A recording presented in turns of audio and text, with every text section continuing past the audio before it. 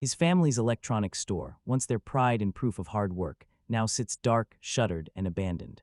And at his father's memorial, all he can do is choke out an apology because he failed to keep their legacy alive. That warehouse sits stripped bare now, and it hits hard because it's a loud reminder that he's unemployed too. He dropped to his knees and begged for mercy, desperate to wipe out the debts his father left behind, but it still wasn't enough. Trapped out in that lonely drift, he sprawls in his room with his phone gripped tight, staring at the screen like it's staring back, realizing it's been ages since he last spoke to any of his old friends. Ever since graduation, life's been nonstop grind. He's been working day after day, turning away every invitation and skipping every social get-together. Staring at the ceiling, he felt despair crash over him like a wave with no way out. In that silent, empty room, he finally faces the brutal truth. He's lost everything. With nothing else left to do, he kills time by idly scrolling the net for online novels, until a banner ad suddenly snaps his attention. It drops a simple question, one that can flip your whole life. Want to jump into a brand new world? He clicks the link, snorts it off as a shady site, then, since he's got nothing better to do, fills out the survey that comes with it. The questions stretch on, like some brutal aptitude test you'd find inside a medieval fantasy game. More than 100 questions in, he's barely made it halfway through the grueling survey, but he digs in and keeps pushing forward. With one quick tap, he sends his response, just like that. Moments later, a man named Kami Shurahitoto bursts into view, introduces himself, and confirms that he really is Ryoichi Ishikawa. He slides out a business card so sleek and polished it looks like it belongs in a spy movie. Ryoichi stares in disbelief and blurts out, "Wait, are you a salesman?" while Shurahito calmly tells him he's here for the Isekai Transfer Life Survey. The man says he'll confirm Ryoichi wants to transfer right away, and to prove it's no stunt, he offers to demonstrate it on the spot. In the blink of an eye, everything around them shatters into stardust and remakes itself as a shimmering, otherworldly forest. Shurahito leans in and tells Ryoichi, "This place you're staring at is Starlia, the world you'll be transferred to, and no, this isn't a dream." He points to a nearby slime and declares it one of this world's monsters, dangerous to anyone foolish enough to cross it. With a lazy flick of his hand, he wipes the creature out cold, and the message hits hard. Anyone who messes with him is in serious trouble. Then he drops the truth. Starlia's magic is real, and offers Ryoichi a chance to learn a simple spell. After pushing through sheer effort, Ryoichi finally nails his first magic hole. The very next day, they drop into a seat and hammer out every detail. Ryoichi shoots back, "What happens if I say no?" because the thought of being stranded off Earth terrifies him. Shurahito's response is downright terrifying. If he refuses, he says his memories of their meeting will just get wiped clean, like a god doing something ordinary. To lure him in, Shurahito lays out a whole catalog packed with cheat abilities. Ryoichi gets a stack of class perks right off the bat: baseline benefits, appraisal, full language mastery, an item box, and even a X10 EXP boost. Then he's told he can pick 3 extra abilities to sharpen his edge. He realizes these powers could let him master techniques that would have taken a lifetime of training. At least, that's what it feels like. Shurahito leans in and tells him, "You'll get a god gift too, something the supreme god crafted from Ban Reiwiweki's own wild imagination." That power's potential is insanely huge, nothing like some run-of-the-mill cheat ability. The man hands him a brutal deadline, 3 days to choose his new life, master his abilities, and claim his divine gifts, then he's gone. Ryoichi can't help but stare at the offer's perfect timing. Now that his job and family are gone, Japan has nothing left to tug at his heart or trap him in regret. In his last days, he keeps rushing back to the places that made him who he is, his old school and the local shrine. After a brutal day's work, he clings to the sweet memory of sitting down to eat with his father, just like old times. Like he heads to an old family friend for advice, and the moment he arrives, that friend warns him, this is a total turning point. He built his own business at 40, and now he's urging you to take the next step. No fear, just go. Ryoichi takes his words to heart, clutches that humble food gift, and suddenly finds steel in his spine, because life is nothing but one challenge after another. He takes one final stroll through his hometown, burning those familiar streets into his memory. Standing up high, he stares down at the city skyline, knowing this is the very last time his eyes will ever catch this view. He barrels back to his empty house. Now it doesn't feel like home at all. As the sun climbs on his last morning, he locks in the choice that will change everything. This is it. He signs the transfer agreement with full conviction, certain this is fate calling his name. He asks for his next mission, and Shiredo smirks, telling him his life is his, free of any higher purpose. Shiredo clocks it instantly. Ryoichi brings zero real combat chops or production skills, and instead he only leans on bizarre, self-made abilities of his own. Ryoichi's got zero doubt. He's convinced he built a truly one-of-a-kind combo that hits like a punch. A faceless voice cuts through the silence, promising that with these brand new gifts, he won't meet death in most cases. He jolts awake in Starlia and immediately fires off his god-class appraisal on a nearby pack of lesser wolves. Right after that, he turns the same skill on himself, and panic slams into him as his own stats flash, and he realizes he's seconds away from getting killed. He frantically hurls his magic, blasting back the rampaging beasts as they charge straight at him.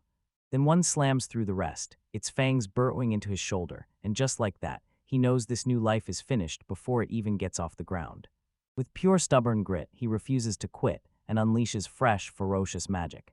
In the middle of the chaos, he realizes he can sling spells with both hands at once, and that one insane power flips the fight, crushing his attacker's momentum. Then it hits him, his second god-class power awakens, a regenerative body that seals any wound, as long as he hasn't dropped dead on the spot. Even though the pack leader can't keep up his magic speed, he still hammers it down with one devastating kick. He realizes that every time he wipes out those creatures, his body gets stronger, tenfold experience burning into his muscles and changing him for real. After the dust settles, he moves in on the fallen wolves, ripping up valuable materials while his universal map and the other gods' gifts light the way. The map spells out where he is and points him straight to the nearest settlement, E's village. At the village gate, a guard lunges in and demands to see his identification. Nobody had won, so they hauled him over and demanded he fork over an entry fee, 3 silver coins. The guard is stunned by how pristine the bills look, and he demands to know where they came from. Ryoichi shoots back that a traveling merchant swapped them in, a slick cover for the fact that his real stash of 10 million yen got converted into this world's money. Once the fee was paid, the village doors swung open, and he was allowed inside. Clothes drenched in blood and streaked red, he pushes through the streets. Every villager flinches and steps back as he passes. He dashes straight to the nearest inn, slipping through the spring-sweet hush of the forest, desperate for a warm bed and a chance to rinse off and rest. Marie, the innkeeper's daughter, rushes to greet him with worry in her eyes, and he quickly reassures her that he's perfectly fine. When she asks for his name to fill out the register, he freezes. He can't write the local script at all, like most drifters do, so Marie steps in and kindly scribbles it for him. His parents lurk out of sight, watching him like their eyes can't believe what they're seeing, this strange, impossible predicament. Right when Marie offers to wash his clothes, he instead fires off his item box ability, snatching every last piece and tucking it away inside a dimensional space. The whole family freezes in shock, realizing that this power is a rare gift straight from the gods.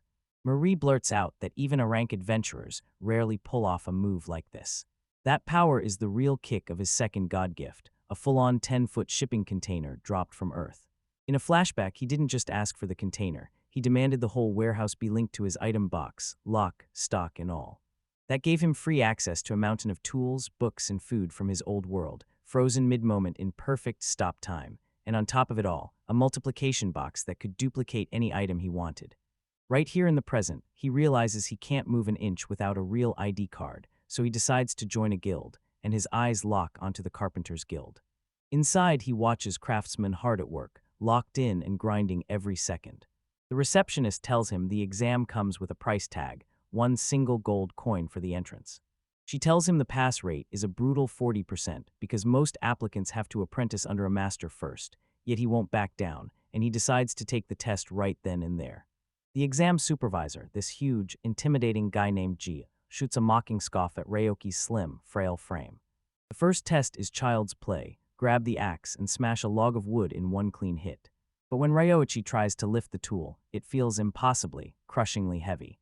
When he realizes a normal swing won't work, he grins and slams the axe's massive weight into the plan instead. He lets gravity do the heavy lifting and slams the blade down, splitting the log cleanly into 2 perfect halves. For the second test, Gio tells him to tackle the freshly split log, and now he can use whatever tools he wants. With the clock ticking straight to the end of the day, Ryoichi knows this mission is going to be brutal, especially if he sticks to ordinary tools. He asks for permission to use his own gear, and Gio immediately signs off. To everyone's jaw-dropping shock, he slams out his item box like it's nothing. He pulls out a power drill from it. He pauses for a heartbeat, and the memory of his father hits him, back when that man handed him the tool so long ago. That thunderous, unfamiliar drill roar hooks every onlooker in an instant, and they stare in awe like they've just spotted the coolest tool ever made. The guildmaster stares in total disbelief, because this is the first time he's ever seen a guild exam pulled off with magical tools. In the blink of an eye, it's done, and when the dust settles, the guildmaster steps up and declares, "I passed." He leans in and orders Corona, the receptionist, to hand over a guild card, while the other guild members can't stop whispering in stunned awe about this new magic item user. The master leans in and reveals the real reason for the second test. They're judging whether you can pour magical power into your tools and make them come alive. He reveals that the axe from the first test wasn't just some ordinary tool. It was a god gift from Josk, the god of wood, blessed to the point that only someone with serious magical power could even lift and wield it.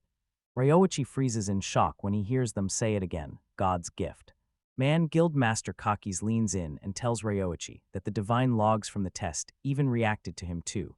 Then he hands over Ryoichi's official guild card like it's a huge seal of approval. Guildmaster Ryoichi Ishikawa's word hits like a stamp of approval, and boom, he's officially welcomed into the Carpenter Guild as one of their own. Gio slams a heavy clap onto his shoulder and fires off the truth.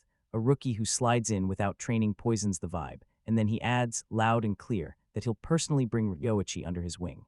To celebrate, the whole guild storms into a tavern and throws a rowdy welcome party. Gio throws down a wild arm wrestling challenge to Ryoichi, burning to witness the brutal strength that somehow earned a god's favor. Even with Gio's raw strength bearing down, Ryoichi refuses to budge, shocking everyone with an unexpected burst of power that has them staring in disbelief. With his new companions all around him, Ryoichi can't help but think, it's been forever since anyone looked at him and actually praised him like that. He replays his decision in his head, second-guessing whether ditching his old life was the right move. But standing under the moonlight in this brand new world, he feels his drive ignite, ready to reach people, forge real bonds, and finally live for something. He remembers Shurahido's warning, Starlia is a world where death lurks at every breath. Beyond the gaze of a goddess's watchful eyes, she leans in, hungry to find out one thing, will this newcomer make it, and what kind of storm will he unleash on the world? In the crushing dark, a young girl begs, heart pounding for her sister's life. She pleads with the miner to take her along, swearing she'll shoulder the heavy work, but he slams the door on her anyway. Alone, crushed with despair, she drops beside a minecart and her frantic screams tear through the night. In the thick forest, Ryoichi hammers his new skills into place, swinging his axe hard as he chops down trees for practice. Everyone clocks his breakneck progress. Gio, the guild's veteran lumberjack, even stops to marvel at his speed, then decides it's time to teach the boy a moment that's absolutely jaw-dropping. With one brutal swinging whack, Gio slams into a massive tree, and Ryoichi can't believe what he's seeing. A massive trunk screams as it groans, then starts to topple to the ground. Right before it smashes into the ground, the earth itself bulges up and cushions the blow. Gio jumps in and explains it. Earth magic, the skill he picked up from real experience.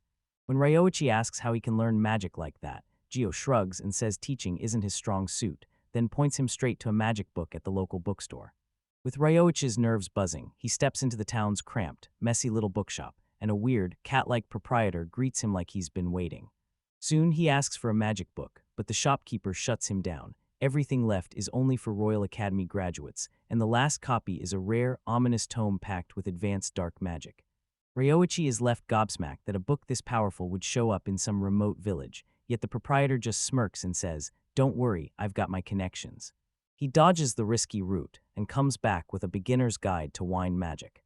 As he fires off his very first spell, a wild, uncontrolled burst of wind explodes from his hand, proof of raw power, but proof he's not ready to control it yet. The book is packed with symbols for wind, fire, and earth, and he decides right then to master every single one. When the logging breaks hit, he wastes no time. He hones his magic, conjuring roaring flames in his palm while the other lumberjacks stare in awe. His goal is simple and ruthless. Get used to this world fast, become self-reliant ASAP, and understand that magic, just like physical strength, gets stronger every single time he uses it. His hard work finally pays off. He tears through the forest at breakneck speed, chopping down trees so fast they blur into streaks.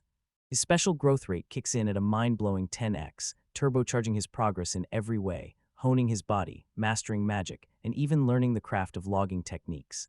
This fresh power slams straight into the wild. he barrels into the forest beasts and blasts them down with crushing magical shots. Gio can only stare in pure shock, because Ryoichi's progress is so insanely fast it feels downright abnormal. Gio steps forward impressed and hands him a real test, the village men's rite of passage, and says, "Go to the shrine of the giant soldiers hidden in the heart of the forest and come back alive." Ryoichi snaps up the challenge and storms toward the shrine, arriving at its entrance, where two hulking stone statues stand like silent guardians. He tiptoes down the stone path, every step loaded with caution. Inside, he slips into the shrine's heart, an inner chamber packed with silent, armored figures standing watch. At the heart of it all looms a massive stone monolith, and glowing, alien runes crawl across its surface like they're alive. He figures this could be the control hub for magic armor, but he's convinced the ancient constructs have been dead for ages, and every inch of the place has already been hunted down and checked. Suddenly, a weird sound rips through the room, and he locks onto it, like it's crawling up from under the floorboards. He pries open the stone panel and boom, finds a modern circuit board staring back at him, and his jaw drops when he realizes it's dead to the eye, but electricity still screams through it even while it's disconnected. And just like that, the memories from his old world kick in. He might actually be able to fix it. With a ragged mask strapped on, he grabs his tools and reattaches the torn wires before everything spirals out of control. As soon as the circuit snaps shut, the symbols on that giant hidden door ignite in a blaze of light, and the massive stone slabs grind open with a thunderous roar. It unveils a sinister spiral staircase dropping into darkness, and he can't stop himself from going to investigate. As he crosses into the suffocating dark, a brutal grinding roar rips up from beneath him. Then he summons a blazing ball of fire to light his path, flames blazing bright and casting instant light on the giant's massive armored legs, blocking him dead ahead.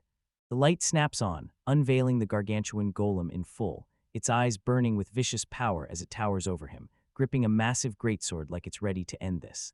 Without warning, the statue snaps to life, lunging forward and hurling its massive blade through the air. Ryoichi yanks himself back at the last second as the sword crashes down into the stone, blasting it apart with brutal force. With his escape route slammed shut, he unleashes a rapid-fire storm of fire magic to strike back.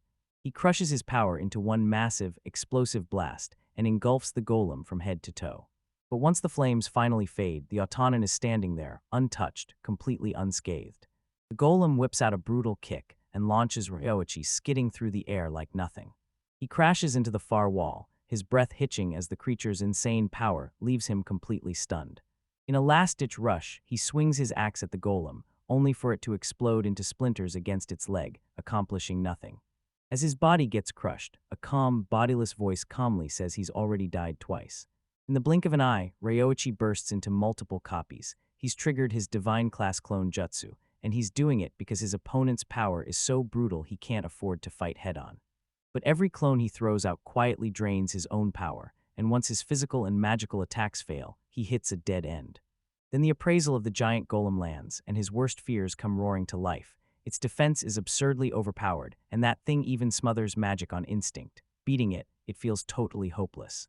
Cornered with nowhere else to go, he snaps his gaze to Last Resort ***, the tome of advanced dark magic. He's never touched it before because the risks are brutal, but there's no choice left now.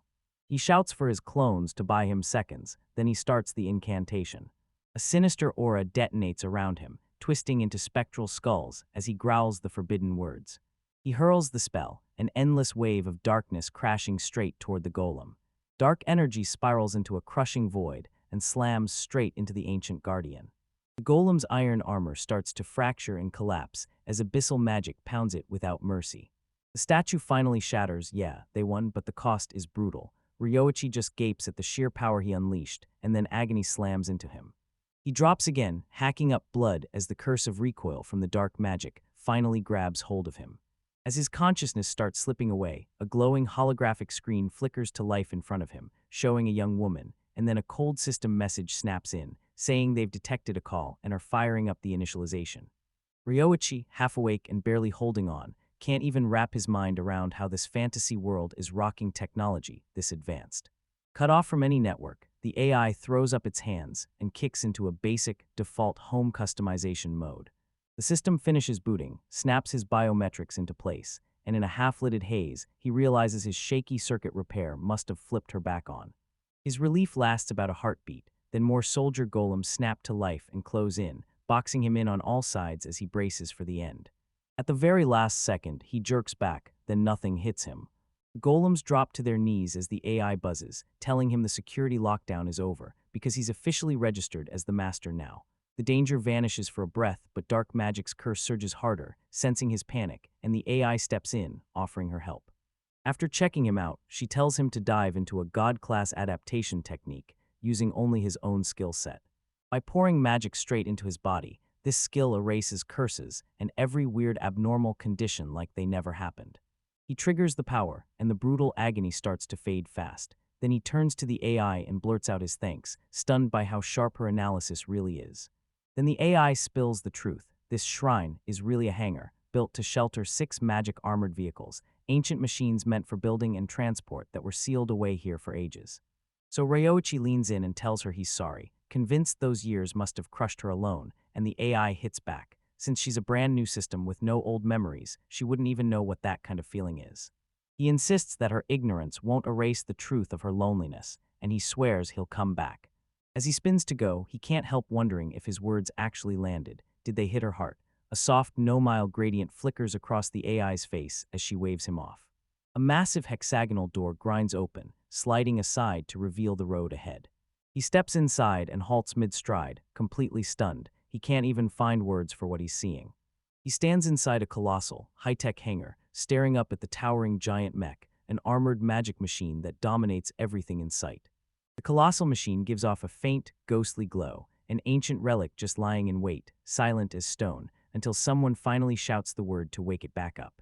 The guild members stare in stunned silence at the massive mechanical suit, reeling when they learn it was pulled from the giant soldier's shrine, and even more shocked that this thing still knows how to move. Ryoichi tells them he finally tracked down the operation and maintenance manuals, but the machine won't budge, wrecked by age and decay. Everyone else is stumped, scratching their heads at the ancient, unreadable script, while somehow Ryoichi can make sense of it, even though he can't write a word in their language. When Gio, the guildmaster, hears the talk about reporting it, he shuts it down fast. Since Ryoichi found it, it's his end of story. And when they press Ryoichi on whether he can actually fix it, he gets hit with the memory of his past. Maintaining machines like this used to be his and his father's favorite hobby. Trusting that craftsman instinct, Ryoichi steps forward like he already knows exactly how to bring it back to life. And just like that, he dives straight into the task, unleashing his special know-how on that ancient tech. Just as he's working, Marie and Nasser burst in, and they gawk in total disbelief at this weird, spider-like contraption. Nasir, the general store owner, tells them Marie panicked when Ryoichi never showed up at the inn all day, so they went searching, and Gio grins and says Ryoichi's been totally swallowed by his new project.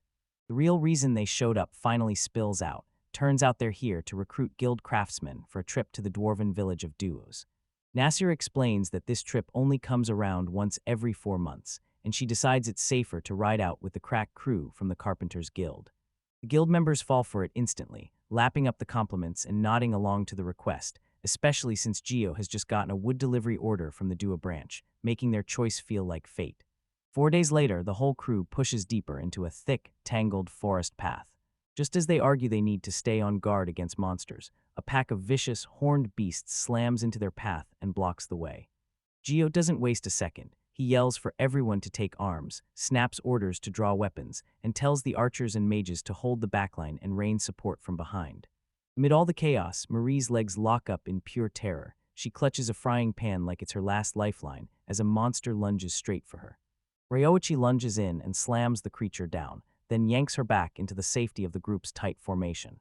But the danger doesn't stop there. An endless flood of monsters keeps crawling out of the woods. Seeing they're getting crushed, Ryoichi snaps his hand up and blasts out a thunderous surge of lightning magic. Lightning arcs snap between the creatures, dropping them in a heartbeat, and the others just freeze in total disbelief, because they can't believe Ryoichi is packing that kind of powerful magic too.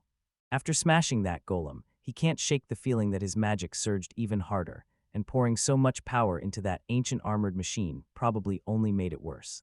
And just to make sure Gio's not the only one showing off, he hurls his fists into the ground, unleashing his own earth magic and wiping out the last threats. That night, the crew huddled around the campfire, applauding Ryoichi's usefulness, because it wasn't just his fighting power impressing them, it was that handy item box making life so much easier. He yanks out perfectly preserved meats and stacks fresh vegetables, then grimaces as he admits the bread's a little too hard, and the salted meat tastes bland all by itself. A spark hits him. He grabs a bottle of quesar dressing from his item box, slices the meat, toasts the bread into crunchy croutons, and tosses everything together into one massive quesar salad. This dish totally takes off, especially with Marie and Nasser, who stare in disbelief at that brand new flavor, then can't stop praising how insanely delicious it is. Before long, the whole crew is begging for more. Yes, even Gio, the guy who hates veggies, is digging in, and they're swarming Reiwaki asking him to sell them the dressing. Ryoichi grins and nods along, boasting that his multiplication box gives him an endless stash. With demand roaring in the market, Nasser's entrepreneurial instincts fired up, chasing that sweet scent of profit. After an exhausting journey, the walled village of Duos finally bursts into view. Ryoichi and Gio stop in their tracks to stare at the spotless stone roads, marveling at the dwarves' top-notch craftsmanship, and realizing the village is tightly tied to the capital city. The crew braces to split up. Marie sweeps them toward her uncle's inn, but Gio and Ryoichi bolt off to deliver their goods to the local Carpenters Guild branch. Inside the guild, Gio strides up and hands the branch manager the timber estimate. The manager's thrilled and demands even more timber, saying the moment a fresh magic vein got discovered, the smiths and stoneworkers went wild for firewood, and demand skyrocketed. With the delivery done in a blink, Gio pops the question, now that we're free, let's hit the sites while we still can. While the other guild members hatch their own plans, Ryoichi slips away and explores the village solo. He marches straight to the local adventurers' guild to cash in the monster materials he's hauled in. Inside, a slick, well-dressed man crouches over the mountain of monster corpses, calmly sizing up how long it'll take to tear every last one apart.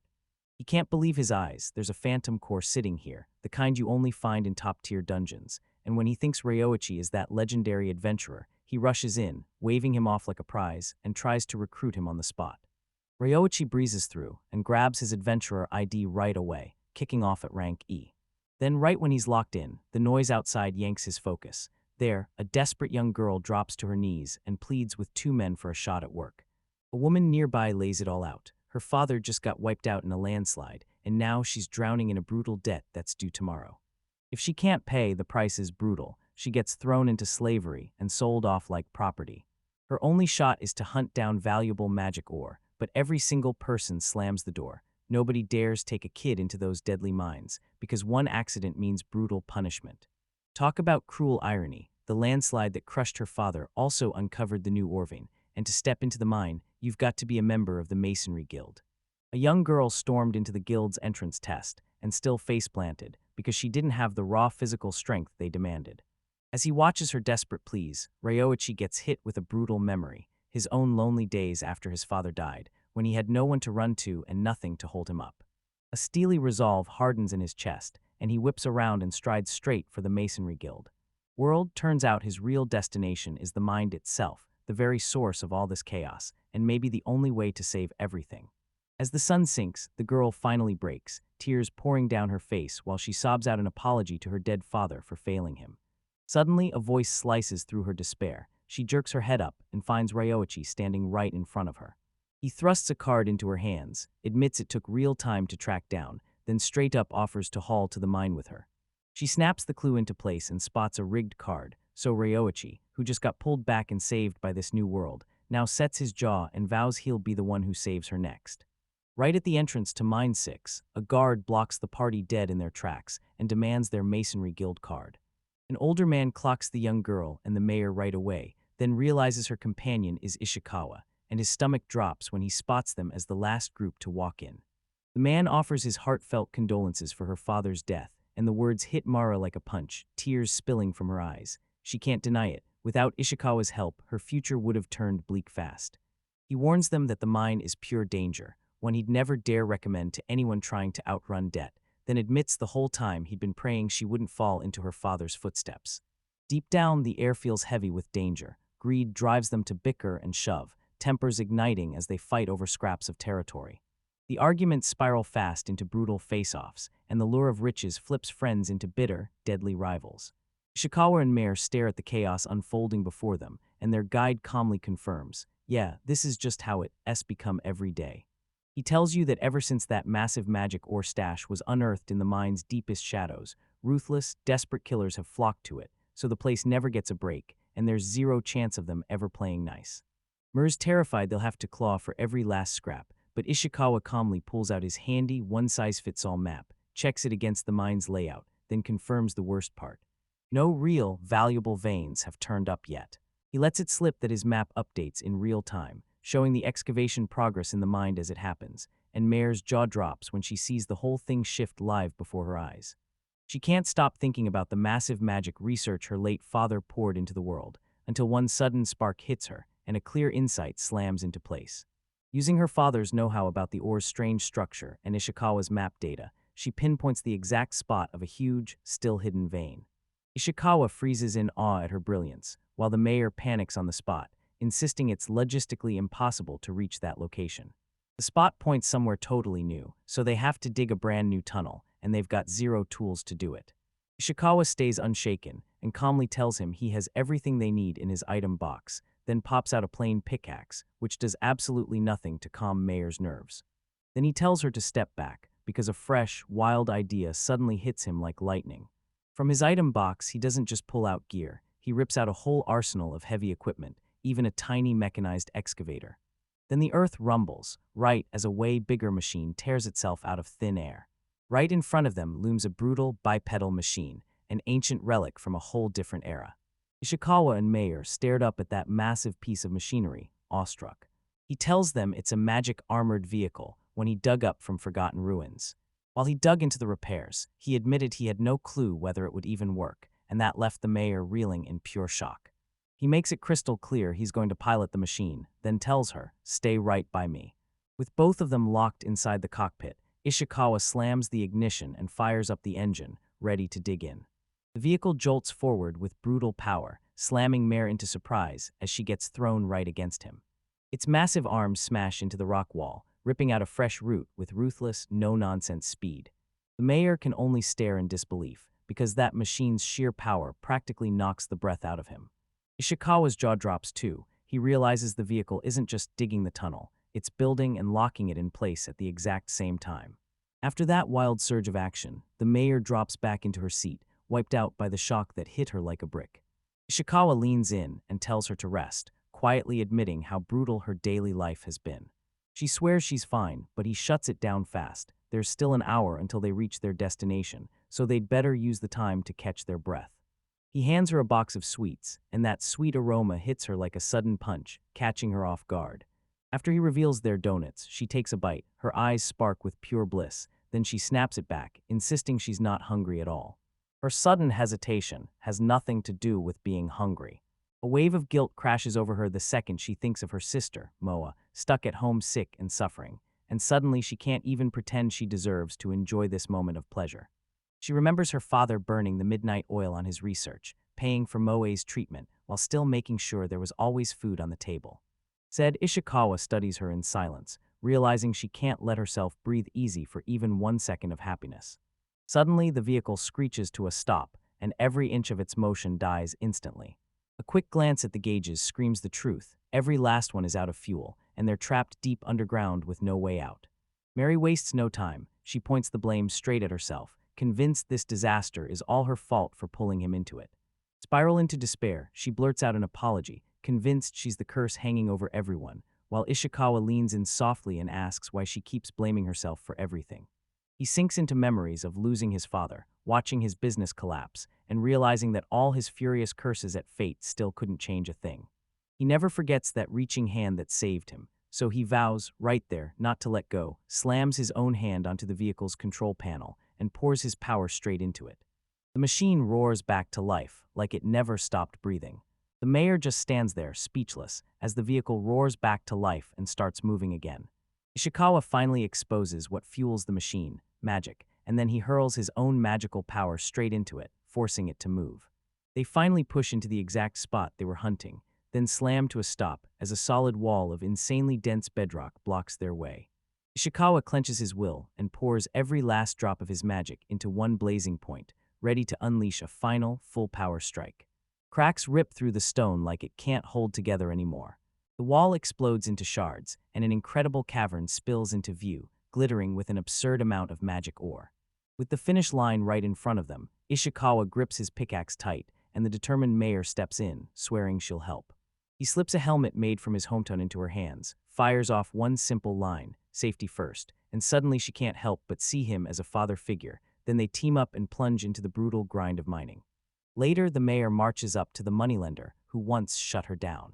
But when she shoves a mountain of gold coins into his hands to settle the 250 gold debt a whole day early, he's left totally speechless. When he demands how this was even possible, she tells him the truth. Ishikawa marched with her to mine the magic ore, and then handed over the entire fortune, keeping not a single coin for himself. The moneylender suddenly remembers the brutal fate that would have crushed the young girl if her debt had ever gone unpaid. He swallows his pride, admits he never expected someone this soft-hearted to be real, and then he thanks her for leading him onto a whole new path. As they head out, the man stops, prays hard, and begs that his lord's blessings fall on them. Outside, the mayor pours out praise to Ishikawa, but she swats it away at once, telling her that it was her own knowledge and grind that brought them to the ore vein. Once again, he offers her a slice of the cash for their living costs, but she breaks down in tears and refuses, insisting that her and her sister being taken care of is more than enough, and that she owes him everything. Refusing to let it end there, she drags him to her place, and with a rush of nerves, apologizes for how small and modest it is. Inside, Ishikawa whips around and realizes the house isn't messy at all. It's nearly completely empty. Mary lets out a sad smile and admits it. She was forced to sell everything they owned, even priceless family mementos, just to stay alive. 5. She yells to her sister, Moa, shouting that, thanks to Ishikawa, every last debt is finally paid off. From a corner bed, a frail voice finally trembles out, asking if what they're saying is true. As Ishikawa stares at the sick young girl, the crushing weight of her illness hits him, and the desperation of their situation lands like a punch. With Moa and her sister finally out of danger, pure relief hits like a wave. Tears spill down the younger girl's face as she throws herself into gratitude, thanking the one who saved her. That evening, Reiwasai slips up to Moe's bedside and offers to slam recovery magic into her, vowing to stitch her frail body back together. He slings heal water, and the child gets wrapped in a soft, shimmering tide. But the magic fizzles out with zero payoff, and Moa is left just as weak and fragile as she started. Ryuichi can't believe it. No matter how strong the antidote magic is, it gets shut down and nullified right in front of his eyes. He finally gets it. This isn't some ordinary illness at all. Even those pricey elixirs the nobles brag about only wreck her even more, so he taps his god-class appraisal, hunting down the real truth of her affliction. The situation is brutal. Moa is getting crushed by an advanced cursed seal, a vile hex that siphons her life, summons sickness, and drags misfortune down on her like a death sentence. Ryuichi collapses in a jolt of sudden recognition, and a familiar dark substance pours from his lips, advanced dark magic, the very same curse that wrecked him when it recoiled at the giant soldier's shrine. He tears through his grimoire, hunting for a cure, but all he pulls out are brutal, offensive spells. Then, just barely, he spots one desperate gambit he can try. With one hand pressed over Moa, he rips open a flood of dark energy and hurls the advanced spell Drain. The spell, made to drain both physical and magical power, starts yanking the curse right out of the kid's body. A nightmare made of shadow and endless eyes tears itself out of Moa and rockets toward its new host. Ryuichi gets swallowed by vile energy, an ugly whirlpool of pure malice. As her sister gapes in horror, Ryoichi crumples to his knees. The curse slams him with brutal weight, and his consciousness slips away, just like the same agony Moa has been trapped in for years. And he's got a power this world has never seen, the god-class adaptation technique, so a blazing light detonates from his body, the divine ability kicks in, and he absorbs the curse like it never stood a chance. Later, Ryoichi hauls himself up, tired as hell but completely unharmed, just as the mayor asks if he's okay, and Ryoichi's eyes instantly drift to Moa, asleep peacefully in her bed. To everyone's shock, that sinister curse mark vanished from her skin, gone completely, like it had never existed at all. Ryoichi can finally move, so he slams heal water down one more time. This time, the magic hits dead on, spilling restorative power through Moa like a warm, healing wave. She jolts awake, stunned for a split second, then bursts into pure joy as the pain, numbness, and fever finally vanish. She rockets out of bed, and it's like her whole body just got its power back, pure, impossible lightness flooding her veins. Her sister barrels to her side, tears spilling as she checks, confirming with shaking relief that Momoa is truly, fully cured.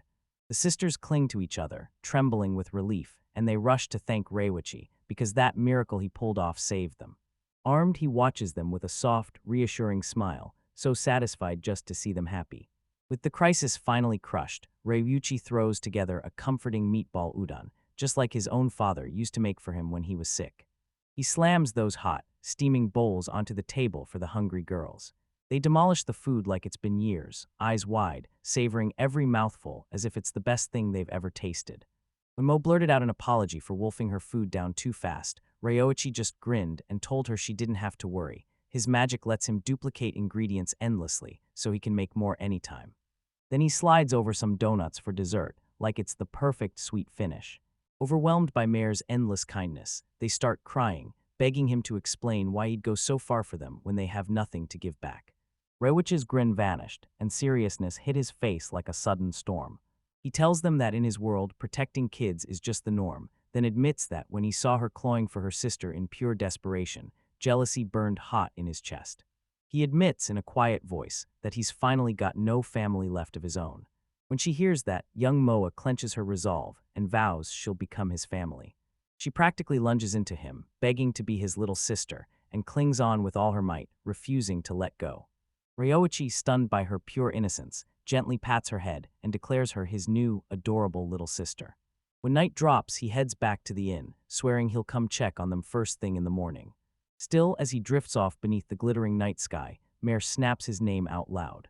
She presses him about his future, and when he admits he's a traveler, he drops the bombshell that someday he'll leave the village for good. With quiet desperation burning in her chest, she steps up and makes a bold, shameless plea, begging him to take her along and mow through the road with him on his journey. Ryuichi reels in shock, blasting out a warning about the brutal danger he's facing, but she won't back down, insisting they want to be useful and repay his kindness. Moa hears her sister's plea and bolts onto Ryoichi, gripping him tight and refusing to let him slip away now that they've finally found him. Ryoichi watches those girls fight back tears with fierce determination, and it hits him hard. His life is lonely, but maybe this second chance finally has meaning, protecting them. Life suddenly feels brighter as the sisters light up with hope and plead for one last answer. He grins, lifts them off the ground, and declares, "From today on, we're a family." Next morning, Ryuichi bursts back to his crew and declares, with full pride, that he's found himself a family. After the first wave of shock hit and confusion started to scramble his thoughts, action kicks in, and his friends immediately learn the girl's desperate situation, plus the brutal red tape they have to fight just to become her guardian. Ryuichi strides into the magistrate's office to seal the adoption for real, ready to crush the Wheeler family's massive tax debt once and for all. He plunks down a towering pile of gold and snaps the permission into place without breaking a sweat. He leans in and tells the girls the cash is theirs for real, paid in full from their father's amazing discovery of magic ore. Now that they're officially family, they stroll through town, and right away, his friends Marie and Nasir spot them. After he laid out the quick explanation, the moment the two adorable sisters show up, every woman in the room is instantly swept off her feet. Spotting their tattered clothes, they refuse to let it slide and push them into the stores for fresh outfits. Then they charge every last thing to their new big brother. Soon, Moa and Mare slip into gorgeous new outfits that match who they are perfectly. The cheerful crew keeps rolling through their day, and they stop by a bookstore because Moe demands it. While Ryuichi frantically scrolls through pages, hunting for advanced magic. He also grabs a picture book for Moa, and she beams while bouncing happily on his shoulders. His friends just stared, hearts swelling as they realized he wasn't only an older brother anymore, he'd stepped up like a real father figure. The next day, the brand new Velour family huddles up and fixes every last leak in their old home together. With their job finished, they all pile inside as Ryuichi cracks open Moe's brand new book and starts reading. It spins a classic fantasy yarn. An otherworldly hero crashes in, and he snatches a princess away from danger. Ryuichi freezes when he spots a depiction of the centurious tree kingdom, one he knows is real, and it hits him hard, just how much of this world is still hiding in mystery. Later that night, once the girls finally passed out asleep next to him, he sits alone beneath the moonlit sky, staring at a photo of his late father as reality crashes in, and somehow, he's got a family again, 2 daughters to protect, and it feels strange, but it's the first kind of welcome he's had in forever. Inside, his new family is fast asleep, because their wild, brand new future together has only just begun. Ryuichi strolled back to the guild hall with his shoulders slumped, apologizing the moment he stepped inside. Right away, his master Gio corners him and demands why he vanished from the party and why he came back so late. But before Ryuichi can even speak, the two young girls rush in, confessing they fell asleep and he just couldn't stand to leave them alone.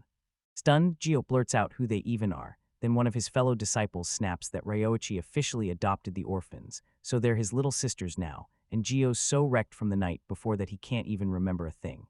The moment the news hits, Gio's mood flips instantly. His face lights up in a huge grin, and he greets the girls with a warm welcome as he proudly announces, "They're my nieces." Later, just as the whole group is getting ready to go, the real plan finally hits them. Ryoichi isn't simply taking the kids back to their village. He's done with the guild and ready to vanish into a new journey. The shocking truth hits Gio and the others like a thunderclap, and right then Ryoichi doubles down. He sticks with his choice and makes it clear. He wants to dig deeper into this world. Gio's brief warmth evaporates, and disappointment crashes in hard, right in the center of his chest. He snaps at them, saying there's nothing left to learn from him, his voice dripping with betrayal. Ryoichi scrambles to explain he got misunderstood, but his master just turns away, ice cold, declaring he won't chase after anyone who decides to walk out. Right before they leave, Moa grabs Ryoichi and begs him to patch things up with his master before they're gone. A fellow guild member rushes in to steady him, whispering that Master Gio isn't angry at all, he's just lonely. At last, his other friends circle and close, their voices cracking as they share the same gut-punch sadness. He's truly leaving Springville for good. That evening during the farewell party, one of Gio's disciples slips up to Ryoichi, because Gio himself isn't there, but he still sent a gift. It's a jaw-dropping combat axe. Legendary dwarf Deuterus forged it for Gio in a wild rush, just so his departing student could leave with something truly special. Next morning, the whole crew crowds the city gates, fired up and ready to tear into the journey ahead. Their spirits were sky-high as they kicked off down the road toward E's village. Two young girls buzz with excitement as they climb into a tiny cart and rattle toward the adventure ahead. Ryoichi yanks them forward, keeping a close eye on Moa as she's still recovering from her illness, so she can't waste a single ounce of energy. Even with the cheerful vibes in the air, that tangled conflict still won't let go. One of the girls says she managed to patch things up with her friends, but her worry only grows when she talks about Reiwaki and Gio's broken bond. Ryoichi lets the truth slip into his own heart. He really wanted to thank his master for the axe, but somehow the moment never shows up. Ryoichi snaps, silence, and that razor-sharp sound slashes through the air as every one of his instincts screams danger. The next instant, they're slammed by hostile creatures pouring out of the wild, closing in from every direction. A whole pack of vicious magical beasts, different in every way, surges in and starts closing the net around them. As Ryoichi waves unleashing his lightning magic, Gio lunges forward, and his knuckles spark with crackling power. With one thunderous stomp, Gio fractures the ground right under the monster's feet. The cliffside gives way, and the beasts plunge into a pit of stone and earth, getting crushed on impact. The others stood there, stunned by the sheer force blasting out of him, until one disciple finally muttered that this is what their master looks like when he goes fully serious, and when he's in a nasty, foul mood. Once the danger is wiped out for good, the whole crew slams forward and keeps moving. As dusk crashes in, they finally reach the campsite they were aiming for and drop in for the night's rest. As they pitch their tents and ready everything for the night, that tense, Master V student standoff still hangs in the air. The moment the mayor spots Ryoichi's worried face, she calls it out and snaps the attention right onto her sister. Then she blurts out what's been haunting her. This land is riddled with wrong, unnatural craters, and those huge, unmistakable footprints belong to a monster that's bigger than it has any right to be. Ryoichi takes the discovery to heart and storms up to Yo, ready to warn him that a terrifying threat might be closing in. But Gio, still shut down and gloomy, shoots down his worries and refuses to talk. That unresolved conflict hangs between them like a storm that won't break. As night crashes over the camp, the others stay blissfully ignorant, completely blind to what's coming. Mare, tossing and turning, cracks open a universal map she borrowed from Ryoichi and studies it till morning won't come. She stumbles onto something terrifying. On her magical map, the mountain layout is shifting in real time, like a fresh trail is being carved right before her eyes, and knowing something huge is about to close in, she wakes the whole camp. Her frantic pounding on that pan jolts the groggy, annoyed Gio awake. But a quick look in Gio's tent exposes the truth. What you thought was a person is just his bedroll, and Gio himself is already gone. Ryoichi stands alone on night watch, staring into the dark as regret claws at him, because the others ignored his warning about the footprints. His worst fears hit like a thunderclap when a colossal griffin drops from the sky right in front of him. Out in the quiet night, Gio sits alone beneath the stars, then a frantic Moa bursts in and finds him. She bursts toward him, sobbing that a giant monster is barreling straight for their camp. Gio stays calm, leans in close, and promises her, "Leave it to me, I'll deal with that threat." Moa swallows her nerves and quietly asks him, "Do you hate Ryoichi?" Gio snaps back and admits the truth. His frustration isn't coming from anyone else. It's from the crushing feeling that he's failed as a master, because deep down he thinks he still hasn't given his prodigy student anything that truly matters. Right when the conversation starts to heat up, two griffins drop out of the sky and dive straight toward them. Gio snaps into action and orders Moa to hide while he raises his axe and charges ahead. Ryoichi shows up moments later, eyes locked on the fight, ready to team up with him right now. Gio shoves him aside and vows to deal with the flying monsters himself, then hits the first one with a brutal, earth-shaking blow as he drops in. That bloodied griffin bolts deeper into the woods, straight toward the camp, and Gio grimly declares, "We have to stop it, right here." From the pitch-black dark, they hear those terrifying screams of the other monsters, right there, closing in.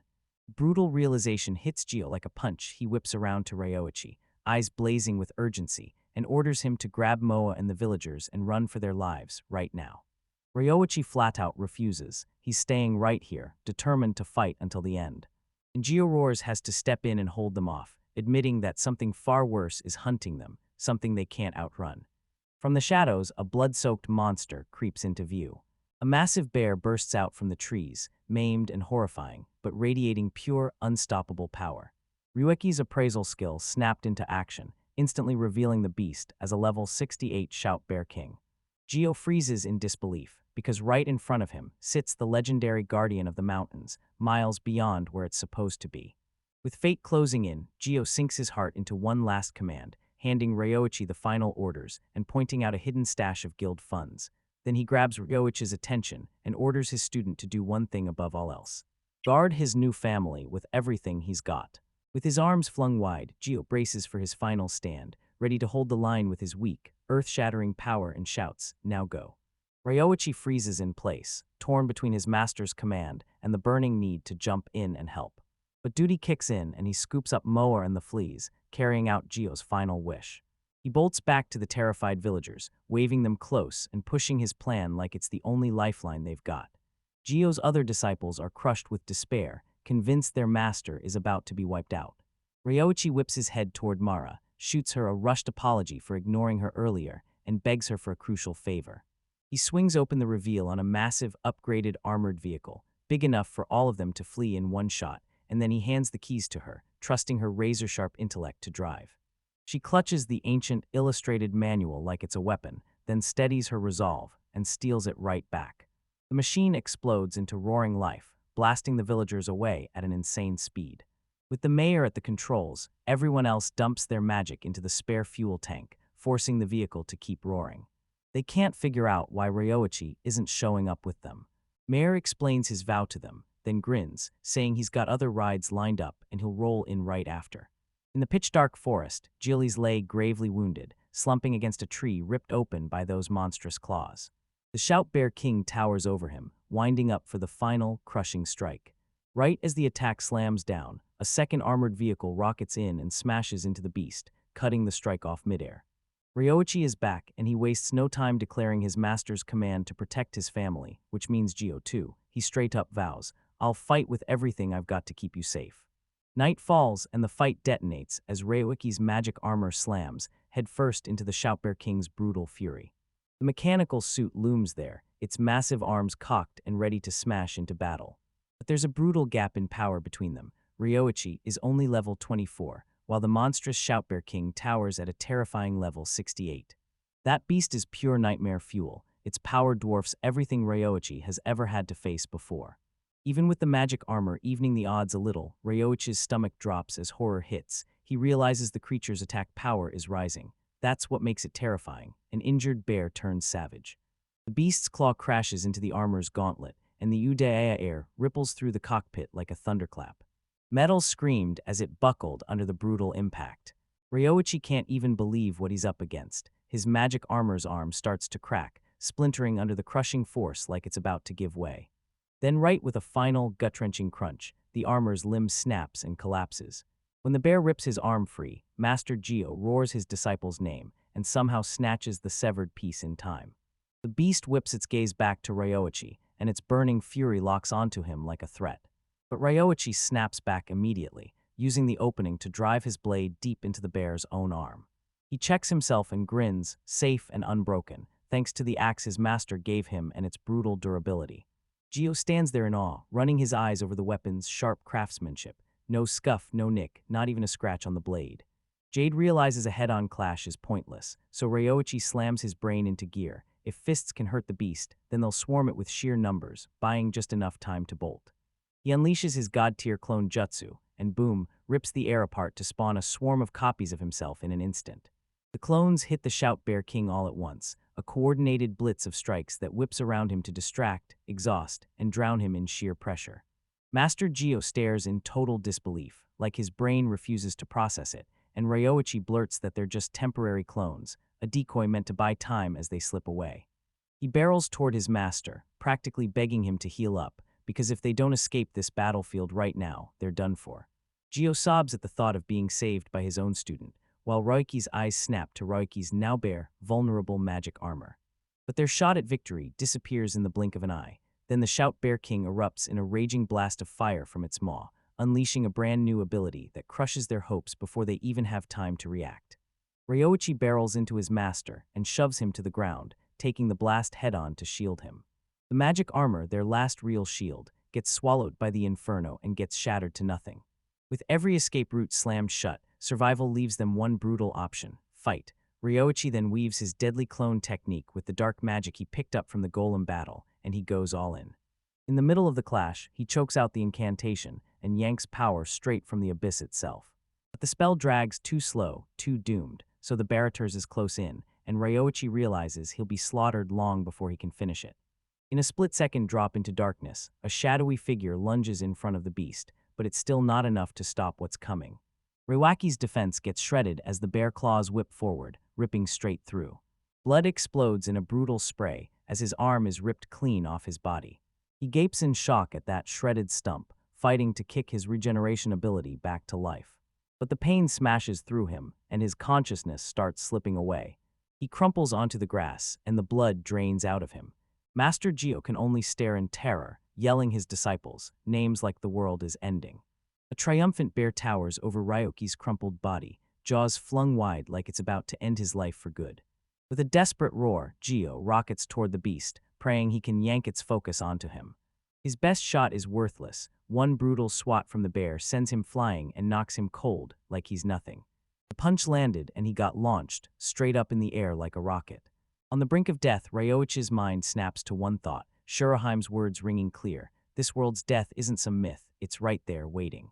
The beast dips its head, and its fangs snap shut for the kill. It coils up, ready to tear into its prey like a monster about to feed. With the bear's jaws snapping shut, Ryoichi digs in, using his final strength to slam his last hand deep into its mouth. A desperate last-ditch gamble that could change everything. A blinding, brilliant magic circle explodes from his palm. Raw bolts of lightning blasted from his hand, surged through the beast's body, and fried it from the inside out. As the creature convulses, Ryoichi's god-tier regeneration kicks in, and his severed arm starts knitting itself back together, piece by piece. He realizes if that bear had sunk its teeth into his head instead of his shoulder, the whole fight would have ended in an instant. The advanced lightning magic hits like a thunderclap, and the Shout Bear King is left reeling, stunned, exposed, and unable to fight back. When Ryoichi sees his master crumpled and injured on the ground, his shock shatters, and raw, unstoppable rage takes over. With a relentless surge, he rockets ahead, axe lifted high, while lightning snaps and crackles all around him.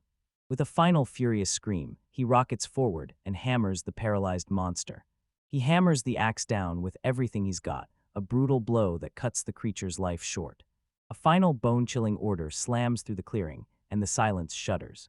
Master Gio groaned back to life, and the world swam in front of his blurry eyes. He gapes at the Shout Bear King, towering, stone-still, and shredded open by brutal wounds. Ryoichi towered over the corpse, and he just stared, shaking, stunned, like he couldn't make his eyes accept what he was seeing. The young warrior stands frozen in the middle of the carnage, and it's clear he's already won. Gio lurches ahead in disbelief, asking what just happened, and he jabs at Ryoichi's arm, the one he clearly saw ripped away only moments ago. Ryoichi calmly taps the ground where his original severed arm lies, then grins as he reveals the truth. his arm didn't just return, it fully regenerated. The revelation hits you like a punch: clones, regeneration, and then he snaps, demanding answers. Who's behind this, and what is his apprentice really? Ryoichi blurts out an apology, his face burning with shame over the unsettling power he was forced to unleash. Still, he labels his power strange, and that terrifying otherness keeps pushing him away from everyone. But when Gio sees it, fear doesn't even show up. He erupts into a loud, hearty laugh that hits like thunder. He snatches Reiki's brand new arm, shrugs off the details like they don't matter, and declares they're finally back to arm wrestling. He locks eyes with his student and flat-out declares that he'll be the one to decide Ryoichi's true identity, the savior, the lifesaver, and his proud disciple. Right then, the roar of their closing transport tears through the silence. The other guild members just came charging back, rolling in to throw in their help. One of them blurts out that as soon as the villagers were safe, he spun right back around to help his master.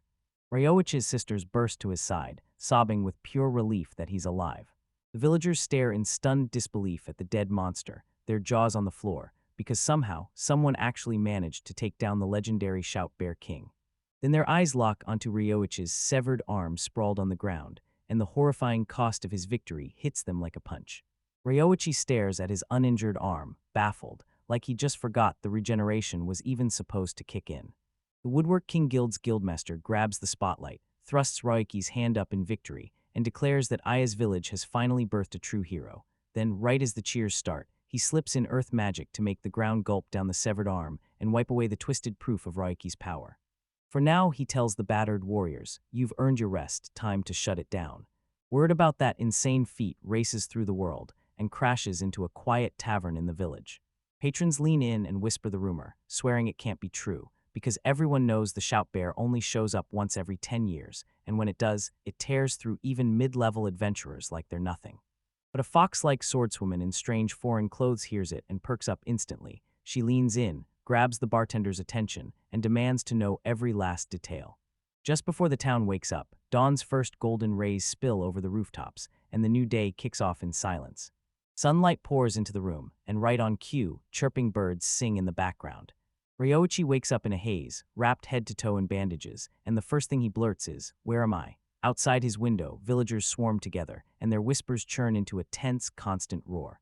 A young woman tries to physically stop them, begging that Ryoichi needs rest after those brutal injuries, but the villagers won't budge. They're desperate to thank the man who just saved them from that terrifying Shout Bear. From his window he spots the inn, the Forest Spring Pavilion, and right then a sharp merchant named Nasselson steps in, steering the crowd and yelling that only authorized guests get inside, but if they buy something at her store, she might just hand them a pass. He spins away from the window and freezes, because two little girls, Mi and Moa, are already curled up in his bed with him. He snaps at them, asking why they're here, and they just shrug innocently, like they don't see a problem at all, pointing out the other empty beds in the room. They greet him with a bright good morning, buzzing with youthful energy. One of them admits sheepishly that she dozed off while guarding him through the entire night, and he shoots back his grateful thanks. Then they both decide it's time to kick off the day. The moment he steps out of his room, whispers instantly swarm after him. Villagers can't believe someone so quiet just took down a Shout Bear, because in this tiny town, news spreads at lightning speed. At the base of the stairs, a woman with fox-like ears and a swishing tail stood death quiet, eyes locked on him. His voice fades as her gaze snaps into focus, sharp as a blade. Ryoichi can practically feel her gaze pressing down on him, wondering if it's just curiosity or a full-on, laser-sharp scan that's dissecting him. The kids can't contain their excitement. They gasp in awe at the beastfolk, shouting like it's pure magic, while the woman meets them with calm, steady warmth. Her voice came through crystal clear, and her friendly, easy demeanor shocked Ryoichi, because his first impression had been completely wrong. Right nearby, a villager lit up with pure relief when he saw him up and moving, and he rushed to thank him, saying it was on Marissa's behalf for saving his life. The innkeeper tells him she's been swamped with visitors, then takes a moment to pour out her heartfelt thanks. He's displayed a table packed to the brim with gifts, grateful villagers piling on fresh eggs, meat, and vegetables, all piled high as a huge, heartfelt thank you. With that burning urge to help, he boldly asks to use the kitchen, and even the staff pause, surprised, before they reluctantly let him. He starts cooking the very meal he used to make for his father, and with me and Moa hovering at his side, we eagerly offer to help, while the crowd watches in awe, hooked on his mysterious, unfamiliar, and way too expensive seasonings. A giant cloud-soft omelet hits the table, stuffed with savory ground meat and onions, so impressive everyone watching just stares in awe. That mouth-watering aroma and its one-of-a-kind sauce blasted through the air, instantly yanking the beast-folk woman's attention back from where she'd been lurking in the distance. She blurts out an apology, admitting her sharp nose got slammed by a strange new scent she's never smelled before, and when she perks up with curiosity, Ryoichi steps in and offers to share his meal with her. But the kids can't wait. They eagerly wave her over, begging her to sit with them. Stunned by their kindness, she ends up sharing a meal with them, right when she least expects it. Her first bite hits, and she just freezes, mouth open in total, unbelievable shock. That flavor hits her like nothing she's ever tasted, deep, rich, and savory, with a mysterious sauce that reeks of pure intensity. He takes one sniff and names the seasoning, soy sauce, right on the spot, and she instantly lights up, convinced it'll nail the flavors from her homeland. Finally, she swings her name into the air, Coco Youth Gabardius, and declares herself an adventurer, then gushes about the meal. Ryoichi just watches, thinking those Japanese flavors must hit her palate perfectly.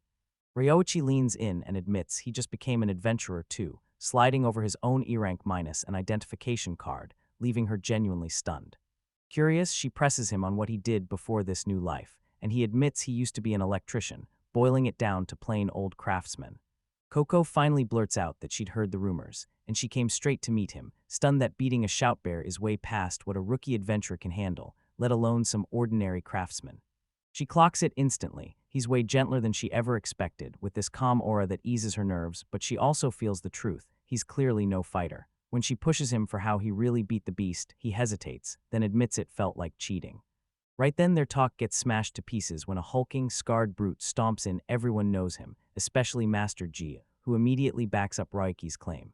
Gio blares that he needs Ryoichi right now for an urgent job, but everyone else erupts, saying both of them are badly hurt and they have to heal first. Just as they try to drag him off, Ryoichi's eyes snap to Coco's stance. He clocks her as a swordswoman from the Kakinatsu archipelago and demands to know where she trained. Coco's blown away by his insight and introduces her school as the Kurenryu.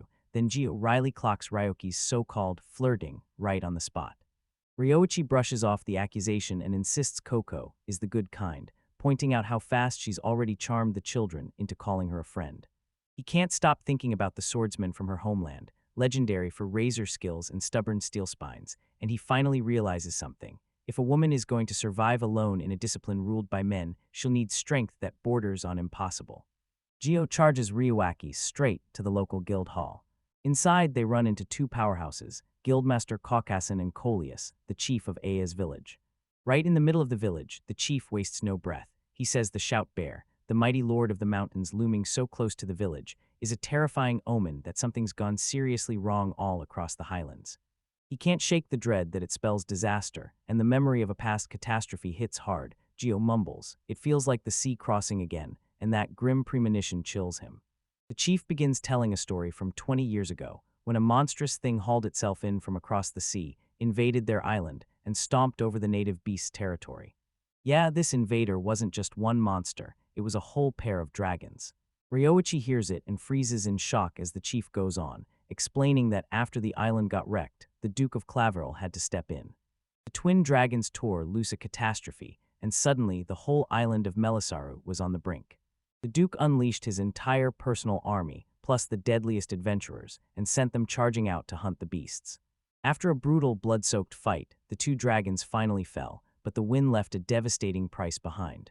Ryoichi starts piecing together the old tragedy, and then Gio drops the bombshell detail. Those two dragons weren't just together, they were mated for life. Ever since they got wiped out, rumors have been swirling that tiny chunks of hatched eggshells were found in their nest, like one of them somehow lived. If that's true, that dragon would be fully grown by now, and it would probably carry a burning hatred for humanity. With that terrifying truth hanging over everyone, the village chief steps forward and demands Ryoichi be their stand-in, racing a desperate letter to Baron Errol right away, spelling out every detail. Ryoichi froze at the sudden weight on his shoulders. Then the chief told him he could wait until he was healed, but warned that the trip was brutal, spanning several long days through treacherous lands. Gio rams home the urgency. His instincts scream that danger is seconds away, so they've sealed the details tight to stop panic from exploding everywhere. Ryoichi starts to doubt their choice, staring at him like, "Why would you hand the village's fate to some stranger like me?" The chief grins and tells him he's done wandering. He's a real hero now, a respected part of the community. Then he leans in and drops the truth. When he was asked to name the most reliable person in the village, Ryoichi was the very first name he picked. Feeling the weight of everyone's trust on his shoulders, Ryoichi's resolve turns to steel as he steps up and accepts the mission that could decide everything. Even with her injuries, the young woman can't hide her shock. She demands to know why he has to run off again so fast, because she just can't understand it. He only smiles and tells her thanks for the medical help she gave. Even as she sputters in panic, he starts peeling those bandages off Haizo, steady as stone, and tells her his body is already fully healed. Bare-chested now, he catches the faint sting of ointment on his skin and decides to crash for the day, already setting his sights on leaving the next morning. Later, Mi and Moa, two wide-eyed girls, lean in as he starts building something from scratch with wood and metal, and their curiosity goes through the roof. He lays out his genius project, a bathroom setup built around a rocket stove that blasts water to life with nothing but firewood. A warm bath is brand new to the girls, an awesome chance to soak in hot water, wash the grime away, and melt their exhaustion. Thanks to the guild's steady stream of firewood, the bath gets finished fast, and the water heats up to the perfect temperature. The girls begged to jump in, and the second the swimsuit problem came up, he yanked off his own t-shirts and told them to wear those. Thrilled by the thought, they threw a mini celebration, dreaming about slipping into their big brother Reiwich's shirts. They shrug into those giant shirts and can't hide their excitement for the bath. The three of them sink into the steaming water, letting the simple warmth wash all their worries away. Their calm gets ripped apart the second a sharp gasp of pure shock erupts. A feral beastwoman warrior bursts in, furious that they dared share a bath, and screams it's indecent. Then the girls snap back. "We're 12, explaining that in their country, marriage is allowed at 13. Then his explanation only ramps up her panic, and she bursts into a terrified scream while he scrambles to calm things down, swearing it's all just a misunderstanding. Once the noise dies down, he grabs me and Moa and whispers some huge news. He's got to leave for Erol the very next day for a critical job that he's doing for the village. The news hits like a punch to the gut. Everyone's shocked and sick with worry as they can't figure out why he has to vanish so soon after coming back. After the Shout Bear incident, they refuse to get left in the dust again, and they straight up swear they won't forgive him if he tries to go alone. The very next day, they're already on the move. He sprints with boosted speed beside the magic armor the girls are piloting. His power grew with every level, no doubt, but he still knows the Shoutbear King could come crashing back into their lives, so the girls lock their armor systems in full defense mode. Suddenly he feels it, someone's tailing them, right behind their every move.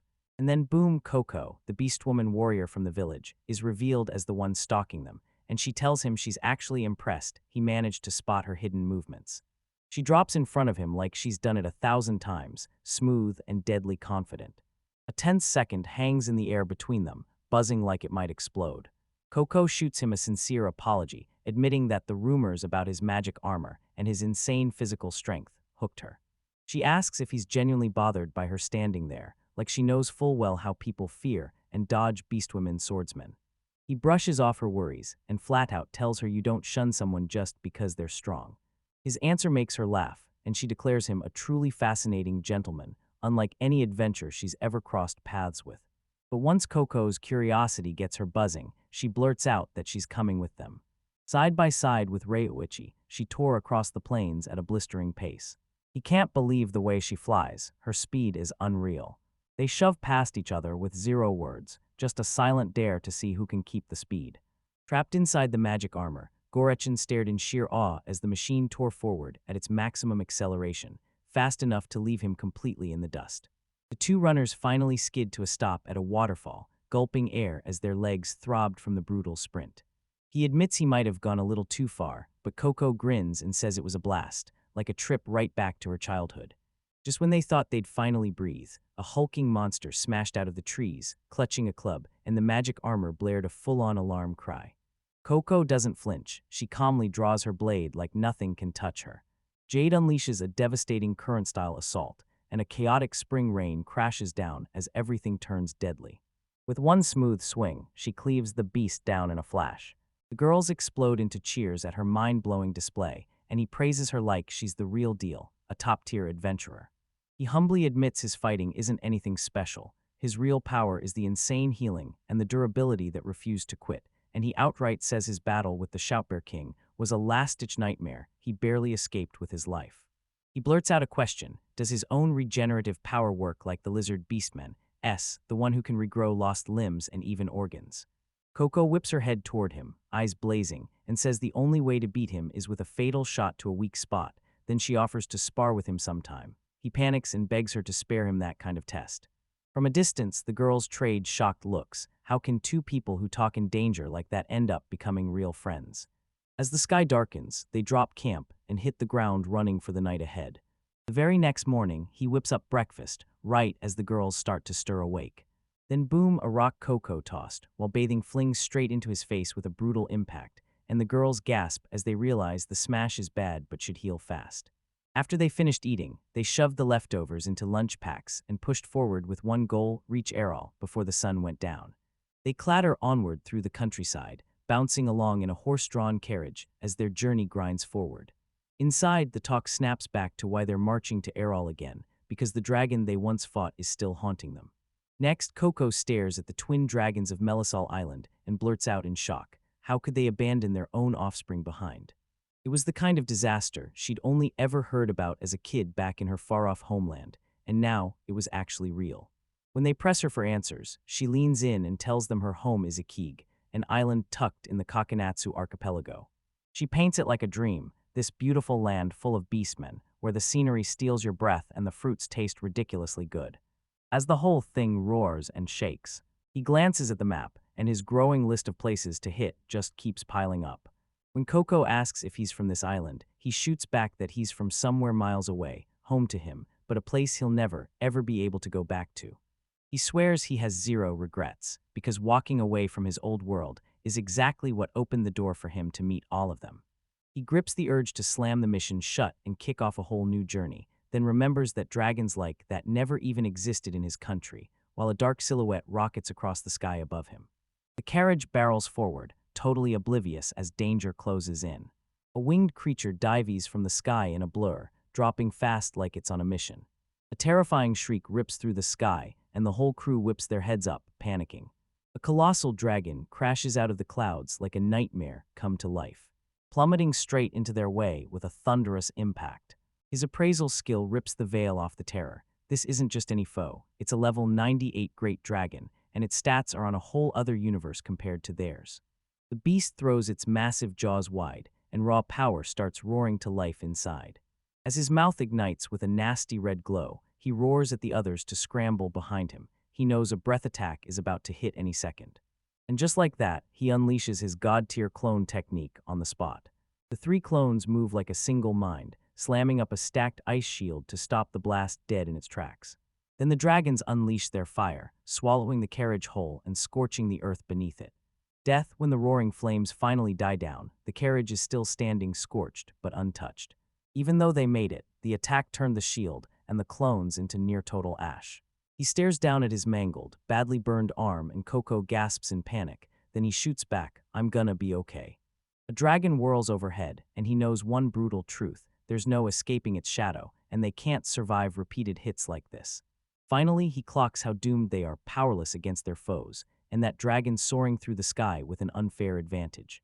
Coco lanes in and asks, "Can I use my appraisal skill to figure out what this dragon can really do?" He nods, then shoots a look at her own status, and her confidence crashes, because even a warrior as fierce as her can't stand a chance against this monster. But Coco doesn't back down. She fires back that this dragon is probably still a juvenile, since a full-grown one would be twice its size, and to her those crazy high stats don't automatically mean it's an experienced warrior. When he checks her status again, a secret line jumps out. Her mind locks in with brutal focus, and her attack power spikes to an absurd, game-breaking level.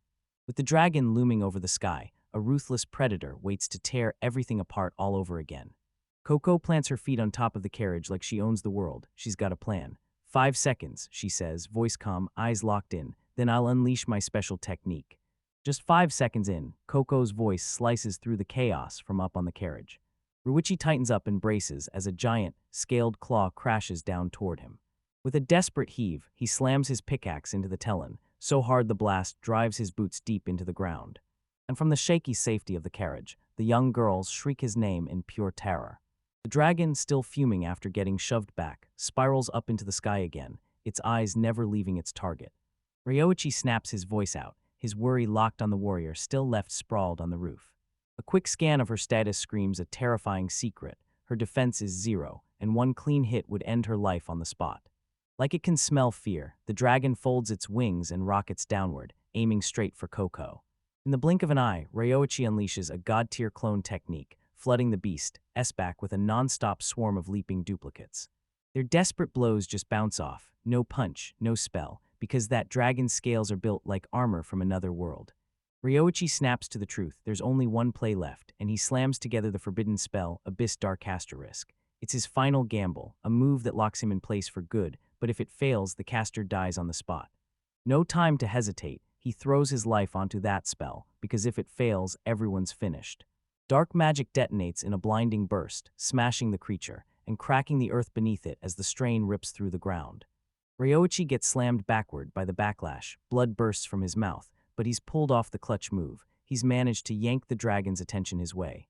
Watching him throw himself into danger, Coco's resolve turns to steel. Her choice to trust him was never a mistake. He's got no doubt this warrior is fearless, straight-up brave, no question. Her eyes flare with a wild, unstoppable fury. She steels her resolve, gathering every last ounce of power to finally unleash the Kurenryu's hidden masterstroke, Lotus Blossom Flash. The blade howls through the air, a lightning blur that sinks deep into the dragon's neck. Blood erupts for the very first time. With roaring fury, the dragon lashes out, swats Ryoichi off its back, and sends him crashing down into the nearby woods.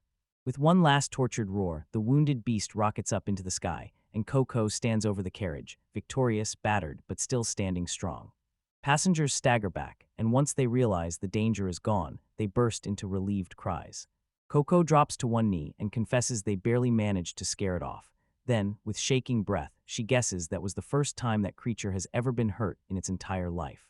That injury hit like a thunderclap and snapped its fighting spirit for the moment, but she's quick to warn you, this dragon is still young, and its comeback is guaranteed. She tears into the woods at once, frantically hunting for her fallen comrade. She spots him face first on the ground, drowned in a pulsing dark aura, and he looks absolutely wrecked. "Don't you have any healing power?" she blurts, panicking. He grimly explains that the dark magic did save him from the hit, but it also pinned him down completely, like he can't move a muscle.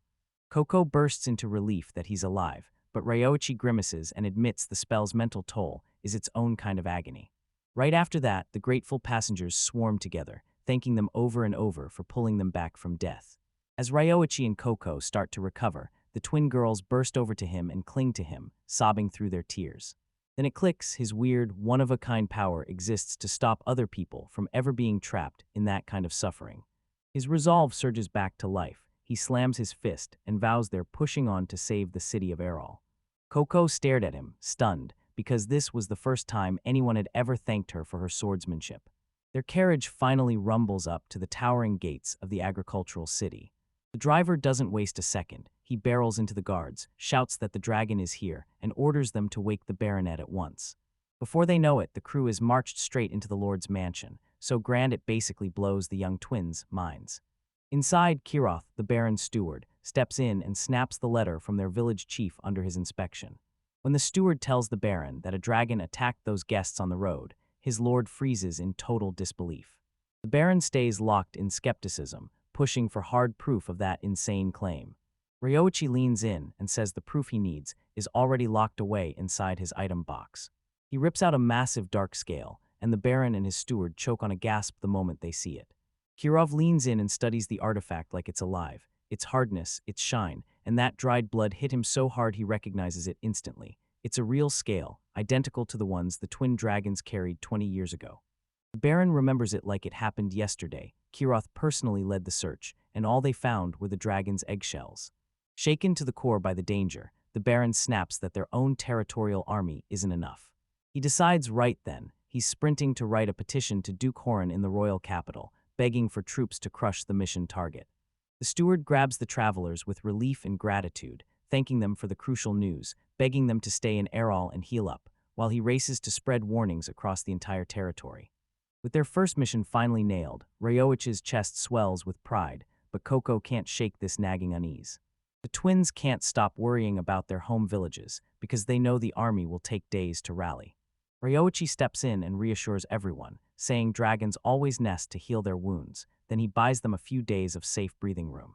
Chasing a shred of peace, they wander into the city market, right when Moa points straight at an apple. This lights a spark in Ryoichi, and he rushes to introduce them to a sweet from his world. After they finally find a place to stay, he shows them how to whip up candied apples with a simple, foolproof trick. It lands like a knockout punch, everybody cheers, and the twins light up with pure joy. With the sun still hanging in the sky, Ryoichi urges them to hit the city streets one more time.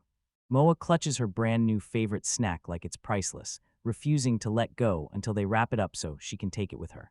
They roam the lively, thriving streets of Erol, soaking up every bit of the bustling energy around them. Their journey slams them into a breathtaking temple, rare, stunning, and straight-up awe-inspiring. Coco breaks it down, why those numbers matter, because the gifts they carry are said to be divine blessings for the land, and the count tells you just how strong that town, island, or even whole nation really is.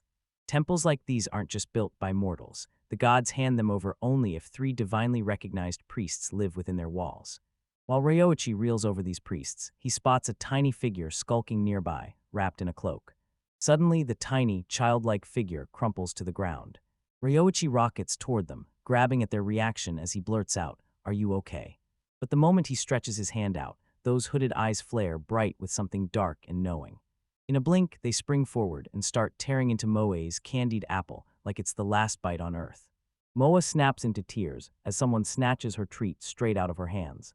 To calm her down, Ryoichi shoves a box of donuts into her hands.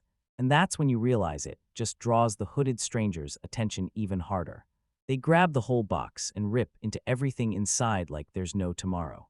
What do you think you're doing?" Ryoichi snaps, fury flaring because they've made a kid cry. The hood finally stops sliding down, and a clear voice snaps, "I'm not a child." Then the mystery girl snaps into focus. She's a young elf, sharp pointed ears and golden hair, and she tells me, "I'm Malo Furubachi Kamaros." She adds that she's a 24-year-old priest by human standards, and yes, she insists she's a full-grown adult. Ryoichi fires back that her age doesn't give her the right to snatch food from a little kid. And that priestess just flashes a smile, saying that even with an elf's 500-year lifespan, she's still stuck in her growing years. Then she turns and thanks the gods for that delicious blessing, and her sudden arrival practically screams that more chaos is coming. He watches the young elf and scoffs, saying that no matter what she insists, she's still just a kid. Suddenly, he grabs her and snaps that naughty kids need discipline, then lets her choose, get tossed to the guards as a thief or taken to the office as a lost child. She screams that she's a god-chosen priest, but he doesn't budge. He snaps back that her title doesn't give her permission to steal. Moa, still a little girl, starts to cry and blurts out how badly she'd been craving that candied apple. Then the elf's face lights up for a second when she looks at it, calling it a sweet red gem. She tells me about her nightmare, how they ripped her money and everything else away, how she stumbled for days with nothing to eat, and how, just as hope was slipping, one lone red light flickered ahead like salvation from merciful gods. Right then, the sky snaps open and unleashes a torrential downpour, drenching only her, and she gasps in terror, sobbing that she's begging her goddess for forgiveness. Her companions can only stare, stunned and helpless, as if they've stumbled into some divine punishment. It's soaked to the bone and finally humbled, the elf crumples to the ground and blurts an apology for how she acted. Moa drops her guard and shows real compassion. She gently pats her head, begs her not to do it again, and then introduces herself. When the elf Malo locks hands with Moa, he stares her down and blurts that he can feel a rare, special potential brimming inside the kid. Mahalo then urges them to head to the nearby temple to Mansama, the god of agriculture and water management, where they might just earn a blessing. Inside, a long line of worshippers stretches on, waiting in front of a priest. Then when his turn finally hits, the young man takes the blessing, but nothing changes. Not his status, not his powers, not a single thing. As the priest lays his blessing on his 3 young companions, a brilliant light explodes around them, swallowing them whole. A warm blaze floods their bodies at once, proof positive the Godmund has just blessed them with something divine. And he just stares in pure shock, because every single one of them has been handed the power to use magic. The twins lock eyes, and you can feel that fresh power crackling between them. Moa nearly bursts with joy, swearing that even after poring over magic books, she couldn't cast a single spell until right now. Now he blurts out why he's the only one not included, but Malo cuts in fast. He already has a blessing from Yask-sama, the god of woodworking, and that's exactly why she was drawn to him in the first place. As Mahalo talks, a ghostly presence blooms right behind him, and she blurts out that a far greater blessing is pouring off him. It hits him like a lightning strike. This terrifying blessing, he already has to be the reason he can juggle every magical attribute from day one. As the group heads out, he snaps his head around and realizes Milo's shadowing them. She vows to repay them for their kindness. No cash in hand, so she offers something better. She'll ride with them to Aya's village and work her hardest to erase every last debt. Their destination sat near the Moors Mountains, so dangerous it was already in an uproar panic, all because a dragon had surfaced near its lair. The moment Maelo hears about the dragon, her eyes blaze with excitement. She's convinced her healing magic will save the day, and he's honestly thrown off by that confidence, but he still nods and agrees, because having another healer in their corner can't hurt. Later, over dinner, he stares in disbelief as Milo devours everything in sight, munching her own food, and even Moe's portion without slowing down for a second. Moa wastes no time. She races up to Mahalo and begs for help learning magic, then flips open the book she's been grinding through. Mayalo's jaw drops. This isn't some kid's story at all. It's the legendary tree's rare first edition. And then Dokked's adventure kicks off. She reveals it's a rare relic from her homeland, the Centrius Tree Kingdom, and the kids huddle in close, eyes wide, hanging on every word as she spins the story. That night he can't look away as three girls laugh together, the bond between them snapping tighter in just a blink. That same night, a sudden knock slams against his bedroom door. He swings it open, and there's Malo, standing right in the hallway. Snorting at her late-night visit like it's some cheap prank, he tries to shove her out the door. But then her vibe flips serious, sharp, so she reaches out and brushes his face, whispering that she can feel something mysterious crawling under him.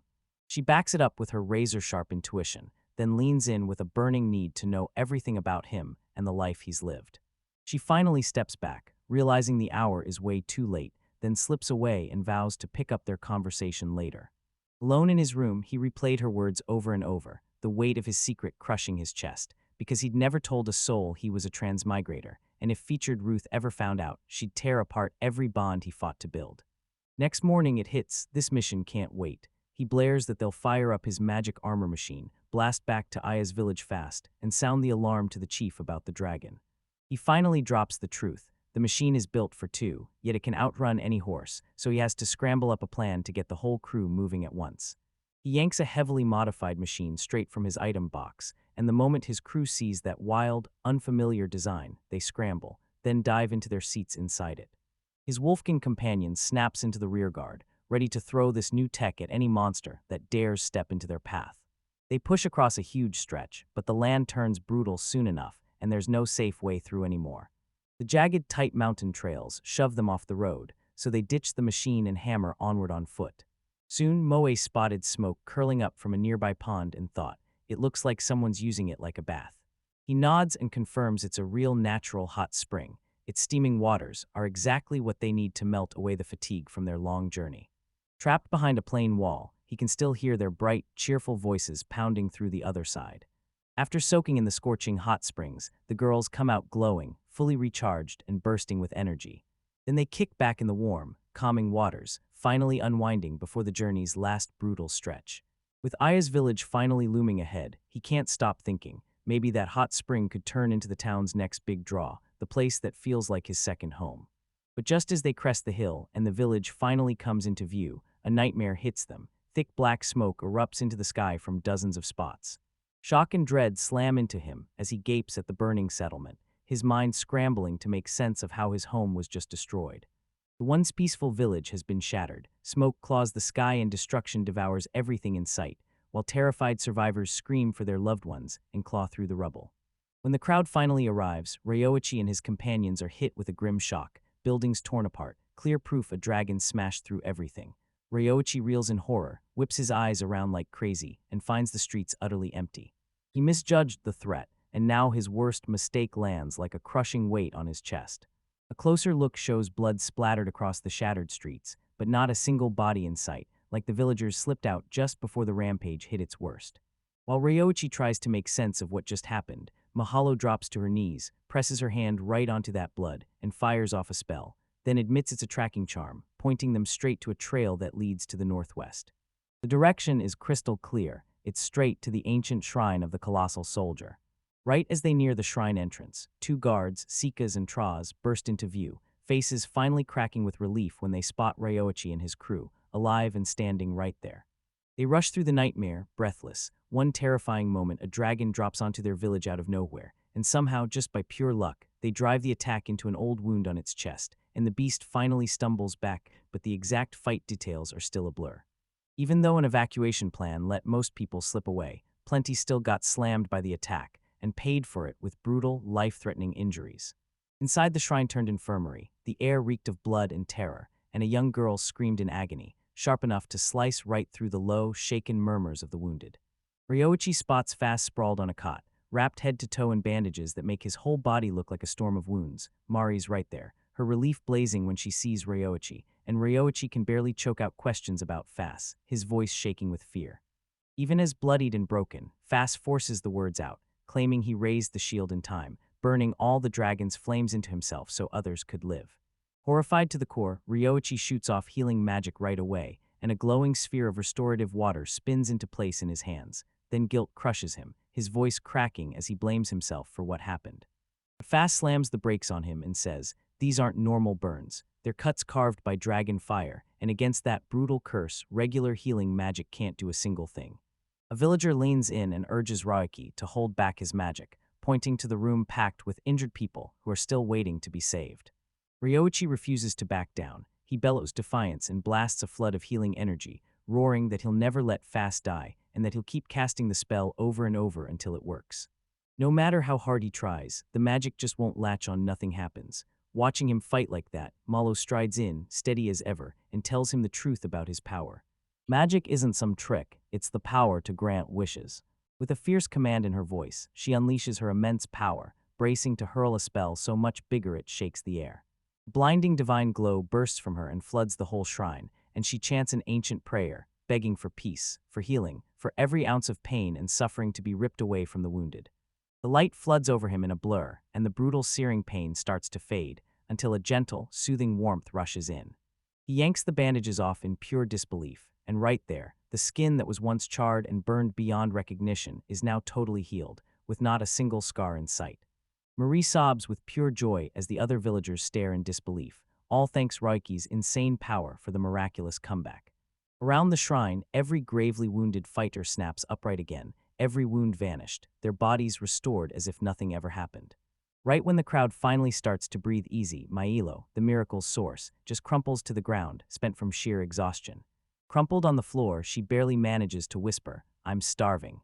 She admits that every time she unleashes magic this strong, it wrecks her energy, so her body starts craving sweets like it's desperate, and with that confession out in the open, Ryoichi bows his head and vows he'll give her whatever she wants, grateful beyond words that she just saved his friend's life. The priestess finally catches her breath, savoring a candied apple like its pure victory. Even that healing light pushed all the way to Guildmaster Gio. His shattered leg and endless pain were gone in an instant, and he breaks into a warm smile as he thanks Ryoichi for delivering that vital letter. The village chief steps in and throws his voice behind the praise. Ryoichi is drowning in regret, cursing himself that if only he'd been faster, the village might have been spared, until the chief steps in and cuts him off with the real truth. The letter hit the Baron's desk so fast that he could fire off help on the spot. This warning gave the villagers time to flee and spared them all, keeping the death toll at 0. Ryoichi didn't mess up, he crushed his mission. Then the chief turns to the man the Baron sent. Maeskis, the Baron's retainer, Baron Giller, steps in and makes it clear. Ishikawa's crew was already pushing the dragon back the moment he arrived, and he quickly claims all he did was lend a hand, insisting the damage stayed minimal because of them. Koko hears her name and freezes with a grin, then Maeskis steps in, welcoming her with open arms. Then she blurts out, asking if he's the legendary A-rank adventurer, Masek. He grins like the old days hit him in the chest, but then he shuts it down. He's retired now. Whispers of his legend roar through the air, a warrior who's said to have a body harder than steel, and who tore down a chimera all by himself with a spear that could skewer any monster. Ryoichi can't shake the feeling that the legend and this man's gentle aura just don't match. Once the immediate crisis finally calms down, the group huddles fast and decides their next play, because the Baron's main force is still days away, and they've got to hold the line until it arrives. Then the Guildmaster leans in and issues a grave warning. The dragon, burning with hatred for humans, will almost certainly strike again before the reinforcements can get there. Ryoichi clocks the shrine and sure, it's solid, but it's way too cramped to fit all 5 villagers safely, so he knows they need a stronger shelter fast. Right on cue, a chunk of the wall slides aside, and there it is, a massive sealed door locked tight. They slip inside a hidden chamber, and Ryoichi spots a triangular emblem on the door, the Magical Machinery Company's mark, an ancient entity whose relics are always turning up in ruins. Masakius tells them these artifacts are usually shoved aside as trash, but they're packed with brutal, intricate locking systems, so complicated that today's mages can't even begin to figure them out. They push deeper into a massive, pitch-black void. Ryoichi spots what looks exactly like a light switch. With one flicker, rows of lights burst to life, flooding a massive underground hangar that's big enough to swallow the entire fleet. Masakius can barely believe it. Ryoichi just repaired the ancient power supply, and he's staring in awe at that long-lost tech that fuses science with magic.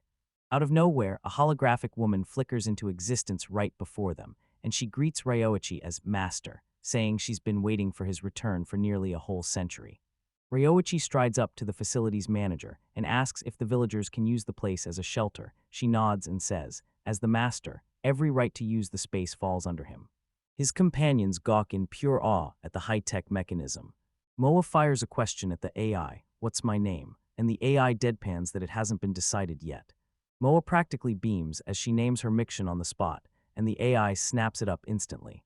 The guild master is left reeling by the sheer size of this place, and now he's worried that telling everyone about Reiwaki's new ownership could put them all in danger. Mikin cuts in fast, claiming she'll take charge of every security detail herself. She warns that if anyone tries to hurt the master or mess with the facility without his permission, the place slams into a total lockdown. Her smile vanishes, and she snaps that the shrine's golems will be unleashed. No threat survives. Ryoichi doesn't care about owning anything. He just wants a safe haven for the villagers, and right away he and the guildmaster start mapping out how they'll get food and bedding to everyone. Their whole plan crashes to a halt because the application device they're counting on costs a fortune, and they don't have a cent right now. Right away, as their first shield, they unleash the golems to stand guard over the shrine's outer walls. Sure, the golems keep things safe, but Coco cuts right in. When a dragon shows up, there's no way their strength holds, because they'll be stretched paper-thin just shielding the civilians. She knows a brawl is coming, so she begs the legendary Maskis for a sparring match to sharpen her skills. Ryoichi can't wait to throw himself into better axe training, and Masakius just bursts into laughter, waving it off like he's a retired old man. Then he yanks forth a monstrous mechanized spear, its power roaring as it pulses in his grip, no mistaking the engraved truth on the shaft. He's the masochist, the steadfast one, and their training is about to kick off. With an axe in hand, Ryoichi clenches his resolve, eyes locked in, getting ready to smash through the brutal training waiting for him. Musaki's opponent, the grizzled veteran Musakis, snaps up a brutal, tech-laced spear so huge it practically hums with power. Ryoichi spots the insignia on the tool in an instant, an unmistakable mark from the Triangular Magic Machine Company. He remembers Maski insisting that almost nobody alive could ever handle that instrument, and the old man just confirms it with a smug, knowing smile. That cursed spear has a brutal past, but its real horror is this: every owner who ever held it has died in battle, their lives spent to buy one thing above all: victory.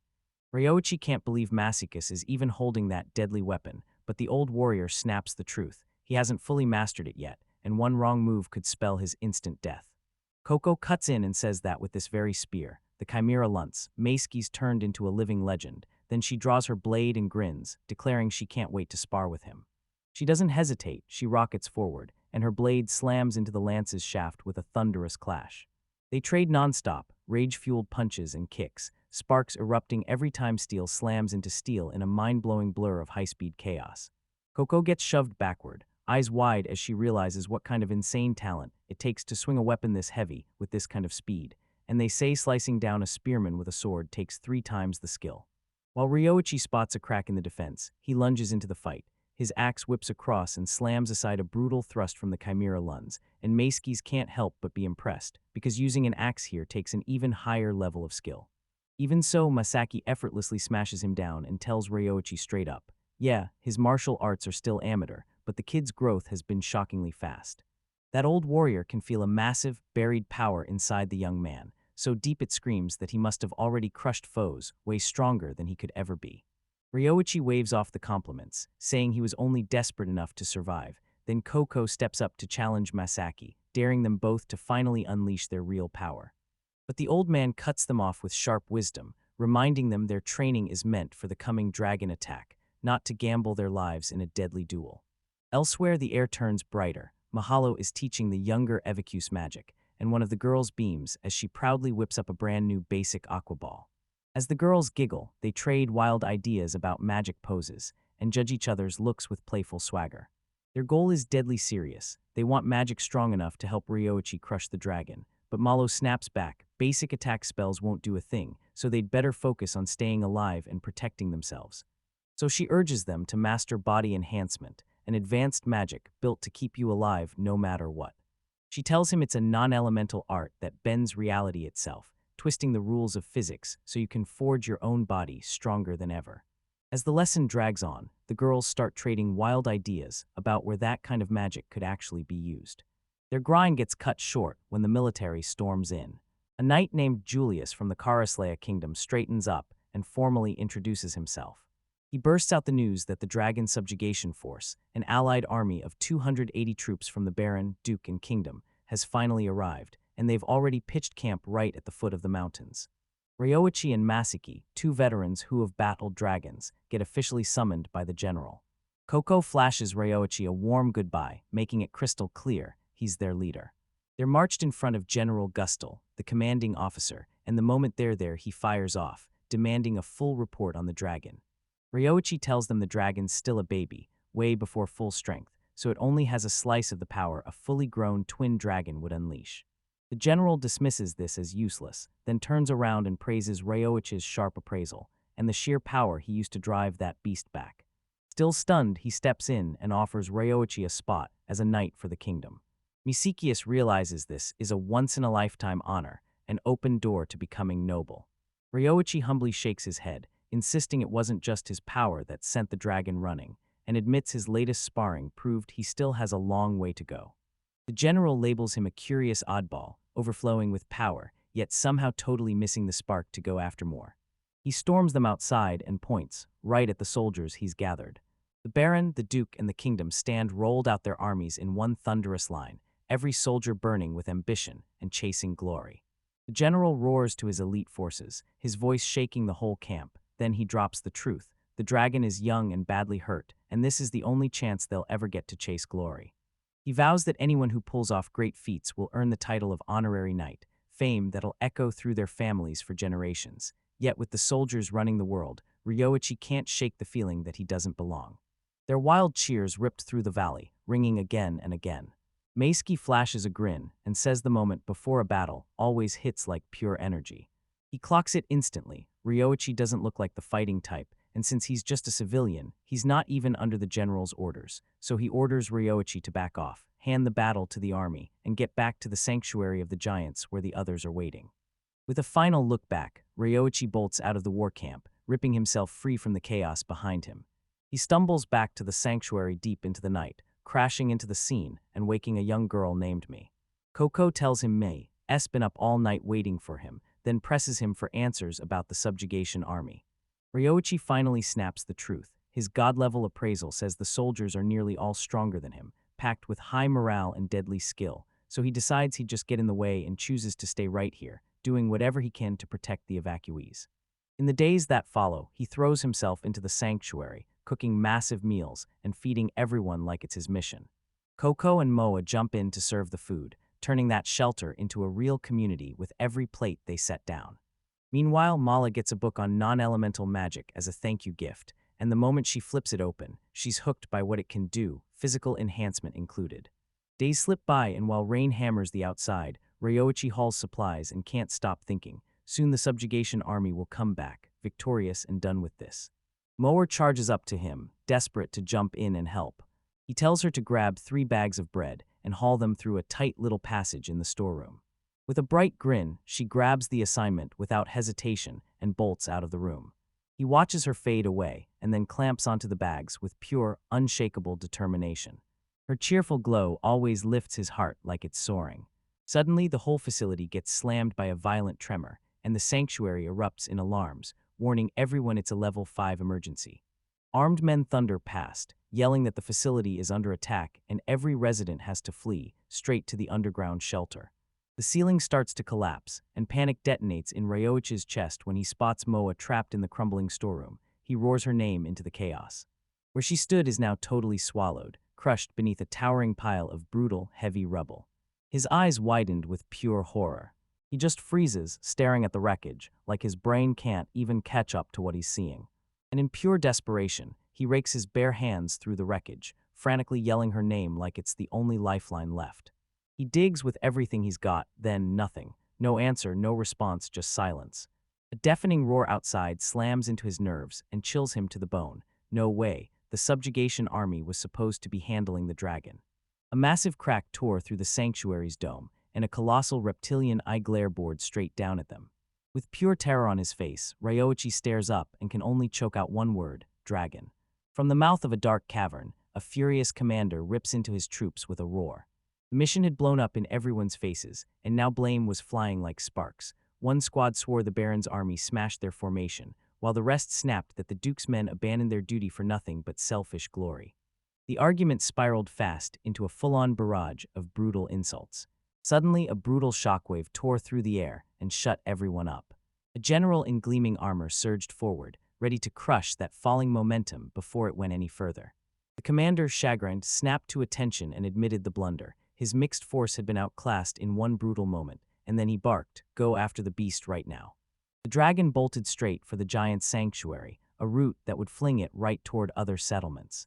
Meanwhile, deep in the wreckage of a collapsed building, Ryoichi stood frozen in terror, staring at the total ruin. Guilt crashed down on him and panic seized his chest, so he sprinted through the chaos, screaming, "Moa, where are you?" until his voice broke with pure despair.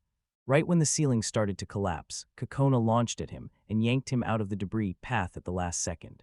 He fought her with everything he had, scrambling to get back to the rubble where Moa was last seen, until Kokona grabbed him and forced them to flee as the whole structure started to collapse. The whole building collapsed in seconds, crushing any chance of finding Moa beneath the rubble. Ryoichi staggered in bloodied, driven by revenge, and Kokona snapped that this reckless road couldn't be allowed to continue.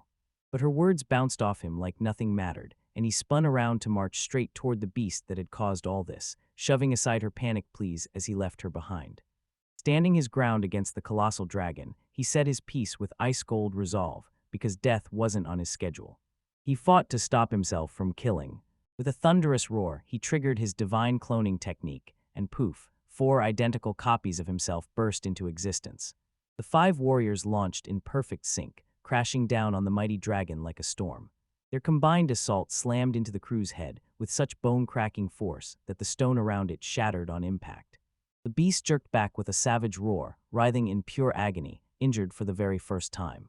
Even after getting battered in its fight against the subjugation army, the dragon's power was still absolutely terrifying. Ryoichi and his clones wouldn't back down. They stormed forward and slammed their blades into the creature's thick scales. He swore they'd tear it down themselves. No backups, no delays. Kokona saw the grit in his eyes and sprinted to his side, already geared up to help. Side by side, they unleashed a storm of blows, ripping straight into the dragon's flesh. From a safe distance, Mala stared in raw disbelief, thinking only one thing: were they completely insane to charge that monster head-on? I found her and she broke down in tears, telling me, right there, how she saw Moa buried in the rubble. She snapped that Ryoichi, now blinded by a grief that looked just like their father's tragic end, was throwing himself into the fight with reckless abandon. Mia clung to a desperate hope that Moe was still alive, and she begged them, no, demanded they stop Ryoichi and Kokona before they vanished too. On the battlefield, Kokona kept landing strike after strike, but the dragon's life force didn't even budge. Ryoichi snapped his gaze to the display, and his eyes went wide with pure shock. The dragon's health barely budged, like it refused to take damage at all. To their horror, the brutal wounds they'd carved open started snapping shut, flesh knitting itself back together at a freakish speed, like the beast's regeneration was something out of another world. Kokona realized a normal attack wouldn't touch him, so she shouted at Ryoichi to stall, just long enough for her to unleash her secret technique. He nodded and cracked the plan, launching his clones to yank the beast's attention away. The dragon erupted into a furious frenzy, smashing the clones aside again and again until they fell one by one. Ryoichi drove his power to the absolute breaking point, but no matter how hard he pushed, he still couldn't summon a single more burst. He could only stare as the creature kept healing, his heart pounding as he prayed Kokona would be fast. The pressure crushed him, his body gave out mid-breath, and he coughed up blood like it was tearing him from the inside. Kokona knew the technique she was about to unleash was pure danger, one reckless strike that would rip away huge chunks of her own life force. With no way out, she clenched her resolve and marched straight into the nightmare, vowing to carve out life even where death reigned. She tore the lid off her secret technique, Moon Lotus Flash Blossom, then unleashed it with pure explosive power. The attack tore through the air in a flash, pure motion, pure light, and one breathtaking, soul-crushing blow. Her blade sliced clean through both of the dragon's massive arms, crippling it for a split second. Then she snapped, "Now I'm going for your neck." She bolted up its scaly back, bracing for the knockout final strike. The dragon snapped into action, its mighty tail whipped around and slammed into her with brutal, bone-jarring force. Ryoichi watched in sheer terror as she was slammed into the rubble and left unable to move. The maimed dragon bellowed like a storm, roaring in triumph. As it towered over Kokona's broken body, its mouth erupted into a brutal red glow, charging a death breath attack, while Ryoichi panicked, ripping through the area like his life depended on finding something, anything, to shut it down. His gaze snapped to a familiar weapon buried in the dirt nearby, Maskas's spear. No time to wonder how it got there. He spots the cursed weapon at once, and he knows this is his only shot. Amid the wreckage, she hauls him up with trembling hands, while his body reeks of the enemy's blood. The monstrous dragon unleashes a brutal roar, and the sound crashes through the shattered ruins like thunder. With his last ounce of strength, he drove the spear straight into the creature's head, praying Keiskaisen's weapon could finally be the thing that wins. But just like that, his hope crumbles to ash, because the spear, meant to shred any defense, only sinks a little into the beast's hide. The monster erupts in wild rage, slamming him again and again into a collapsing wall. It hangs over him like a nightmare, its eyes blazing with pure malice. He clenches his teeth, snapping with frustration, as he finally realizes that weapon packs way less punch than he ever thought. With pain crashing in, he finally sees it. This isn't the real deal, it's just a clone. Thanks to Kakasen's earlier strike that tore the creature's arms off, it's been trapped, barely moving, and this is his opening. The spear's got a secret trigger, a way to unleash its real, world-shaking power. Suddenly, a glitchy digital voice slices through the chaos, urging him to stop. It's his own AI fiction, flashing a brutal warning as it dissects the spear. The weapon has been modified, no longer for humans. When it fires, the recoil slams into you with enough force to shatter even reinforced magic armor, so pulling the trigger is basically instant death. Mikin blurts out a wild idea: use a clone to pull the trigger on the weapon, pure genius, but totally impossible. All his magic is gone. This monster in front of him is the final clone he can barely force into existence. His AI begs him to fall back, warning that survival is the one thing that matters most. The villagers echo that same belief from their monitors, and all they can do is wait, hoping their hero comes back. When he's faced with the impossible, the villagers refuse to sit back and watch, so an old warrior steps up, already having sacrificed himself once before, and now he swears he'll do it again. Or that's what others swear. If the village's hero dies, they'll never forgive themselves, insisting this job can only belong to someone with almost no time left. They slammed into the door, refusing to hesitate, ready to charge up to the surface and take the fight on his behalf. His face tightens, and grim resolve hardens behind his eyes. He tightens his grip on the weapon's trigger and barks a ruthless order, absolute command to his crew: don't open the door, no matter what. Just as he's about to throw himself into the ultimate sacrifice, a blur rockets in ITSME, begging him to hold on and wait. She lunges for him, panic cracking through her voice, because she already knows that weapon will end his life. He screams at her to run the moment the walls start to cave in, but she refuses to budge, sobbing that she won't let him die. "Let me protect him," she shouts, throwing her own body in front of his and standing between them. She finally spills the truth. She's mastered physical enhancement magic, and now she's going to fuse her body into diamond-hard armor, turning herself into a living shield that can soak up even the deadliest recoil. As he freezes in terror, he blurts out that if she dies, their last sister, Moa, will be lost too. Mia cuts in right then, voice shaking but unbreakable, and she blurts out that Moa can wield the same magic too. With tears pouring down her cheeks, she blurts that she can't breathe without him. Then she begs him to trust her, promising that together they'll smash the dragon and save Moa. Staring into her determined eyes, his hesitation evaporates. "All right," he says, voice rock steady. "Let's go." And together they whip around to face the charging dragon head-on. The beast explodes forward, jaws wide open, dead set on swallowing them whole. Bound by their sibling bond, they lock in on one weapon and aim for the single, crushing blast that ends it all.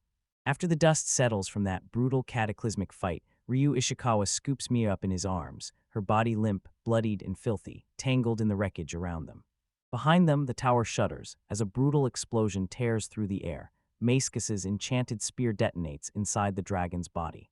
The beast gets ripped apart from the inside out, its life snuffed out in a savage, fiery blast, while Mahalo screams their names in pure terror. From the dust, Masakis bursts out, miraculously untouched. He strides up to the two survivors, eyes locking onto the young girl, and blurts out in shock that someone so small has already mastered the hardened technique, exactly the power he's lived for, then smirks like an old man who finally realizes a long life really does pay off. He clocks it instantly. Mi's technique is still unfinished. It's strong enough to keep Ryo alive, but it can't fully shield her when the full blast hits. Ryu's jaw drops when he sees the old warrior still breathing, and he fires off. Wait, how did that spear end up inside the dragon? Maski smirks as he lays out his plan. There's no way he can lug the Chimera lance while he's chasing, so he has it shipped ahead for him, trusting his speed to reel back in the moment the opening hits. Ryo snaps back in disbelief, blurting that he nearly died because of that same weapon, and Makis admits he never thought Ryo would actually use the spear to fight, grumbling that the kid just stole the best slice of the glory. He brushes that idea aside and thrusts his hand toward the battered hero. He admits Ryo is alive, and that's all that matters. He calls that kind of boldness the one thing you need to climb into a rank adventure territory, and he insists their survival wasn't some lucky break. It was proof they weren't meant to drop dead today. As Ryu's thoughts drift to Moa, Maski snaps that Mi's protective instincts are so fierce she keeps shielding him even while he's out cold. Right then, Mahalo bursts in, fighting to keep her balance as she hauls an unconscious Moa she tracked down with search magic. Ryusei's even got Moa locked in too. Her ability hardens her up, and for now, nobody can treat the injuries.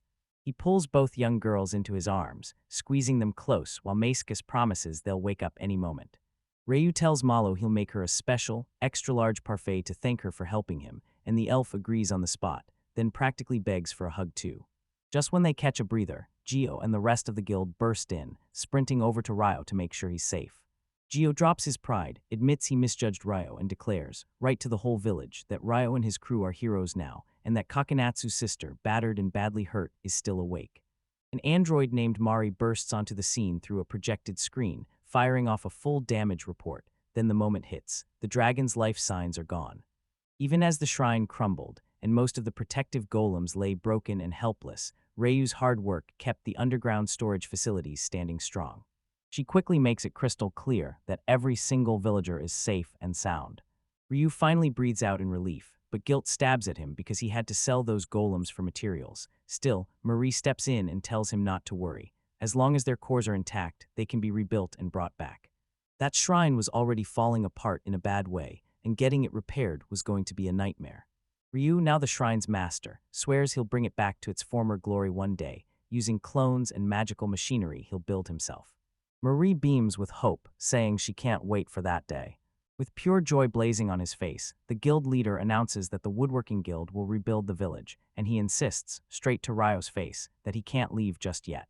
Right away, he calls for a victory celebration and is already itching to start drinking, until his comrades lose patience and demand the injured get to rest first. And then, as light spills out of the wrecked shrine, Mo and I finally snap awake, screaming in terror, the battle's memories still raw in our heads. Ryo beams at them, practically sighing with relief now that he sees they're awake after everything they just survived. Meanwhile, Mia freezes in total mortification. She just realized she'd been clinging to Ryu the whole time she was out cold. Malo's innocent remark that Mi and Ryo aren't blood siblings slams straight into Mi's embarrassment, and that's when the elf starts thinking, what if Mi ends up becoming a terrifying rival one day? Right as they're talking, Coco bursts back in, fully healed thanks to Malo's healing magic. As Marie fights back tears and thanks Ryo for saving her life, she suddenly steps in and warns him, visitors of enormous importance are coming. A squad of fully armored soldiers plants itself right in front of them, radiating pure military dominance. At the front stands General Gustal Ryo, and Coco lock eyes on him, and pure shock hits them like a wave. The general slams his head to the ground, issuing a formal apology for the botched command that let the dragon slip free, then pours out heartfelt thanks for the heroic work that stopped it. To celebrate their jaw-dropping accomplishments, General Gustal declares that Ryoichi Ishikawa and Coco Youth Gaberdias have officially earned the honor of becoming honorary knights. With purpose burning in his chest, he formally summons them to the royal capital of Clevel. The crew crowds around an island map, every eye locked on the biggest city, and it hits them hard. This is really happening. Their next journey is finally starting. The thought of leaving stings her with sadness, but Coco snaps that once she gets her title, she has to report to her father, and she's determined to make it back to her hometown. This sparks an idea, and a fresh plan erupts in the group. No one's letting the journey end. They lock in on a new promise. They'll keep traveling together, roaming the world and visiting each other's homes. With everyone standing shoulder to shoulder, their next move finally locks in, clear as day. The world stretches wide ahead, and the titles they're about to earn won't just sit on a shelf. They'll light the path to the bigger journeys still waiting for them. With their resolve rock solid, they fix their eyes on the horizon, because their next stop is the royal capital, Cleveland. While the village rebuilt itself after that brutal dragon attack, Ryoichi tightened his gear and geared up for his next journey. He apologizes to the hardworking villagers, wishing he could stay and lend a hand, and they push him out with cheers, counting on them to carry the rebuilding forward. The Woodworking Guild pulls everyone together to throw a big farewell for their promising new teammate. Everyone from the community, even the priest and the Kakinatsu sisters, crowds around to send him off with tearful, heartfelt goodbyes, swearing they'll welcome him back anytime. With one last wave to the friends they'd gathered, Ryoichi and his crew took off, straight for the royal capital. As they stride on, Ryuichi suddenly realizes one farewell is totally unnecessary. A hologram blooms from the device on his wrist, Michin, his AI companion, stepping up with a bright greeting for her master. Later, he leans in and tells the others what he found during the restoration, a strange, wristwatch-like device, and after he studies it, he manages to install Michan's operating system right into it. MICKEN spells it out. This device is packed like a smartphone camera, PS-style power, and communication tools, yet right now it's still running solo with no network connection. Ryoichi drops the bombshell. He's duplicated the device for everyone, and once they lock in their biometrics, they'll be able to talk no matter how far apart they are. Elf priest Maelo erupts in fury, realizing their mission is now chained to Ryoichi, her master. The party's cheers for the new tech flare up fast, then tumble into a playful little squabble. They push onward until the forest opens up. Right there, in the clearing, a magnificent carriage waits like a promise. Clad in shining full plate, the knight calls out his name, Julius, and swears he's been sent to personally guard Ryoichi Ishikawa and his entire party all the way to the royal capital, safe and sound. The carriage bursts into motion at full speed, guarded on both sides by its knight escort. Inside the group, everyone stares in awe at the plush, luxurious interior, and Julius leans in to tell Ryoichi that because of his deeds, he's being awarded the title of honorary knight. Late, he tells him this title could be the first rung on the ladder. If Ryoichi racks up more wins, he might climb higher in the ranks and step right into the nobility. Julius says Ryoichi's already got the full General Gustal seal of approval. And deep down, everyone wanted Ryoichi to step right into the Royal Knight Order and become his direct subordinate. Ryoichi can't shake the feeling that this sudden twist is throwing something seriously off. As night crashes in, the convoy rolls straight into General Gustal's encampment to stake its claim for the night. Julius leads the party straight to the command tent, bursting in and calling out to the general that they're finally here. General Gustal snaps his gaze up from the papers, all stern menace, then drills Julius with pointed questions about the young ladies traveling with Ryoichi. Moa and I nervously introduce ourselves as Ryoichi's younger sisters. The general's harsh face instantly melts, warmth flooding his eyes as he blurts, "They're so adorable," and the sight reminds him of his granddaughter back in the capital.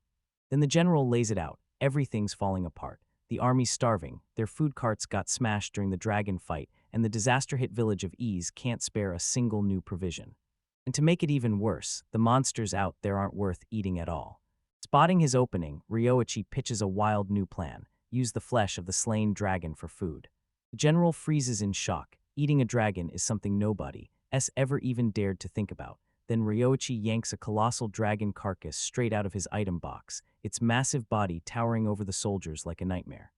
Mikin fires through her analysis and declares the dragon meat safe, lean, and calorie-light, basically the perfect ingredient, just like crocodile meat. Then Ryoichi decides to fry it. Then, right on cue, the camp fills with the sizzling roar of meat hitting the fire.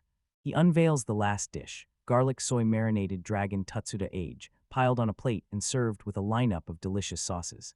The general and his soldiers take one cautious bite, and the fragrant flavor hits them like a punch, flooding their bodies with fresh, roaring strength and life. The camp's head chef was just as stunned, raving about Ryoichi's deep, unforgettable flavor and his raw cooking talent. then flat out saying he'd be a massive win for the army. Ryoichi's companions dig in, stunned that they're actually eating the same beast that once terrorized the entire land. Later that night, Julian rolls in with the news. 2 3-person tents are ready, and they'll be sharing both of them. As they scramble to figure out where everyone sleeps, Moa clings tight to Coco. Ryoichi decides they all should cram into one tent together, so he's stuck with the rest, leaving him with the other. Later that night, he finally drops down, settles into bed, and shuts his eyes to sleep. He jerks in shock when Milo slides into his tent, grinning as he teases him for getting stuck all alone with a woman. Ryoichi spits her off as some kid, and that insult detonates anger in her. Then she suddenly grabs her stomach, groaning that the fried dragon she ate was way too much. The noise snaps everyone's attention. Those girls burst into the tent, still breathless, demanding to know what's going on. Pure chaos explodes the moment the younger sisters start playing, and the tent instantly turns into a roaring storm of noise and pandemonium. Outside, Coco stares at the tent light strobing in the dark, and unease tightens her face as she imagines going back to her hometown. While the party was busy, General Gustel and Julius slipped in on the chaos, then totally misread the whole scene as nothing more than a lover's quarrel. The very next morning, they ripped straight into their run toward the capital, Razumiz. Soon, those magnificent spires of the royal castle burst onto the horizon. They roll into Krevel's capital city, an enormous, loud metropolis packed with towering walls and streets that never stop moving. Julius tells them they'll need formal attire for the ennoblement ceremony, then leads them straight to a tailor. Inside the shop, he swiftly sets up outfits for the whole party. The girls are over the moon, practically buzzing with excitement at the thought of slipping into gorgeous, full-length dresses for the occasion. Once he tried them on, they strutted right up to Ryoichi, and he lit up and said they looked as lovely as princesses. Then Coco pops back out, swearing her dress is still getting tailored, and insisting it'll be finished tomorrow. Once their business was wrapped up, Julius handed them the rest of the day to tear through the capital, then promised he'd be back to pick them up in time for tomorrow's ceremony. So with no one telling them what to do, the crew just stands in the sprawling city, staring around like, all right, where do we even start? Milo, the ever-steady priestess, pushes them to start at the Grand Temple, blazing on top of a nearby hill. Still, they push on until they reach the temple of the wind elemental god, Sylphina, and the crowd there crushes everything they'd seen back in Alal, packed with supplicants. While the priestess hands out blessings, Ryoichi leans in and asks Malo if she wants one. She shoots it down fast, saying she serves the goddess Undial and can't take blessings from any other god. Ryoichi steps forward, drops to his knees, and when the priestess places a hand on him, a searing surge of power floods his body, his true blessing. Coco says his experience is one of a kind, because for most people, absolutely nothing happens. Just then, a voice erupted through the air and shouted his name. Ryoichi whips around and spots a familiar face, Kamishirasen, and before he can even process it, Malo freezes, staring in pure shock and disbelief. Chief, she's quick with it. She doesn't call him Kamishiro at all. She points out he's the first apostle, Michaelius-sama. Ryoichi is slammed, out of nowhere, into a shocking reunion with the apostle Michaelius, someone he never thought he'd see again, and Michaelius calmly tells him he's not here for the usual reasons. This temple is dedicated to the goddess Sylphina, who serves under the main god Savath. Ryoichi tries to crack the divine hierarchy puzzle and suddenly wonders, so that's why the god Mun never shows up to bless them. Michaelius lets out a simple chuckle, because those god-to-god relationships are a tangled mess, and you can hear the weight lift off his shoulders knowing Ishikawa and the others are safe and doing fine. Then he locks eyes on me and Moa, asks if we're happy, and both of us beam as we gush that life with Ryoichi is packed with pure fun. The apostle's eyes cut through everything. He locks onto Riwa, the swordswoman's outraged aura flaring beside her, and even the priest's pure water blessing spilling clarity into the air. Then his praise hits hard, and the two companions go quiet, humbled, and bow low, thanking him with everything they've got. Before he leaves, Michaelius stops him cold and delivers a grave warning. Go out into the world, seek out other gods, and earn their blessings, because sooner or later, the ones with evil in their hearts will come hunting them down. He tells them the gods might throw trials their way, but if they push through, fresh powers and divine gifts will open up for them. Michaelius just pops into existence, and then, like the universe flicked a switch, he vanishes in a blazing column of light. The priest barrels straight into Ryoichi, snapping questions at his unnerving calm, and why a force as powerful as this is standing right here. Coco blurts out that she'd been completely overwhelmed, and the awe crashing through her was way stronger than the fear she'd felt when she stared the dragon down. The moment hits her like lightning. she realizes her pursuit of strength was way too small. This brand new pilgrimage to the temples gives their whole journey fresh fuel and a bigger, deeper reason to keep going. Later, the whole crew gears up for the investiture ceremony at a massive, grand estate. Decked out in sharp formal wear, they brace themselves for the big night ahead. Even Malo carries himself with a way more graceful, grown-up vibe. She's completely changed her look, slipping into an elegant black dress, dyeing her hair blonde, and Ryoichi can't help but praise the transformation. Coco looks totally out of place in that fancy, frilly dress she can't get used to, and she squirms while shyly asking, "So, do you like it?" Ryoichi freezes in total silence the moment she steps into view, and Malo clocks his shocked reaction instantly. A knight shows up to escort them, and before they can even catch their breath, a carriage whisks them off to the magnificent ducal palace. The towering architecture looms overhead, screaming that this place is packed with raw, unstoppable power. Inside the grand hall, the air is thick with the highest nobility, luxury everywhere, and intimidation lurking in every corner. As the herald blasts the start of the celebration for the dragon's subjugation, Ryoichi and Coco feel the weight of the moment slam into them. The duke slams into his throne, and to everyone's shock, he orders the dragon's dead body dragged out before their eyes. The massive, slain beast sprawls across the hall, and its terrifying presence crushes every voice in the entire assembly. At last, the nobles can only gape in stunned awe, barely able to believe what they're seeing. After heaped praise on the subjugation force and the man leading them, General Gustav, he didn't hold back. The Duke hands him the Dragon Slayer medal, and the moment it lands in his grasp, it feels like destiny just struck. Then he shifts his focus to the people who throw themselves into danger just to bring news that the dragon is back. Right in front of the whole court, the Duke steps up and formally bestows honorary knight titles on Ryoichi Ishikawa and Coco Youth Geberdias. They bow with humility, soaking up the honor as the nobles erupt in applause. Right as the ceremony ends in a flash, they're ushered straight into a private meeting with Mr. Maskes and Baron Giller. They're swept up in cheers for finally stepping into the world of nobility, then warned that their fancy honorary title still only counts back home on their island for now, and that more wins and bigger feats could earn them the real title. Knighthood. The Baron spits out the truth with rage, laying bare the power feud between the island nobles and the royal capital's elite, who sneer at them like they're nothing. He leans in and apologizes, swallowing his pride, for bringing up those troubles in the first place. The Baron fires up, pounding the table about how they've got to jack up their island's power, then throws out a bold invitation, promising that one day Ryoichi will step into their cause. Before Ryoichi can even open his mouth, another man barrels in, throws out an apology for the Baron's rude behavior, and pushes for them to join his side. He tells them straight up, the offer still stands, but noble society's games don't fit them, so drop the schemes and go experience the wider world. From an old balcony high above the sprawling city, he drops one last burst of wisdom, and you can feel it cut through the silence, because most nobles spend their whole lives locked inside those walls, never daring to imagine what's waiting beyond them. Back in the hush of our room, Moa and I jumped for joy and congratulated the new knights. Before the banquet even starts, Coco can't hold on any longer and drops into exhaustion, right there, with time still left. Me suggests they blow off some steam by jumping into a card game. Everyone lights up the second the idea drops. While they play, Mia suddenly slips out a prophecy. Those cards can read the future, and when an ace of hearts shows up clean and upright, she knows something new is about to walk into their lives. Her words spark Moa's urge to make friends at the upcoming banquet, and that one simple wish makes everyone else pause and question where they stand as mere commoners. Right as they drop into the game, Milo jumps in with a grin and offers to play the role of their mentor.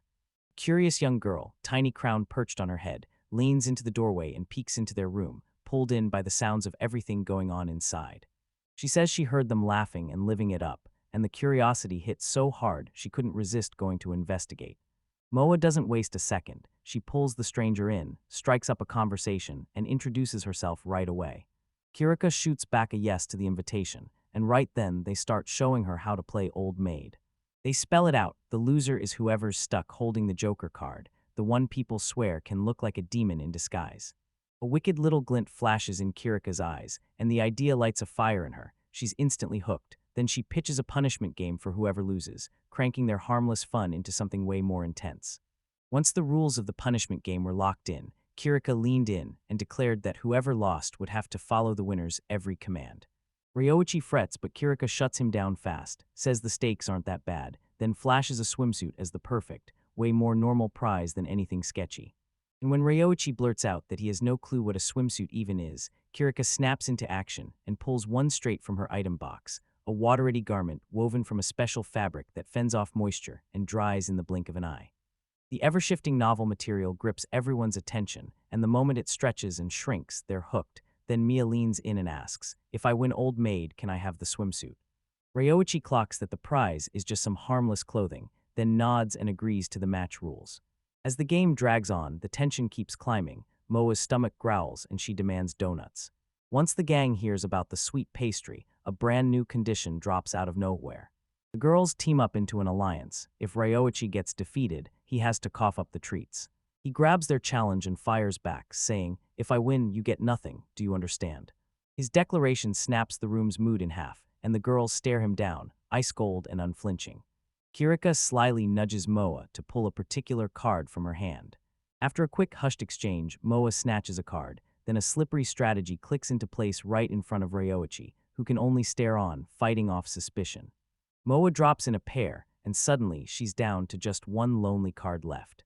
With the final card screaming, "Safe," Ryoichi finally makes his move.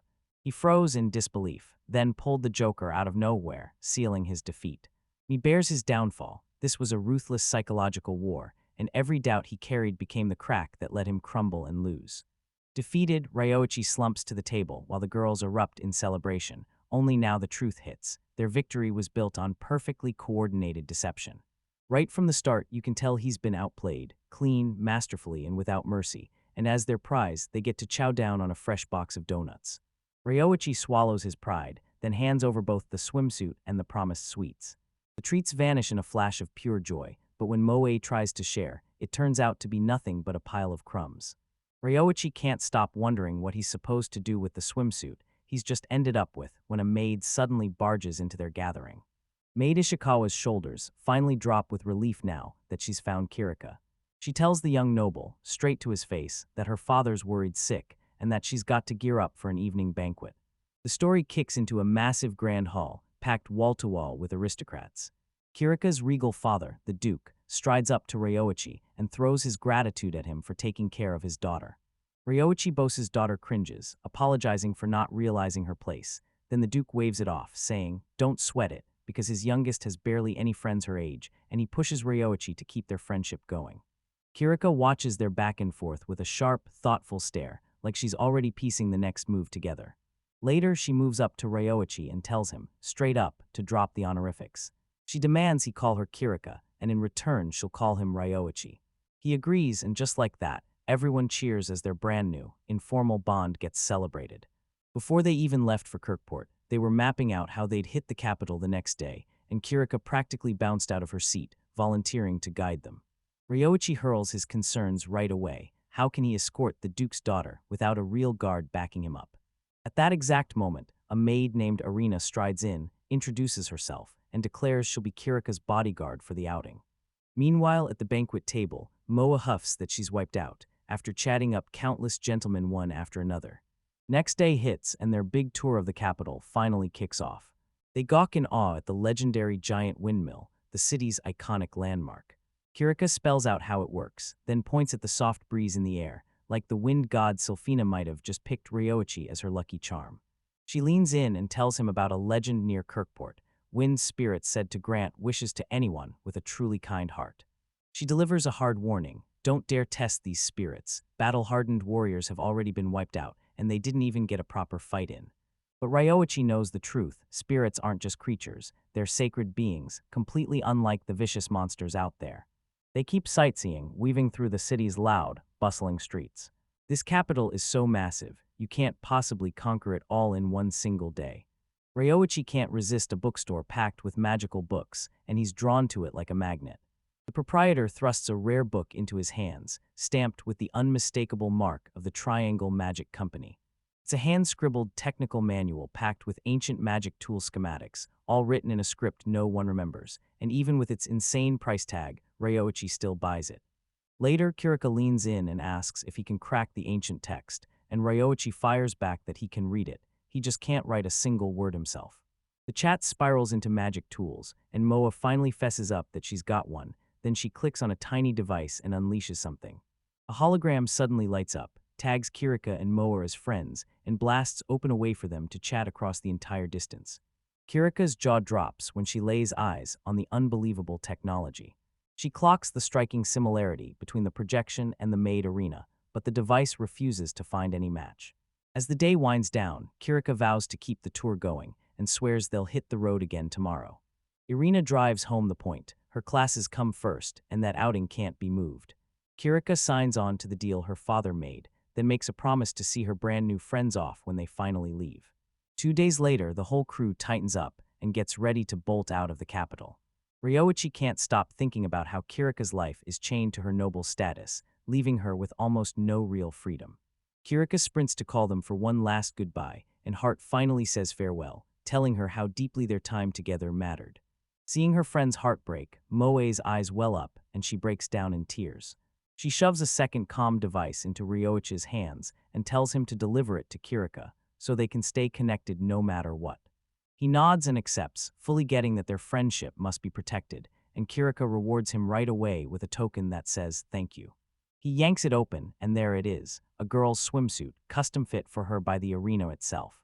Kirika admitted she'd planned to give it to Moa as a gift, but someone warned her not to wear something like that out in public. As they split up, Arena hits them with a stern warning about what waits on their way to Kirkport. She spills the truth. A month ago, violent attacks erupted on merchant and cargo ships in that region. Someone's got to be hiding out in the eastern waters around Melisol Island. They call themselves the Black Pirate Group, and it's led by the feared, legendary pirate Barbarossa. On their ship, Barbarossa and the crew stare out at the horizon, because this peaceful sea trip is about to turn into full-blown danger. The moment the crew hits Kirkport, they're hit with the full force of the ocean's insane scale, an endless, gorgeous sea stretched out beneath the blazing open sky. While everyone stares at the view for the first time, their companions tell them to hop on the usual ferry check-in now, and promise they'll reunite later. Right then, their plans get slammed to a stop. Dock workers announce every departure has been suspended because pirate ships have been spotted prowling near the island. This news crushes their hopes, and yep, it's exactly the pirates Arena warned them about. The local shipwrights are already cursing them, swearing that every repair they do just ends the same way. The ships get smashed again and again. Their repairs hit a brutal snag. Wood runs so low they can't finish what needs fixing. Seeing their desperate struggle, Reiwachi lunges forward and hands them the answer from his pack, blessed wood from Aya's village. The shipwrights freeze in shock, because they're staring at blessed wood, top-tier quality, the kind they swore they'd never get again after the dragon attack on E. Overwhelmed with gratitude, they practically drag him to their guild master, convinced anyone with an item box is pure treasure, and they even promise to pay full market price for the wood. Then they hustle him straight into the guild. Inside the Adventurers Guild, they run into the guild master. He already knows the wood delivery just hit right on time. He locks eyes with Reiwachi and Koko and instantly realizes who they are, then admits he showed up to their knighting ceremony right after they took down the dragon. He offers to push Ryoichi's adventurer rank up to match what he's already proven, but Ryoichi bows it off with humility, insisting they're just adventurers, not nobility. Cutting through the formalities, Helt finally gets to the heart of it all and tells them exactly what he's come to ask for. He lays out the dire mess. Barbarossa's infamous black pirate fleet has already wrecked the Alabissera Trading Company, and now General Gustav is sending in a subjugation force to crush them.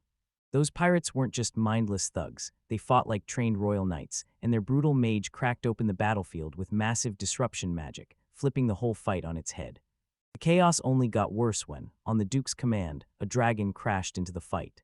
Helt tells them General Gustav is back now, and this is their moment to strike hard. He wants their help to crush the opposition. Ryoichi hesitates, admitting they're uneasy about fighting other humans, because their whole life has been about hunting monsters, not people. Koko echoes him, begging them to steer clear of needless bloodshed, but she admits the hard truth: real fights don't let you hesitate, or you'll get wiped out, and Helt nods, recognizing how genuinely kind they are. He clocks why they need to think it over, then tells them, while you're in town, go to Spirit Lake. And he adds with a knowing grin that spirits absolutely love kind folks like them, especially the kids.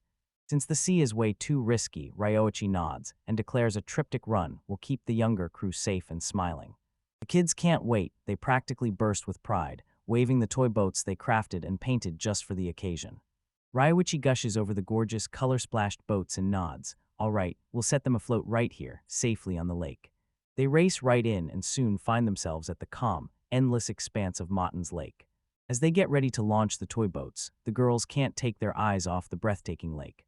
They plunge into the cool, refreshing water, splashing and laughing like it's pure fun. That memory hits Coco like ice on her skin, dragging her back to her brutal training in the freezing river. Then the younger girls, already dressed in swimsuits, swarm her and beg her to teach them how to swim. Arena must have really put her heart into it. She turned leftover fabric into that swimsuit like a care package meant just for you. Coco's cheeks flame as she dramatically sets up to unleash her one-of-a-kind swimming style. Her sharp, flawless swimming technique leaves Ryoichi utterly stunned, speech gone in an instant. Yeah, once they finished that swim, the idea of a barbecue came roaring in. Ryoichi pulls out his special abilities and whips up a feast, while the mouth-watering scent of charcoal-grilled goodness floods the air. He slaps down a sizzling spread of grilled squid, sweet corn, and steaming yakisoba. He spots a tough stone stand nearby, snatches the food, and slams it down like he's making a quick deal with fate. That mouth-watering soy sauce smell hooks everyone in, and the whole crowd crowds up, ready to dig in. But when Ryoichi whirls around, the food he'd just set on the stand is totally gone. Malo freezes in pure shock, tears spilling as he blurts out, "That stands not a table." A burst of shimmering light strips the disguise away, and there it is, the altar of the Great Spirit, unfolding right in front of them as the spirit finally shows itself. The spirit practically sheepishly folds under the pressure, admitting that the mouth-watering scent was way too irresistible, so it materializes its altar and dives in to partake. Her eyes light up at the offer, and she asks for more, so Ryoichi hands her a whole box of donuts. Delighted by what they brought, the Great Spirit smiles and grants them her blessing as a reward. And then bam, tiny ethereal creatures start popping up all around them, because the spirits summoned by the blessing have finally answered. The kids burst with joy, convinced the spirits are fluffy, adorable little bundles of cuteness. The Great Spirit tells her that her blessing lets her call spirits from every element, yet a power Malo realizes this rare gift usually saves itself for heroes only when a demon king finally shows up. Ryoichi sizes up the creature, and the moment he gauges its power, shock slams him as it rivals a dragon's strength. The wind spirit snaps back, furious that they've been sized up and called she like it's no big deal. As Ryoichi throws out an apology, the spirit muses that getting a name would seal the deal with a proper contract. Spotting the lily-like flower ornament perched on its head, Ryoichi can't help but start thinking of a name. He shoots her a suggestion, Lily, and the spirit finally nods, saying that name works for him. Once the name is accepted, the deal snaps shut, then a spirit gate erupts, blazing a direct magic line between them. Meanwhile, back in Kurtport, a lone figure stands on a ship's deck, staring out like he's waiting for something to explode. Night creeps in, and you can feel the mystery pulling their eyes toward whatever has stolen their attention. Olienbark shoots the truth right out. His spirit just warned him a brand new spirit mage has been born somewhere nearby. The knight snaps into action, shouting that spirit mages are too valuable to ignore. Then she orders a full island-wide summons to track down this person and bring them in as our comrade. Olien stares out at the endless sea, and the word comrades drifts back like a haunting echo from somewhere far away. The knight insists Olien is a legendary A-rank adventurer, and that vied by all. But Olin can't shake the truth about his place in all this. Those huge titles are really just a fancy disguise for loneliness, because every party that ever formed with Olienbark eventually crumbled, and the people vanished for good. In a sun-dappled clearing, smoke curls up from the forest floor as Ryoichi struggles to his knees, dizzy and completely thrown off.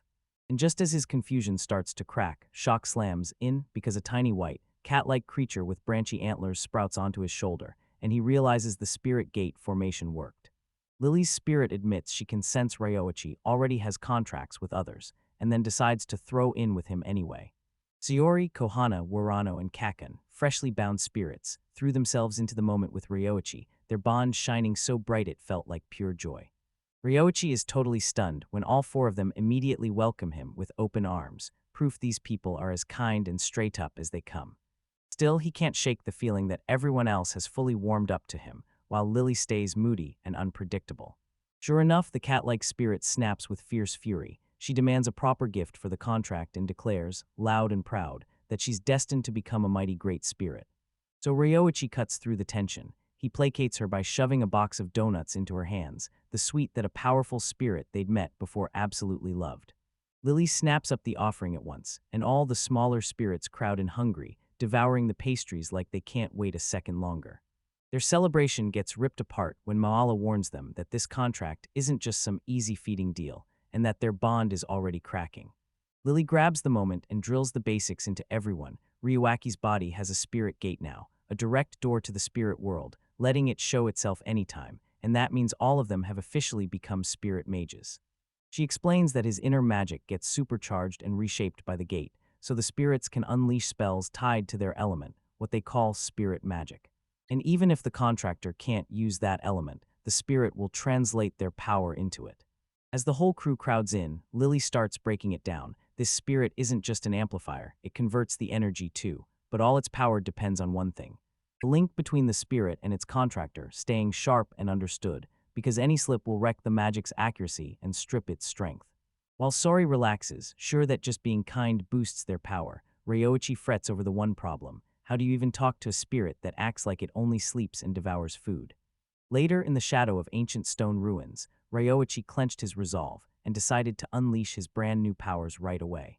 He funnels his magic through the spirit gate and barks at Lily to blast a tiny apple with wind, and when the spirit rips the energy loose, it can't help but revel in that rush. A violent wind cutter spell rips through the air, smashing the apple and carving a clean path straight through the massive stone structure behind it. Ryoichi staggers backward, crushed by the sheer devastation of a spell that was supposed to be simple. The story slides to the Kirk branch of the Adventurers Guild, where Ryoichi and Sorai march up to a guild official, and he grins with pride because Ryoichi actually landed a contract with a spirit, exactly like he'd predicted. Right before they can move on, a woman steps in, Alion Bark, introducing herself as a spirit mage, and tells them she and her crew have been waiting for their arrival. Ryoichi practically freezes when he spots another spirit mage, then realizes they're surrounded by heavily armored knights. The guild master tells everyone, Alion's crew wants to talk to you right now. Right there, a knight hush falls, and Julia steps forward, insisting their timing is dead on and absolutely brutal. He unfurls a scroll and boom, an official summons stares back at him. An edict has been issued, forcing every spirit mage on Milisar Island to join a mission to hunt down and crush the pirates. Ryoichi and Sari are stunned when Julius breaks it down. Out here, the naval battles are brutal long-range clashes between heavyweight spirit mages. The pirate crew they crash against already has double mages of their own, firing off brutal tornadoes and sinking whirlpools, so they need an equally savage force just to stand a chance. When Sari presses for what happens if they refuse, the guildmaster's face hardens, your titles get stripped, and you'll be hauled for dodging military service. Cornered with no other choice, they climb aboard a massive ship that's getting ready to tear out of the harbor. On deck, they moaned about their bad luck, convinced the guildmaster had set them up, and for Sari, being branded a fugitive would drag shame onto her family and lock her out of ever coming home again. Down on the docks, the younger spirits, too young for the summons, tearfully wave goodbye. Julius Asurioichi didn't just set them off, he ordered a squad of female knights to guard them, right after he gave the command to depart. As the ship slashes through the waves, Olian blurts out the truth: this pirate's power is growing with zero breaks, and they're about to become a terrifying threat. But she lets it slip. They've tangled with the enemy spirit mages before, and they're brutal. Right now the power is dead even, and they're panicking, because they desperately need Ryoki's strength to swing the fight in their favor. Ryoichi lets his doubts spill out, and admits they're still brand new to these powers. Then Bolian swears the spirits are packed with massive potential, pushing him to trust that the more they communicate, the stronger everything will grow. Then she thrusts out her hand, inviting him in like a calm, steady ally who's exactly what they need. Alian smirks, saying most folks are terrified of spirit mages, then leans in and asks if you're scared too. Ryoichi's jaw drops as her A-rank adventurer status clicks into place, and suddenly she's standing shoulder to shoulder with the toughest warriors he's ever known. Alian realizes that most top-tier adventurers are impossible to deal with, but Ryoichi breezes in with a friendly attitude and zero prejudice.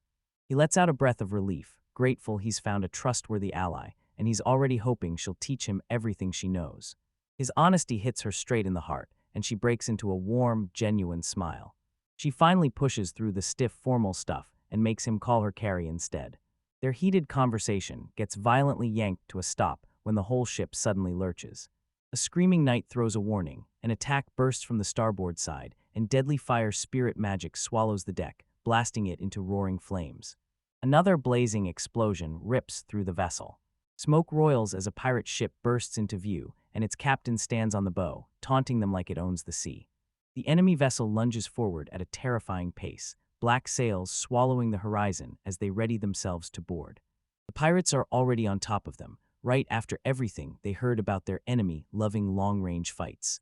Then the pirate captain barks the order. His crew surges onto the deck in a frenzy, swarming forward like a living storm.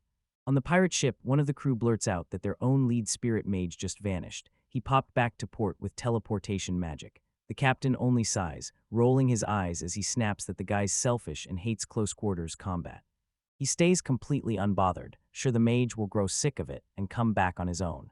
Back at the Long Gone port, the kids finally meet their new guardian, Fay Ray Mallison, a junior knight. Just when the knight urges them to stash those spirits inside their spirit gates so they won't get hunted, someone's watching from the shadows. A shadowy cloaked figure watched the three young spirits like prey, feeling their power surge, and whispering that he wanted them on his side. The figure twists its body around the grotesque, tentacled monster perched on its staff, and a low hiss spills from its lips. Tell me you feel it too, Kraken. Then the hooded figure looms over them, gripping those two terrified girls and holding them captive. On the chaos-soaked deck of the ship, steel crashes and screams as pirates throw themselves into a desperate, no-holds-barred brawl. Barbarossa, the pirate captain, throws brutal taunts at his opponent while the Unites are off slaughtering dragons, so we're silently building strength for a surprise strike, and you just saved us the hassle of coming after you ourselves. He roars an order to his crew and drives every strike straight at Catherine O'Brien Bark, the kingdom's terrifying fire spirit magician. Catherine snaps her magic loose, and a brutal blast of dark energy detonates across the deck. As those shadowy flames rip through the area, Ryoichi screams her name in pure panic. But Catherine bursts out of the inferno untouched, a draconic fire spirit blazing at her side, so when she scoffs, "Think you can turn me to ashes," she's already ready to burn right back. Still, she snaps back with a roaring wave of her own black fire. Ryoichi shouts her name, shaking with relief that she's unhurt, while the other sailors freeze in horror, whispering that she's a monster. The word slams into her like a punch, pain flashing across her face, and Ryoichi rushes in to comfort her. Yet the insult drags up all those bitter memories again, and with a shaky whisper she repeats, "That's what my comrades used to say before they left me." Overwhelmed by what haunts her, she clamps both hands over her face and wonders if she's got it in her to keep going. Somewhere else on the ship, the Beastkin warrior Sawari snaps aside a pirate's blade, then he grins, "That fancy swing of yours. I'll make an exception for a true renowned swordsman from the capitals, but you're just leers." The pirate fires back and Sawari cuts in hard, "So tell me, are you really pirates? We've got a code, no hands on women or children." The man bursts out laughing and goes, "Did that hit a nerve? Because cutting down a beauty like you would be a damn waste." Ori narrows her eyes at you and she snaps, "I won't rise to your bait." Rage flares in her chest and the pirate's face drops when he finally realizes she's a spirit magician. A gigantic white wolf spirit snaps into existence behind her, then rips loose a brutal vortex of wind. And right as it all ends, the pirates explode into chaos, snatched up by that raging tornado, while they scream in disbelief that the capital has cooked up yet another new spirit magician. Right nearby, another crew of pirates closed in on Ryoichi, stunned to spot his tiny cat-like spirit, and instantly labeling him as the third magician. Before they even get a chance to react, he explodes into a swarm of clones, totally frying the attackers' minds as they stand there lost. He and his copies slam the advantage home, crashing into the pirates for brutal, face-to-face combat. And once Captain Barbarossa sees those boys' insane skills, he smirks and tosses out a challenge. "Nice tricks, come aboard my crew. I'll hand you a life of freedom, booze, women, the whole deal. Just don't expect the nobles of the capital to treat you like anything but a tool and a throwaway." A knight suddenly slams between them, sword held high. "Barbarossa, your opponent, it's me." The pirate captain sneers and waves off the boy's prosthetic arm like it's nothing. Then he bears a cannon-shaped weapon and snarls, "I'm not about to fight fair."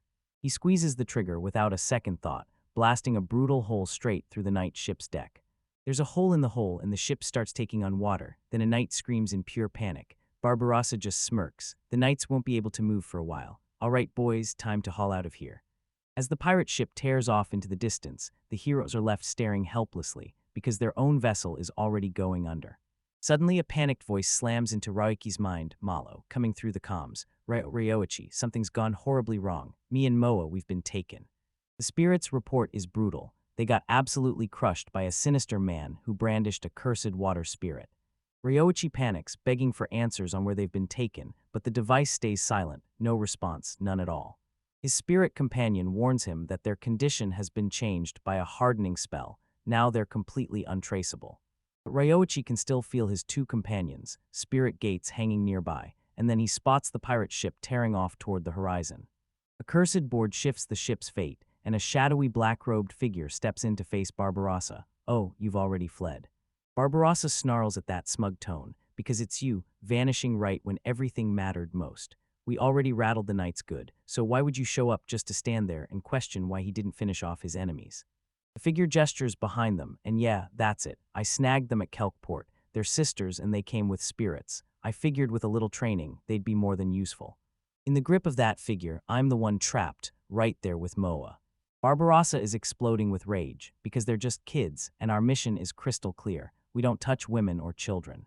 The robed figure lets out a weary sigh. "Ugh, this is painfully boring. You're really disappointing me, Barbarossa." The captain yanks his weapon free. "Stay back and leave the kids behind. If you won't listen, I'll execute you right here, right now." Now the figure dark energy whips around them. "So you're really thinking of fighting me? Go ahead, I'm ready." The pirate bellows a warning, but the moment he does, a dark tendril tears up from the deck and drives straight through him. "You bastard!" His comrades explode with rage, swearing they'll rip the attacker to shreds. They lunge ahead with swords blazing, fully drawn and ready to strike. From a high perch atop the mast, the attacker keeps his eyes locked on the next pirate, then an unseen force rips him down before anyone can react. "I've got teleportation magic, so trying to surround me is pointless," the figure mutters, then smirks as he promises to smash his dull little toys, starting with those useless spirit mages. They shoot a look at the captive girls. What do I do now? Because just tossing them aside feels like throwing away everything. Suddenly, a shadow rockets out of the sky, smashing toward the deck like it's got a mission. The robed attacker snaps his head up in pure shock, right from above. "You in spirit, Matt, you leapt from the sky. Who are you?" he gasps. An enemy just slammed into the scene. Ryoichi crashes onto the deck, then instantly throws up a shield of wood and twisting vines, snatches the two girls he just saved, and keeps his eyes nailed to the enemy in front of him. On the ship's rigging, a shadowy hooded figure looms over Ryoichi and calls him the enemy. A spark of recognition hits the assailant. He screams Ryoichi's name, and Ryoichi freezes, shocked to the core, blurting, "How do you know me?"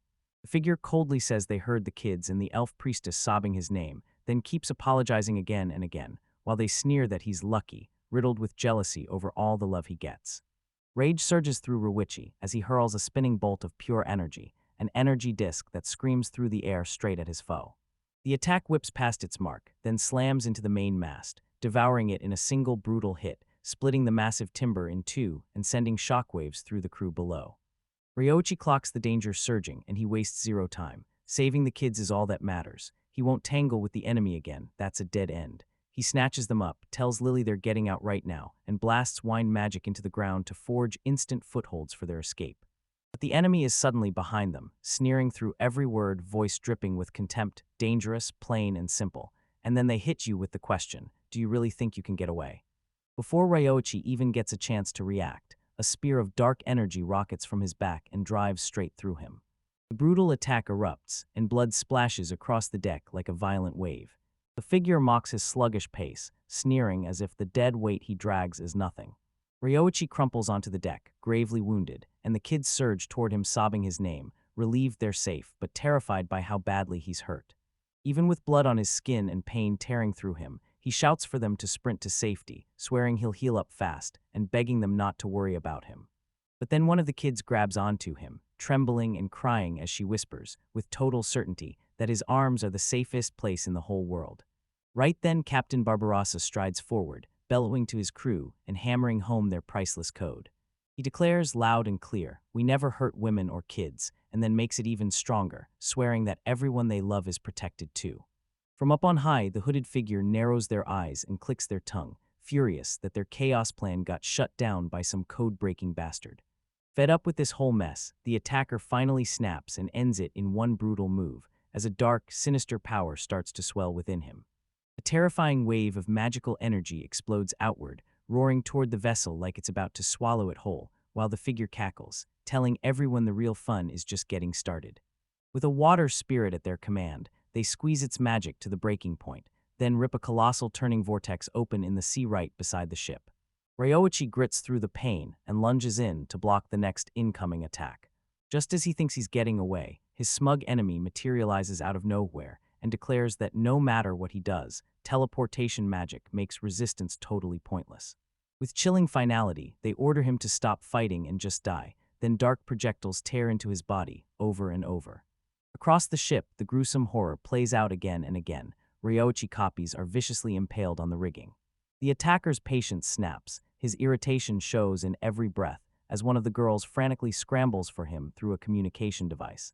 While the enemy had no clue, a deadly plan already kicked off. Kohana figured out their teleportation wasn't magic at all, but a water spirit summoned by Kraken, dragging the target through the same current to move them, so the only way to win was to trap and seal that spirit's movement. Impaz Ryoichi is done with the never-ending brawl, frustration boils over, and he vows that if they cross paths again, he'll kill his friends and even his own family.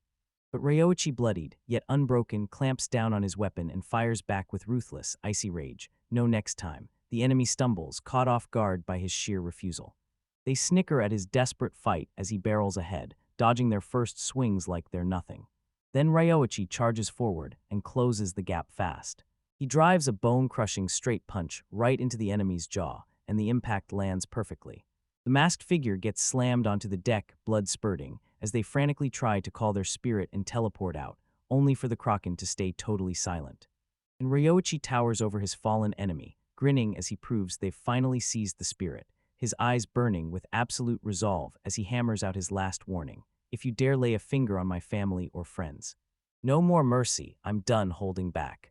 With the masked cultist finally down, bleeding out on the deck, the young man stands frozen, staring at his own hands, blood splattered and shaking like he can't believe the violence he was forced to unleash.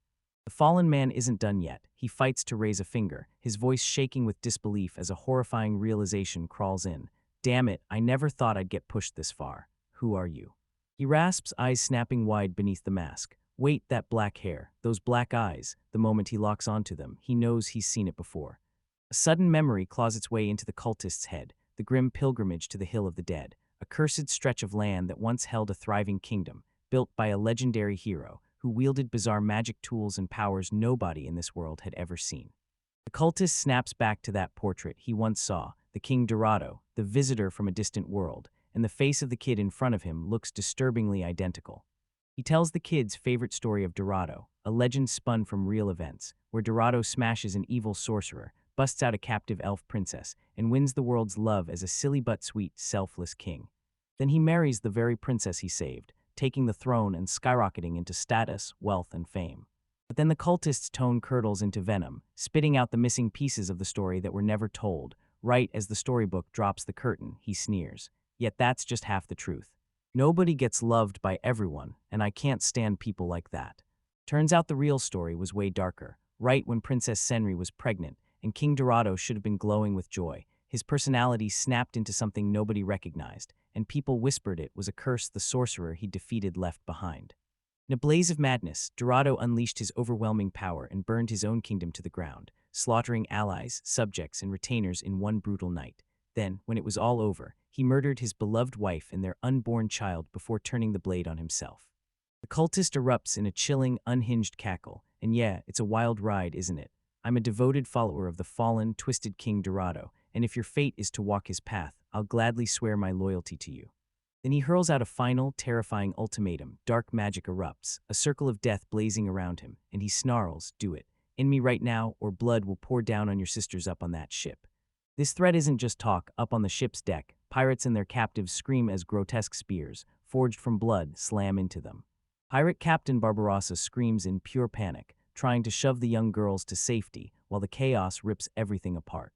With his friends in mortal danger, Rice's face hardens into a grim mask as he drops his voice into something deadly. So you want the power of darkness that badly? Then I'll bury you with advanced dark magic.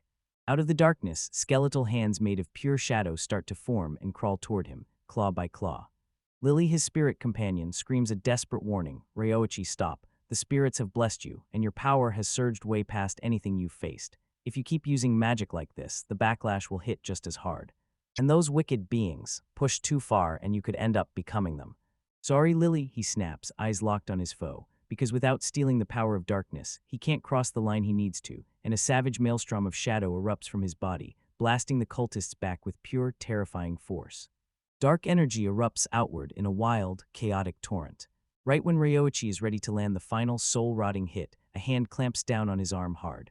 All right, that's enough. A calm female voice cuts in. It's Carrie, one of your companions. Breathe, Ryoichi-kun. If you punch someone like him, your arm will rot, you know. Before the cultist even gets a blink off, she snaps into action, driving a brutal kick into him that flings him across the deck in a full-body collapse. Ryoichi freezes in shock. Carrie-san, you're here, he blurts. Coco grins beside him. We couldn't fly like you, Ryoichi-kun, Carrie says, and then they hash it out together with Coco. Tornado Way hurled wind spirit magic, and with a savage tornado, it tossed us here. Carrie strides forward, and a brutal creature forms behind her out of thin air. She snaps, "Don't worry, leave this one to me," to the terrified cultist. "Don't worry," she says, her face cold as stone, no pity in sight. "Kids like you, who have never learned love, don't need a lecture, you need a warm hug. I'll hold back just enough so you won't die." A bone-chilling scream tears through the air as her creature swallows the man whole. Right then, a brand new ship crests the horizon. General Gustav's Kingdom main fleet just showed up, ready to pull everyone out of danger. At the now secured clerk port, the general watches the pirates get hauled away in chains, and you can tell he worries he just lost his edge. Barbarossa, the pirate captain they hauled in, scoffs that he never in his wildest dreams thought that decoy ship would be packed with spirit users this strong. General Gustave praises Ryoichi for pulling off the pirates' surrender clean, no casualties among the kingdom's forces, and then he thanks him personally for how his injured men were treated. The rescued girls turn to Captain Barbarossa and pour out their gratitude for how he shielded them during the attack. The pirate captain and Ryoichi lock eyes and trade a real moment of respect, admitting they should have met long ago, but life screwed it up. Then he grins and jokes that Ryoichi should hop aboard his crew. Barbarossa gets dragged off in chains, a prisoner of the kingdom he just fought, trapped, beaten, and powerless. Ryoichi leans in and tells the general that the pirates don't look like pure villains, and Gustave nods, saying their attacks are really just the kingdom's simmering political unrest, a messy spark ignited by people finally striking back at corrupt nobles in the royal capital. The general rips into it and declares that the capital needs reforms, badly. Gustave spots just how much Ryoichi's done, and he straight up promises to push his name for a promotion at the very next royal council meeting, because he sees a future game-changer who can flip the tide of battle. With a vow to meet again and march the road of reform side by side, the general rides off. With the chaos finally dying down, Maelo the elf steps up to Ryoichi, shoulders slumped and head bowed in pure shame. She trembles and whispers, "I'm sorry I was useless. I swore I'd protect everyone, but I blew it, and I dragged them into danger." Then Ryoichi yanks her into a wordless hug, and it completely shocks her. He tells her he's just relieved she's safe, and she, shaken but unshaken, snaps back that she's fine, that this won't take her down, and reminds him she's still the woman he's going to marry. Even after the win, the cultist's words still rattle around in Ryoichi's head, because the tale of King Dorado, another transmigrator who committed horrifying atrocities, keeps crushing down on his mind. He's about to act all Malo about the Elf Kingdom, like it's his next move, but he slams the brakes and admits the timing just isn't right. Coco steps up and announces the pirate incident has officially been wrapped up for good. Now that the sea lanes are finally clear, the regular ferries to the Kakanatsu Islands can set sail again, and Ryoichi pushes aside King Dorado's dark thoughts, stealing nothing from him, just guarding his own resolve, because even if their origins overlap, he's still his own person. Their journey isn't finished yet, so they shake off the doubt, lock in with fresh purpose, and blast off toward the Kakanatsu Islands. On a ship cutting through endless open water, Ryoichi hammers his sword, training so hard it feels like his life depends on it. He slams blades with the A-rank adventurer, Carrie, and their still-spinning fight turns the wooden deck into a blur. Eric and Carrie trade compliments as he wields his natural sword talent, and that sharp gift only makes his axe training hit even harder. She realizes his crazy fast healing lets her go all out in the fight, until Ryoichi admits that in every spar, he ends up completely wiped out. Clutching the sting of every past failure, Ryoichi steals his resolve and swears he'll get stronger. Never again will he risk his comrades. Then he looks Kari in the eye and begs her to train them all, for real. Fueled by sheer determination, Irina and Malo beg to be trained too, ready to throw everything they've got behind his fight. So when Carrie sees that spark, she can't help but say yes and becomes their mentor. So she shoots back with full confidence, promising she'll forge them into real fighters. Later, in the one calm lull they get, the whole crew crowds together for tea. Oriana and Malo burst onto the scene in totally unexpected, made outfits, and Carrie quickly explains, this isn't random at all. It's part of their spirit mage training, a special lesson meant to sharpen their feminine charm. The girls stomp their feet in protest, yelling that they want battle training, but Carrie cuts in and declares it's non-negotiable because this is the key they need for real spiritual growth. She explains that when you trade quiet meals, warm talks, and real laughter with your spirit, your bond gets stronger, and it can even push you into that advanced state where spirit and human become one. The arena demands to know if this unity can unlock transformation, and Carrie shuts it down. This power is brutal to master. Reweightlady then starts to wonder if he could merge with his own spirit, with Lily.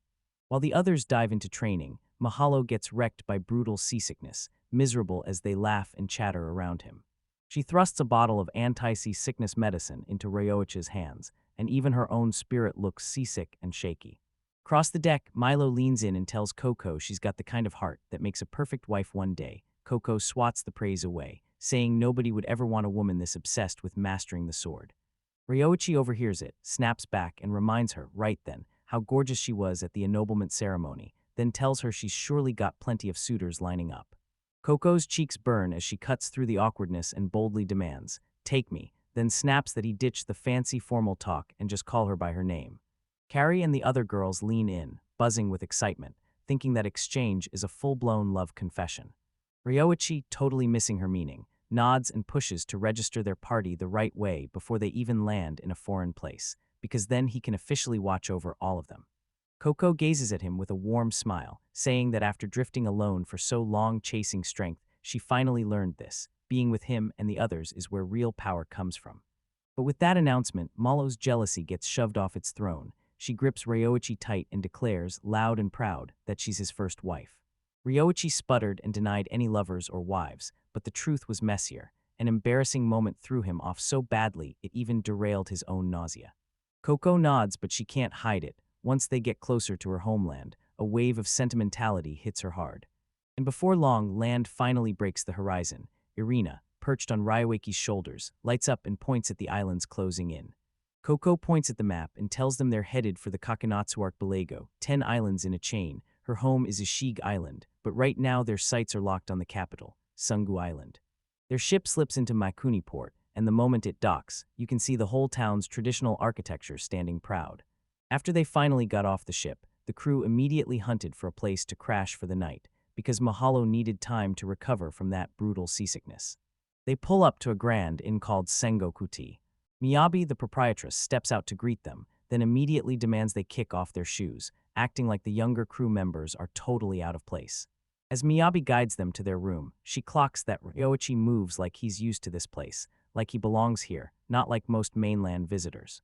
The peony room feels peaceful and warm, woven tatami mats underfoot, low tables nearby, and comfy zabuton cushions spread out like an invitation to relax. Irina breathes with smooth grass underfoot, and Ryoichi just stares in shock, seeing the weirdly familiar Japan vibes from his old world everywhere around him.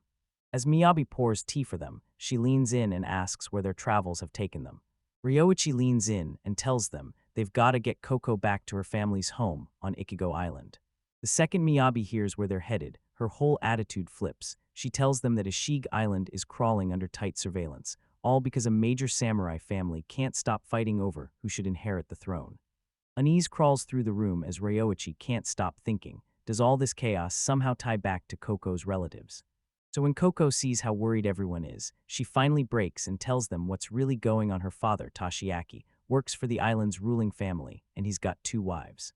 His first wife gave him 3 sons, and his second wife, a concubine, delivered 3 daughters too, with Coco right in the mix. Even though her father treated all his kids the same, that sibling rivalry never truly cooled, because those 2 households kept clashing over who stood higher. That presumed heir is her oldest brother, Sato. He's all talent, all charm, and straight-up charisma. Her third brother, Koro, has been her sword-fighting rival since they were kids, while her second brother stayed the book-smart type she always looked up to. Miyabi suddenly cuts in, rushing back with yukatas, and hints they should hit the inn's hot springs, while Carrie stays on guard, urging everyone to keep their eyes open after the nasty news about Ishig Island. Later in the men's hot spring, Ryoichi is shocked to find himself sharing the bath with Carrie, only to realize the woman's muscular build he misread is all him. Right as the tension spikes, another man steps in, Sujitani Motonari, introducing himself as a diplomat stationed in the royal capital. Sujitani locks onto Roiki's name, Ishikawa, and suddenly the legendary story hits, the guy who's been all over the talk for taking down a dragon. Calling it fate, he whisks the whole group to a restaurant for dinner, and Ryoichi jumps at the offer. In the women's bath, the girls sink into the warm, healing waters and let it work its magic.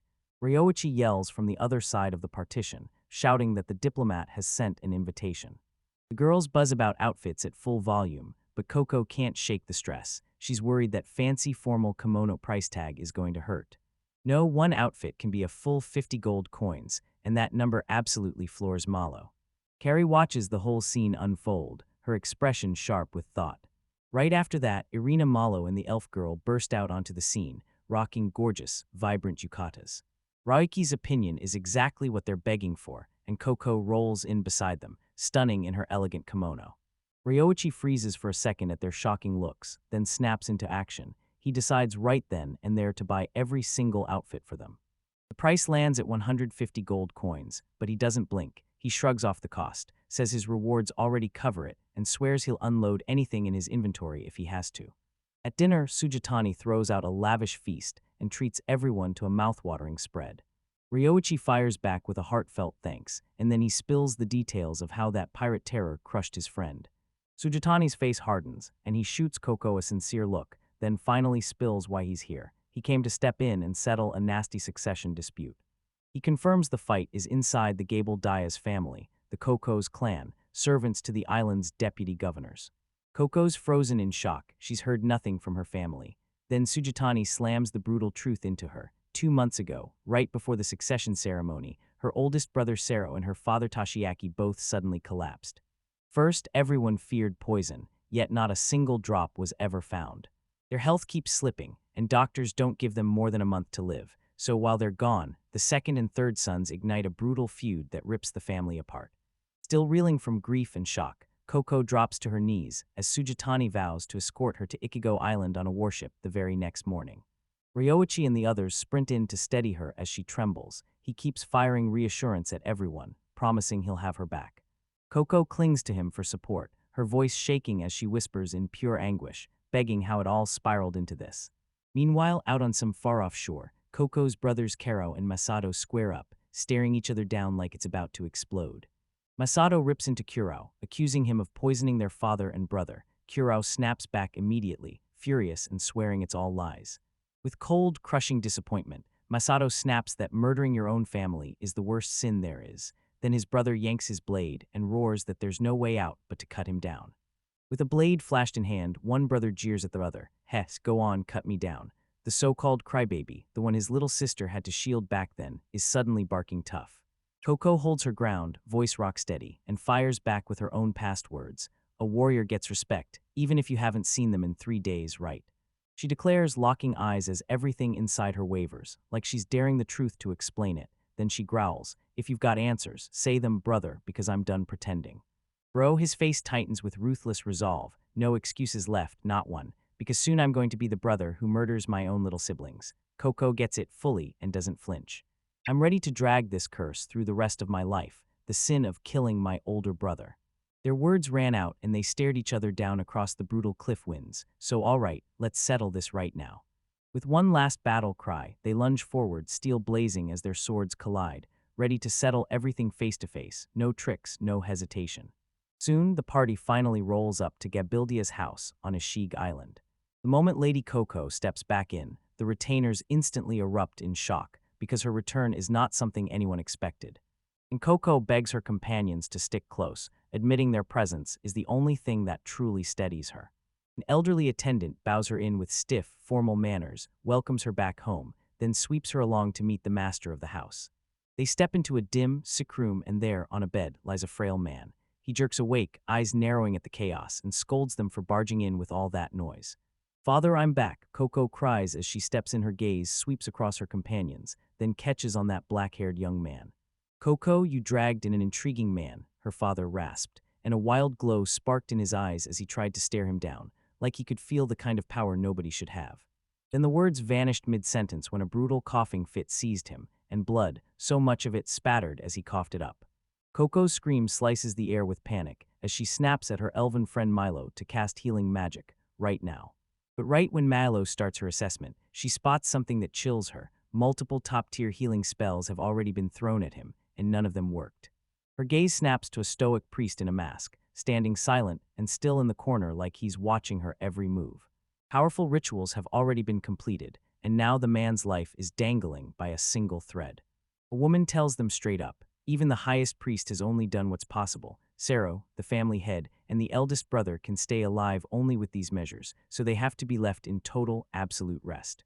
They're shoved out of the room, and the whole group is hit with the brutal truth of what's really going on. Coco barrels up to an attendant and demands answers about her mom, Lady Manaka, because she's not in her father's room.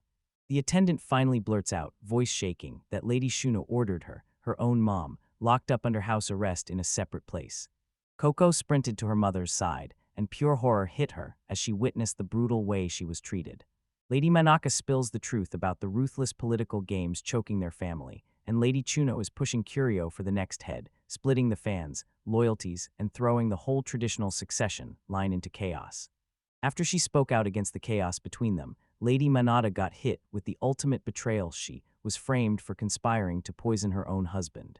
Rage flares in Coco as she vows to prove her mother's innocence, while her mother quietly realizes the charge is just a setup. Lady Chuno wants her gone because she's a nuisance.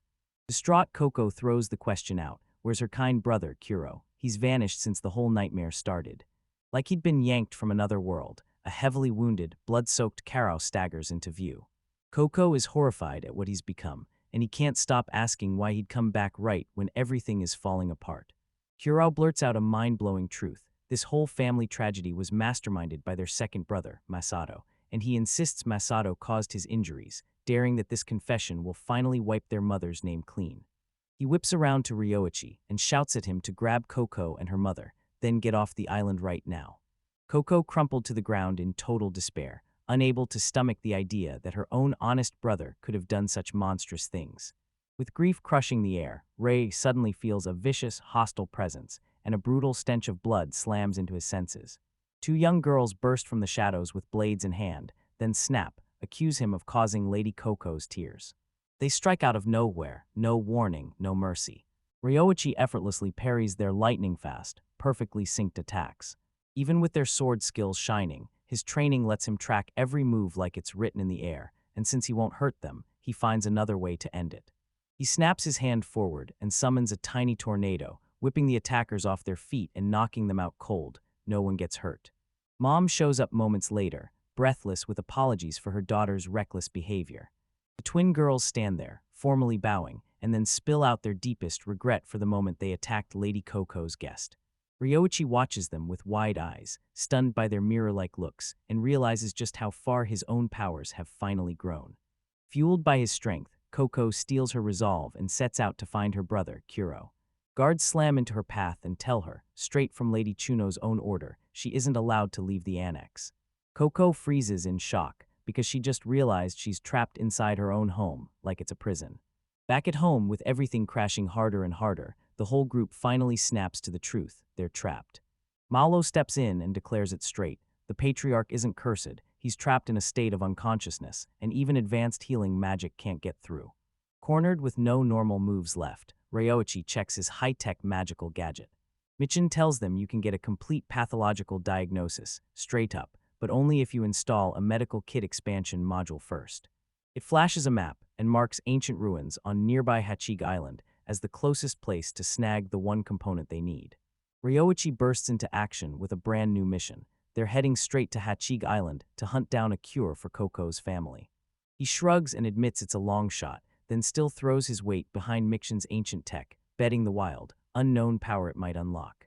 His unshakable drive cuts straight through Coco's despair, lighting a fresh purpose in her chest. Then she locks eyes with him and declares that he and his companions are her only hope now. Hope finally drags the party to the ruins, a crumbling fortress that's guarded by snarling stone beasts. Mikin scans the site and clocks it instantly for what it is: an ancient mining facility. But the report crushes their hopes. The real facility they're hunting isn't here at all. It's buried deep in the island's mountains. The device spills the secret address of a research facility, packed with compatible expansion modules, and maybe even Michin's own artificial body. Mikin snaps into explanation. If they want to install the medical kit, it can't just be plugged in. The memory has to be expanded, and that means sacrificing a real physical body for the process. The mission stakes just went crystal clear. Find that hidden facility, grab the body, and do it fast, because only then can they stop Coco's family from falling apart. The colossal armored machine barrels through the final barrier, smashing straight into the abandoned structure. Inside, the passengers are crammed together so tightly that the seat rows are ripped out just to fit them all, an emotional throwback for the protagonist, like a brutal reminder of the days when it was only the two of them, out there mining magic ore. Now their party swelled with friends and familiars, and everyone was packed tight inside a cramped magical machine, so advanced it made even the royal capital look behind. Hearing about the triangular Magitech company throws him for a loop, and when he learns that the ancient trade association is still alive, at least in some form, his shock hits like a gut punch. Their vehicle rockets into a huge, pitch-black underground tunnel, and the brutal crash of its arrival booms back through the darkness. They found it an enormous research facility buried deep inside the mountains, but the whole place is dead quiet, with not a spark of electricity or a drop of magic running through it, even though the sheer size screams that it should be powering itself. The AI scans the whole facility and spots an emergency magic generator buried on the third basement floor, and that becomes its first target. They press on by foot, lanterns blazing and throwing long, wild shadows across the dark, suffocating stairwells, every step heavy, the air buzzing with dread like something unholy is about to crawl out of the black any second. One of the companions snapped, asking how anyone could let that place fall apart when its parent company is still thriving in the capital. He tells you the modern triangular Magitech is just a pathetic echo of what it used to be, a slim trading group that hawks artifacts pulled from ancient ruins, yet can't even fix a single thing because they've lost the skills and the know-how. The moment they finally crawl into the third basement floor, this ancient text mystery stops fading and starts screaming even louder. Right in front of them looms the emergency magic generator, an intricate, silent beast humming with power it won't let anyone touch. Ryoichi's chest puffs up with confidence as he swears that fixing machines is his specialty, clutching the company's technical manual and diving into the job, only for Mikshin to fire off a warning. If he flips the generator while the wiring's damaged, he could trigger a disaster. He tore the whole thing apart piece by piece, swapped in a replacement from his stash, and locked in like nothing else mattered. Everyone else can only stare in pure awe, because his natural talent with those complicated magical tools is unreal. With one last tweak, the generator erupts into life, roaring as a cold synthesized voice booms through the chamber. Initialization complete, new admin registration confirmed, and the system starts its full reboot. Light blasts down the halls as magic power comes roaring back, and with Ryoichi registered as an administrator, every security system clicks off like it never existed. Their player surges toward the product storage vault on the fourth floor, praying the medical supplies they need are still safe and untouched. They charge into the gargantuan Unioproduct vault, an ocean of shelves towering into the dark, packed wall to wall with countless containers. The chamber sits pristine, almost spotless, but the sheer mountain of products turns finding one specific item into a nightmare. Still, it feels like a shortcut. If her terminal can sync with the artificial humanoid hidden here, she can download every needed piece of data straight into place. She leads them straight to a heavily fortified door, right behind it where the android is locked away. Inside, a stasis pod sits in silence. Locked tight, a female android is suspended, frozen in stillness. As Ryoichi gapes in disbelief, Michin's terminal kicks off the synchronization process. Yeah, his companions go wide-eyed, shocked, intrigued, and one of them blurts out, "Wait, are you really trying to add that gorgeous android to your growing harem of bride candidates?" And then there's this eerie calm around the android, like she's been holding her breath for this exact moment for years. The moment the sync locks in, her eyes snap open. Then the pod hisses and she bursts out, hugging Ryoichi on the spot. She introduces herself as Hiyori Oniomi, frantically apologizes for the instability, and explains that the second she feels physical contact, her system's finally steady. With this connection, she instantly locked onto every detail in her new master's biometric profile. Just as the nude android suddenly shows up, one of the elves panics, blurting out that she has to find clothes, like right now. Hiyori stays cool and asks what outfit her master wants, then confidently tells him she's got shape memory streetwear that can copy any design he gives her from his reference materials. She snaps through her stored outfit memories, bunny suit, shrine maiden garb, then a school uniform, like she's flipping costumes on pure instinct. The screen hits the group like a punch. Everyone goes speechless, except that one elf who erupts into a furious protest over the more provocative options. The story rockets off to Ichigo Island, where the night sky cloaks the shores in shadow. Mimi, a young beaskin, and her companions streak through the thick, tangled forest like they're on the run from something. They brag about how they slipped out with sleeping powder on their mother, but then panic hits because now they can't get caught. They chase a grim trail through the grass, and every blade is stained, drops of blood from Koro, their brother, now tangled with Masato's. Kuro, they're terrified, then someone spots him soaked in blood, and suddenly they're convinced Masato, the one who looks guilty, must be hurt just as badly. Mimi steps up to defend Masato, straight up calling out all his flaws, but making it crystal clear he's not a bad guy. Inside the Jebertius family estate, their mother froze in shock, because Kuro was already back from treatment on the move, even after returning in that brutal state. Kuro drops a heavy, grim report. There's no point going after Masato, because he's already dead. Said the cursed blade, Sasafune ended him, tearing off his arm and sealing his fate. The family elders are left completely stunned. They recognize it instantly, the legendary fourth Seiken, a dark, feared blade that spells disaster for whoever dares to wield it. Masato's mother spits out the truth. She swears the blade's curse twisted him into committing those horrors, and then demands that his whole faction, plus everyone who stood by him, be punished. Kuro barrels in right away, snapping that they need to be careful, because punishing a huge faction on mere suspicion would only slam the family into yet another brutal internal war. His mother finally gives in, admits everyone's obsessed with Lady Manaka, the backbone of Masato's faction, and tells him to step in and offer his counsel. Kuro pushes for a swift, no-nonsense move, banishing Lady Manaka and her daughters from the island family, yet he wraps it up like they're choosing to leave, with conditions that make it look generous. His face gives nothing away, so what's he really up to? Is he guarding his family, or quietly carrying out a plan only he understands?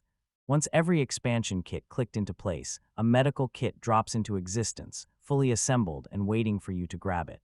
Ryoichi's been registered as the facility's administrator, its new owner, and he immediately grills them about how the job went down so smoothly, until he learns the system wasn't just left open, it was wiped clean, completely reset. Two spirits practically buzz with excitement over a massive legacy, picturing an endless feast of delicious food, but Michun snaps them back to reality, centuries-old rations, dusty canned goods, and the stuff nobody's thrilled to eat. But this place isn't just some storage room, it's packed with an armory, an ammunition depot, and a hangar bursting with military-grade, magic-powered exosuits. Caught off guard by what they saw, a younger spirit turned to Ryoichi with wide-eyed innocence and blurted, "So, what weapons do you use?" The weight of his discovery crushes his chest, because these aren't just tools, they're weapons of war, a power so massive it could shake the entire world, and it's more than he can carry alone. He and Mikshin lock onto the truth. That kind of power doesn't just tempt, it corrupts, it scares people away in the worst way, and it clashes with everything they stand for, so it can't ever end up in the wrong hands. Ryoichi makes the call. He's sealing this place. He asks Michin if she can bring the original security systems back to life, and she tells him, without hesitation, that she can. She lays out a brutal defense plan, huge Shisa-shaped golem bots, reinforced security exosuits, and a full arsenal, then seals it with a final do-or-die self-struct mode that will burn any intruders to ash along with the whole facility. Ryoichi's jaw drops at how wild the offer is, realizing this has blown way past anything he ever meant to set in motion. Under the cover of night, Lady Shuno slips into the estate, and everyone's caught off guard. Then an elder steps in fast, demanding answers since Mimi and Meme never broke their taboo, so why is she here so late? Lady Manaka tells Coco to go check on the girls, but Shuno cuts her off, saying it's pointless. With icy finality, Shuno drops the bombshell. Masato is dead, and the truth crashes down so hard that Coco can only stare, stunned and totally speechless. Shuno tells them that thanks to Kuro's hustle, Masato's real crime finally surfaced. He was the one who tried to poison Lord Toshiaki. Now Manaka's, who'd protected him, gets branded an accomplice too, and the Jebertius clan officially throws them out. The word disowned shatters Manaka's composure, and she crumples to the ground in pure anguish. Shuno watches Manaka's reaction, then catches that rare mercy. Manaka's off the hook and won't get hit with any more punishment. Manaka wipes away her tears and rises to face her, then spits, "How can you not be crushed by Masato's death? Are you even a real mother?" Shuno snaps back that even in grief, her first duty is to safeguard Lord Toshiaki's household. Manaka begs Shuno, Toshiaki is still alive, and Shuno doesn't have to go that far yet. In the crushing weight of her plea, she begs for one shot to see him, and Shuno grants it, mercy on full display, though she makes it crystal clear this doesn't erase the suspicion hanging over them. Coco is crushed by what's happening, and it feels like her grip on reality is slipping away. She barrels into their room to find Mimi and Meme, only to stop cold when their beds are empty, replaced by wooden logs, and they're gone. Out on the wild coast of Ashig Island, far from the estate, the two girls slip into a sinister cave and start exploring. Mimi blurts out how terrified she is of ghosts, and her sister just laughs it off. This meme yanks the joke way too far, pretending a monster's lurking right behind them, and Mimi blurts out a terrified scream. Mimi tries to get revenge with a terrifying face, but Meme doesn't even flinch. She laughs and says real monsters are way scarier than any ghost. Her words hit like a curse. Right then, a bloodied monster claws its way out of the darkness and savages Meme, shredding his flesh with every swipe. Just as the time to undock hits, a ship finally arrives. Ryoichi and his crew came back swinging, dead set on finding Coco and getting the full story behind what happened. Their way gets slammed shut the moment a crew of black-clad ninjas steps in, barking orders that the mainlanders have to get off the island, right now. Ryoichi senses the danger and refuses to back down, but the ninjas don't come for talks. One of them raises an explosive device. A flashbang erupts, blasting the party into blinding light and choking smoke. Ryoichi charges through the haze as the assassin snaps forward with his blade held high. Your life is mine. He snarls, while Ryoichi yells at his companions to run, desperate and out of time. But right before the blade can hit, Michan shoots in with a brutal kick, blasting the ninja through the air. The attacker freezes in shock, staring like, how was I the one who got hit, while she's standing there, untouched by that blinding light. Ryoki's other guardian, Mi, strides forward with her staff raised and vows to crush anyone who dares to hurt her master. Right here, she erupts with a raging surge of power, slamming the ninjas into crackling chains that lock them down. Elsewhere, another assassin gets taken down hard and left defeated. Then she, the calm woman with a dragon perched on her shoulder, watched the blinding light roll in and say it had slowed her down, but in the end, she didn't even need to lift a finger. She kneels over the defeated foe, checks them over, and finds nothing, no heartbeat, no soul, just hollow puppets taking orders, all tugged by some unseen hand as this family feud spirals out of control. Back in the main house, Lord Toshiaki crumples unconscious, his life hanging by a thread, and the doctor says tonight is the make or break moment, because Manaka is heartbroken, hovering over him. Shuno bursts in, hauling a chest stuffed to the brim with gold payment for their banishment. On that island, she paints it as mercy, your ticket out, the moment you can start fresh and build a whole new life somewhere else. Manaka won't have it. She sees right through the offer for what it truly is, severance money, plain and simple. With fierce grit, she vows her loyalty to the Gabardia family and pledges her life to Toshiaki's household, because she'll never, ever be driven out. Even after everything she's been put through, she swears she'll wipe Masato's name clean, and her devotion leaves Kurao completely stunned. He challenges her resolve, warning her that if she fails this style training, banishment isn't just punishment, it's a fate worse than death. Right in the middle of their tense standoff, a servant crashes in with terrifying news. Toshiaki's condition has suddenly taken a turn for the worse. The Lord erupts into a violent coughing fit, and blood splatters everywhere, instantly throwing the whole room into full-blown panic. A masked high priest snaps into a chant, weaving a deadly spell straight over the dying man. The air crackles like lightning, humming with raw magic energy. Suddenly, priest gets blindsided by an unseen force. An attack slams in from outside the room. Moe plants herself in the doorway, staff leveled and ready, and Shuno snaps that her move is pure barbarism, only for Moe to stay ice calm and insist it wasn't an attack spell at all. Ryoichi and the others storm in, and he tells them Moe used a purification spell, holy water, to smash the priest's magic. With divine appraisal, he saw the truth. Turns out the high priest was waving his staff like a decoy, secretly weaving a deadly attack spell and disguising it as a healing ritual. The priest's mask cracks, and his body turns to black dust, just like the soulless ninjas they tore apart at the dock. The high priest was an undead revenant, and now that the formidable fighter Michan has their back, Ryoichi swears they'll dig up the whole truth behind this conspiracy. The high priest's body convulses violently, swallowed by a sinister black ore, as his flesh twists into a horrifying, monstrous form. Now you've really done it, he snarls, and his voice comes out as a corrupted rasp as he lunges, you accursed elf. The elf scream tears through the air as she cries for help, but before the thing can even touch her, Weirin shoots in and slams her blade into its claws with a brutal clash. For a revenant, she locks in with a grim, razor-sharp stare, then realizes you're packing pure brute strength. Realizing this enemy is a whole different monster than the last, Wyron snaps into full seriousness, closes her eyes, fires off a silent prayer, and begs, "O revered god of tailoring, Momos, grant me the noble power I seek." A blinding light erupts from her, then she shouts a command and calls forth a sacred artifact. In a blink, her clothes shift into something new, and a divine needle sword, the rapier, forms in her hand like magic. The elf stares stunned, as Wyron declares this power is a trump card, something only the gods most blessed can wield. But that power won't last. Once I start it, I can't hold it for long. We're in range. Her eyes are glued to the target, and I'm going to end this with one strike.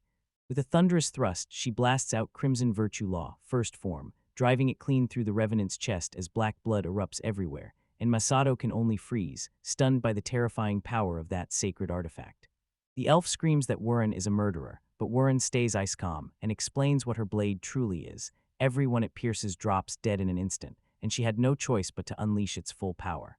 Suddenly, the doors slide open, stern as stone, and a woman strides in, guarded and pointing like she's found the truth, demanding, "What have you done to the high priest?" Then she snaps, "Arrest that mainlander." The group suddenly finds themselves boxed in, every escape path slammed shut as katanas hiss into place around them. Misato lunges forward to calm the chaos, then he realizes it, that high priest is a revenant, and she's here to rescue the master. But Lady Chuhu shuts him down, right then, because the real enemy isn't some random target, it's the high priest. After you've seen that cursed form, how can you still trust them, those revenants? It has to be a lie. She whips around to one of her men, "Brother Quoro, spill everything you know about the high priest." Quoro then tells them he met that man during Warriors, training at the Hill of the Revenant, and before he even realizes what he really is, he invites him straight into their home.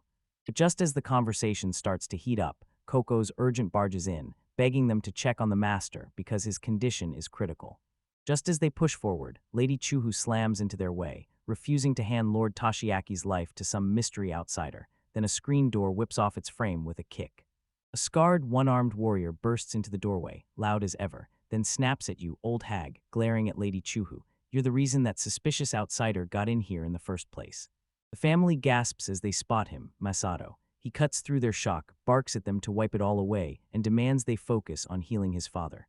The little golem, dressed up in a nurse's outfit, kicks off its medical check right then. Her diagnosis hits fast, and all at once, magically induced shock that floors her.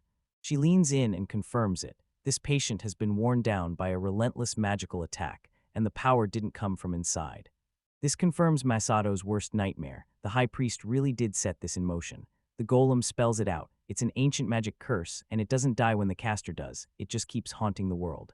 With death looming, she snaps that she can erase it, but only if she pours out an insane amount of magical power.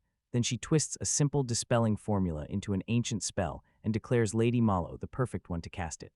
With pure momentum, he hurls the spell, then it slices the magic clean away. Dispel. Lord Toshiaki jolts awake, eyes blinking hard as that heavy weight finally lifts off his body. His children burst into cheers, crying out his name as relief washes over them. The guards burst into cheers, shouting that his awakening is a miracle come to life. The golem nods that the treatment worked, then hits you with a brutal truth about the price that was paid, before finally declaring that Sero, the eldest brother, is next. Then boom, a fresh surge of dispelling magic blasts out from the next room, shaking everything with its echo.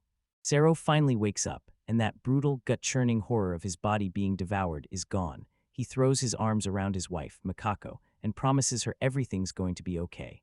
He spots Coco and her crew and fires off a question, "Who are they?" With tears streaming down her face, Coco tells them they're her irreplaceable friends, because they truly risked everything to save her family. Masato whipped around to Lady Chuhu, eyes blazing, and snapped, "Mother, what are you just standing there for? Go apologize to Coco and her crew on your knees." She locks eyes on him and it finally hits, he's alive.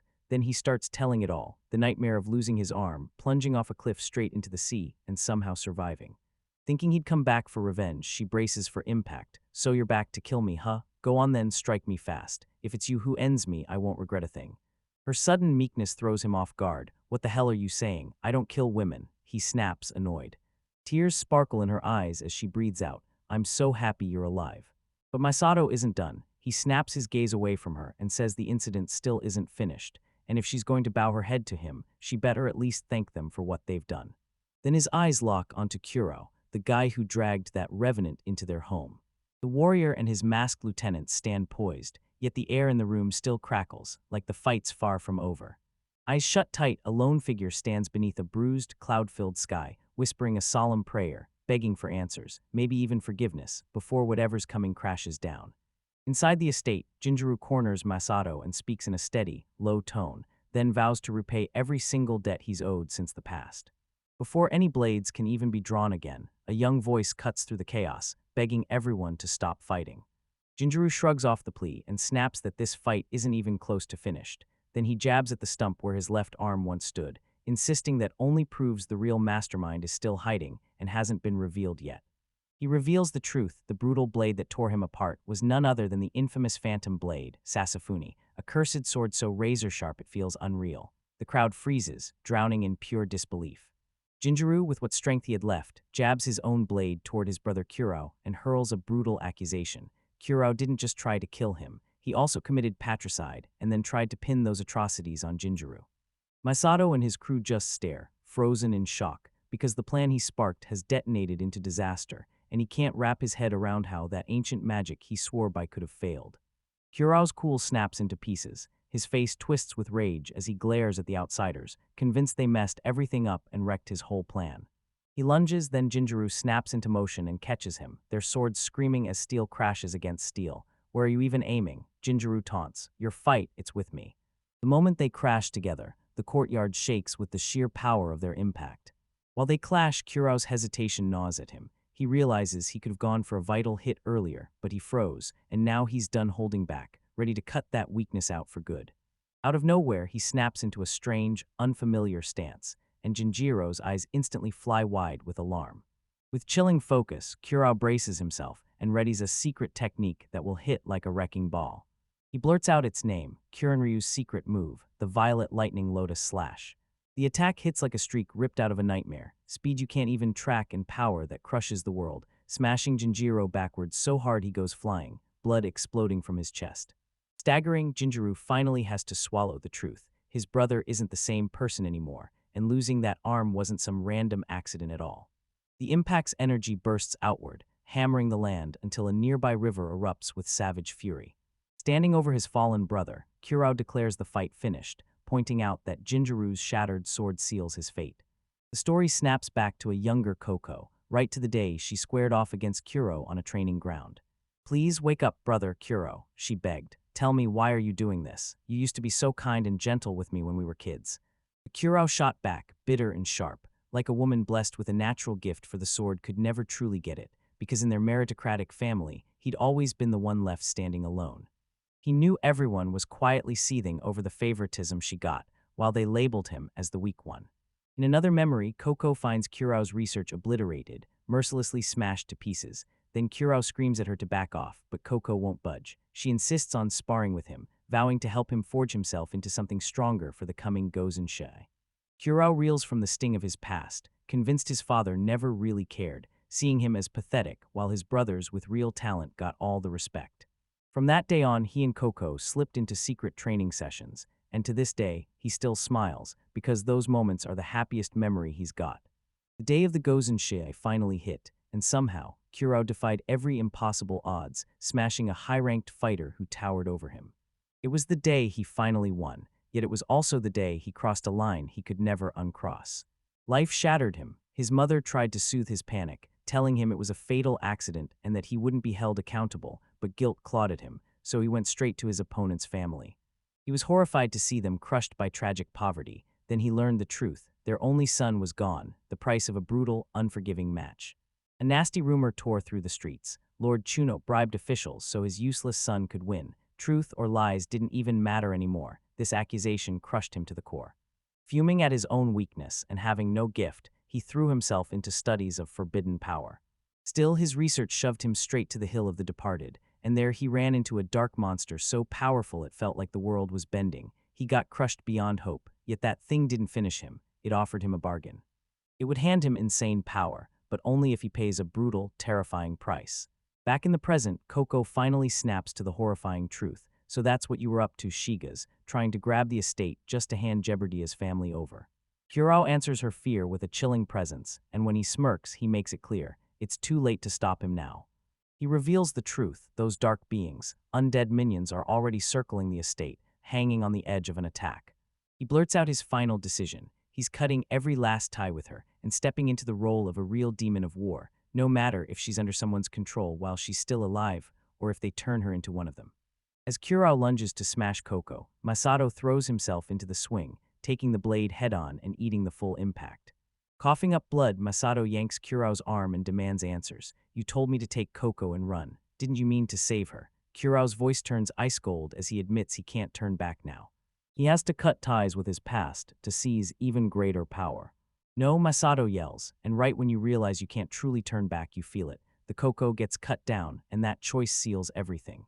With a brutal wound screaming in his body, he drags himself upright and steps right between the siblings.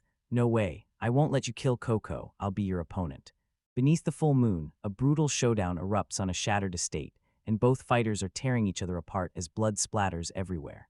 A deafening crash rocked the ruins, like the whole building finally snapped. The onlookers stare in grim worry. Masato, one of their own, is hurt, but he refuses to stop and keeps fighting anyway. And then it hits them. Kurao, a mainlander, is actually standing his ground against their elite swordsmen, whose skill is unmatched.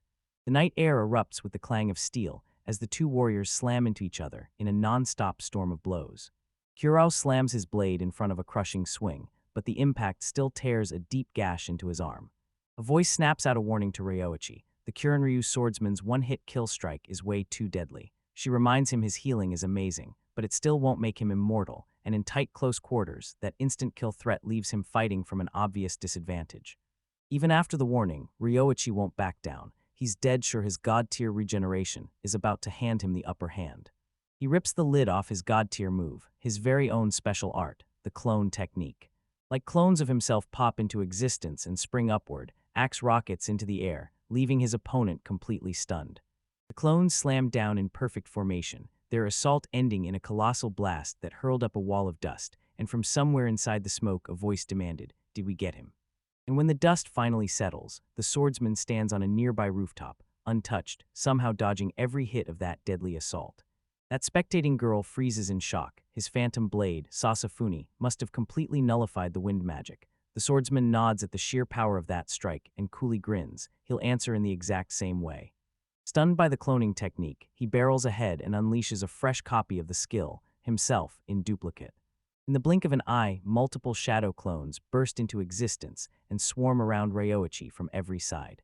Ryoichi is frozen in shock as he realizes his enemy is pulling the exact same technique.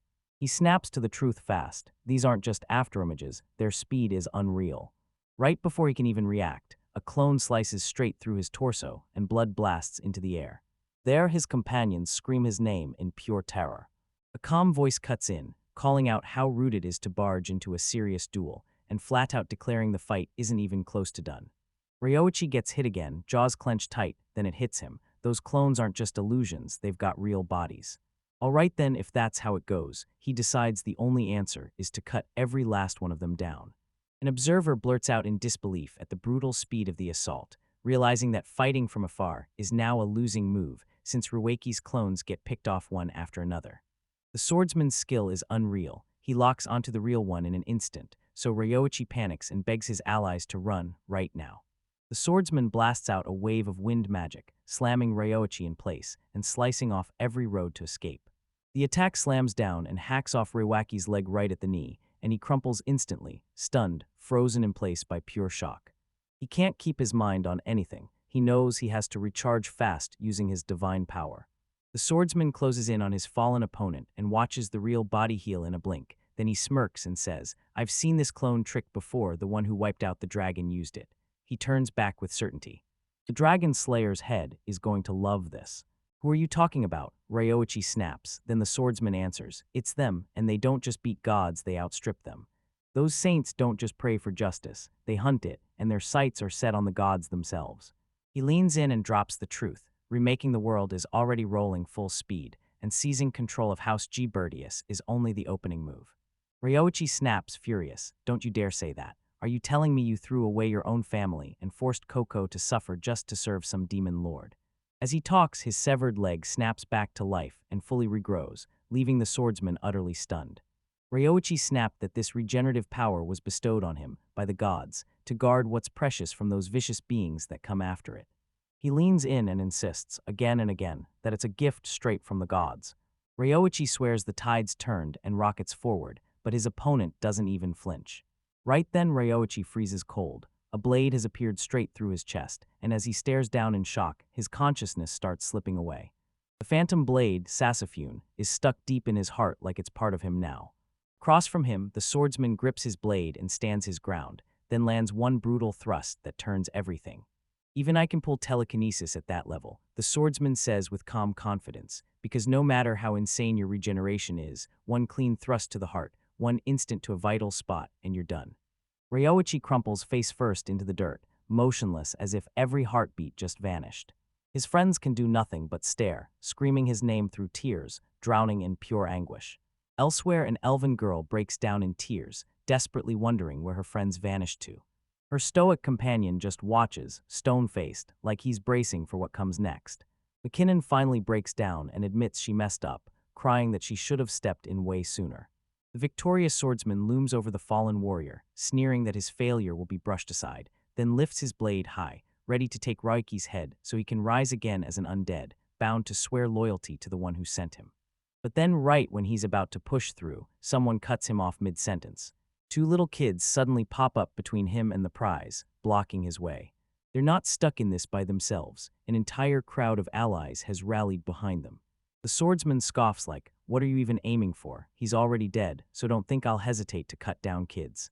The two kids clutch those tiny, ferocious beasts and refuse to budge. "No," she snaps, standing her ground. "I won't let you hurt Ryoshiny again." And right then, her anger finally bursts wide open. Shaken to the core by what he just saw, the young warrior surges forward with one mission: cut the fight short before it turns catastrophic. But the second she surges closer, an impossible gust slams into her like a wall of wind, freezing her mid-step. The truth hits: those tiny kids are the ones behind the gale, and the moment they unleash it, a violent storm explodes between the fighters, blasting them apart like they were nothing. The warrior can only freeze, staring in stunned disbelief as that overwhelming power crashes over him. From a safe distance, the onlooker's eyes widen with dread as he spots the terrifying phenomenon, and the kids' bodies begin to change, swallowed by the spirit's raw, unstoppable power. These two finally lock into perfect harmony, so legendary it's called the spirit-human unity. This is a feat nobody thought was real, because it demands the user's heart fuse with the spirit itself. Together, the kids shout at the raging winds to stop, and they funnel all that raw power into a blazing swirl of a vortex. Realizing she'd massively underestimated them, the warrior clenched her teeth and carved a path straight through the storming wind. She realizes their technique is terrifyingly strong, but the kids have zero combat experience, so they're left completely defenseless. But their resolve hardens to steel. Ryoichi is getting protected, and they'll pay any price to make it happen. Right when she lunges for the final blow, another voice suddenly erupts, demanding her to back off for her own brother's sake. The warrior snaps at the kids to step back and asks, right as she lifts her blade, if they really understand what their lives are worth. Just as her strike is about to connect, Coco rockets in out of nowhere and throws herself between them, her sword screaming against Kuro's. She steps forward and vows she'll kill him herself, taking responsibility for every single failure that crushed him. Right then, a feeble voice cuts in, begging them to stop. Please stop. Ryoichi, drenched in blood and gasping on the ground, just witnessed a horrifying showdown, brother against sister, locked in a fight to the death. As he wakes up, a spirit tells him he lived through the killing blow, because his body has already forged a spirit gate, and that blade just tore harmlessly through his spirit realm. Ryoichi Chastity's nearly faceplants with relief, knowing the kids are safe, after the shock finally knocks him out. He swivels his gaze to Karo and presses the question. Coco, his own sister, isn't she every bit as irreplaceable to his family? Kuro coldly swats away the sentiment, insisting he's cut every last tie to become a warrior of carnage, and Ryoichi shoots up with an axe in hand, calling it all total nonsense. The two men lunge at each other again, and their weapons slam together with a violent, thunderous roar. The spirit snaps Ryoichi's focus. Kuro outclasses him in speed and skill, so he better slam the gap fast and fight like his life depends on it. Kuro can barely believe it. Ryoki's body got sharper and his magic surged, stronger than before. Sensing the danger rising fast, he decides to end the fight right now, before his opponent turns into something far worse. He fires off a secret technique, unleashing a brutal storm of slashes that rips straight through the battlefield. The attack tears the area apart, and Coco breaks into a desperate cry for Reiwaki as everything falls to ruin. Kurao looms in the rubble, smirking as he's sure his ultimate attack left nothing, or no one, alive. Then the dust finally settles, and out of it surges a brand new power, a wind spirit, even mightier than before. Ryoichi stands reborn, and a blazing aura pours off his body, because he finally nailed the same spirit-human unity the kids achieved. He stares in awe at the blazing light coursing through him, because in that desperate bid to protect someone, his spirit has fused with his very being. Koro snaps it off as a cheap bluff and surges forward, straight at him. Ryoichi's spirit-infused arm catches his strike with zero effort, and his blade clatters to the ground. Kuro freezes in shock. His opponent's speed is straight-up impossible. Ryoichi crushes his foe's power first, then snatches the cursed blade, Sasafune, in one brutal grab. Right then, he shouts that the fight is over and slams in the final, knockout strike. Under the calm moonlight, amid the wreckage of their fight, Ryoichi stands there, victorious, breathing like he just won the impossible. Crushed and beaten, Kurao demands answers. Why did they let him live? Ryoichi explains that in that make-or-break moment, he watched Kiru hesitate before he could finish off his own sister, and that one tiny pause proved his humanity hadn't fully died. Then Kurao snarls at Ryoichi for being a fool, and as he hands back the cursed blade, he finally admits the legend is all too real. Then he lifts his own sword to his throat, fully ready to end his life. Coco barrels forward and smacks the blade right out of his hand. Tears streamed down her face as she tore into his selfishness, pleading with him to carry on and make amends for every sin. She tells him Ryoichi didn't kill him at all. He cut down the demon inside and somehow brought her real brother back. Kurao looks at Ryoichi one last time and, calling him an outsider, finally admits he can't bring himself to hurt his sister anymore. Kneeling in front of Coco, he finally throws in the towel and admits he's completely, totally beaten. Inside the Gabardus estate, the whole family sinks into a cold courtroom mood, eyes sharp, judging every word. Kurant's fate is sealed. His murder and conspiracy are so unforgivable that mercy doesn't stand a chance. Now they're marching him straight to the magistrate's office to get the punishment he's earned. Ryoichi bursts in and freezes the whole crowd. Then he fights for a life sentence, screaming that if anyone's going to put Kuron down for his revenge, it'll be him. He even steps up and owns his crimes, admitting he turned Kuron's swordsmanship into a brutal, unstoppable obsession. The family patriarch listens in silence, eyes narrowing as he weighs Kuron's insane power, and he can't help thinking, if that strength had ever been aimed at something righteous, he could have claimed the seat as the rightful heir. The talk snaps into a bigger, darker threat. Your enemies, the forces crawling in from the land of the dead, have slipped into the surrounding lands, and their plan is brutal. Spark an endless war, crush the Jeopardious clan, then seize control of the estate. Now that the threat's been shut down, they crank up the security around the whole compound. The legendary A-rank adventurer, Lord Orion Bark, has been called in to help, and just like that, a wave of relief hits everyone. But then grim horror hits. In the pile of slain undead, the High Monk's corpse is gone, and their leader is missing among the bodies. Everyone keeps staring at the duel between Reiwaki and Kuro, but the real question, where the rest of the undead are hiding, sits heavy in the air. Those undead ninjas they'd fought broke apart when they fell, turning into choking black mist, but the High Monk was different, like some other force entirely, rising above life and death. Elsewhere, the undead High Monk stared out over the estate, and unease crashed over him like a dark tide. His troops were poised and ready to strike, but he slammed the brakes on a full-scale assault, because he knew any extra chaos would only wreck the long-term fate of the land of the dead. Bitter rage spills from his mouth at Kuro, who can't even manage to end his own life, and then the monk snaps the truth. Their shadowy organization has been steering major players across nations for ages.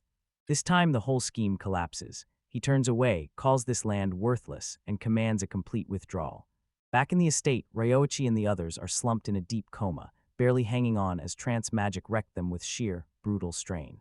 While they rest, their allies stand guard, and the summoner drops back into collapse, drained to the bone from mana loss. One caretaker seethes with rage and blocks the other from kissing the unconscious Ryoichi. Breaking news hits like a thunderclap. The High Monk everyone thought was dead has risen back to life. He's an immortal freak of nature, an undead legend, and the ninjas were nothing but his puppets. The family head's face goes pale when they realize their trail dies at the port, because the enemy has already vanished off the island. In his cramped cell, Curtin sits in dead silence. No one can tell where his loyalty really lies.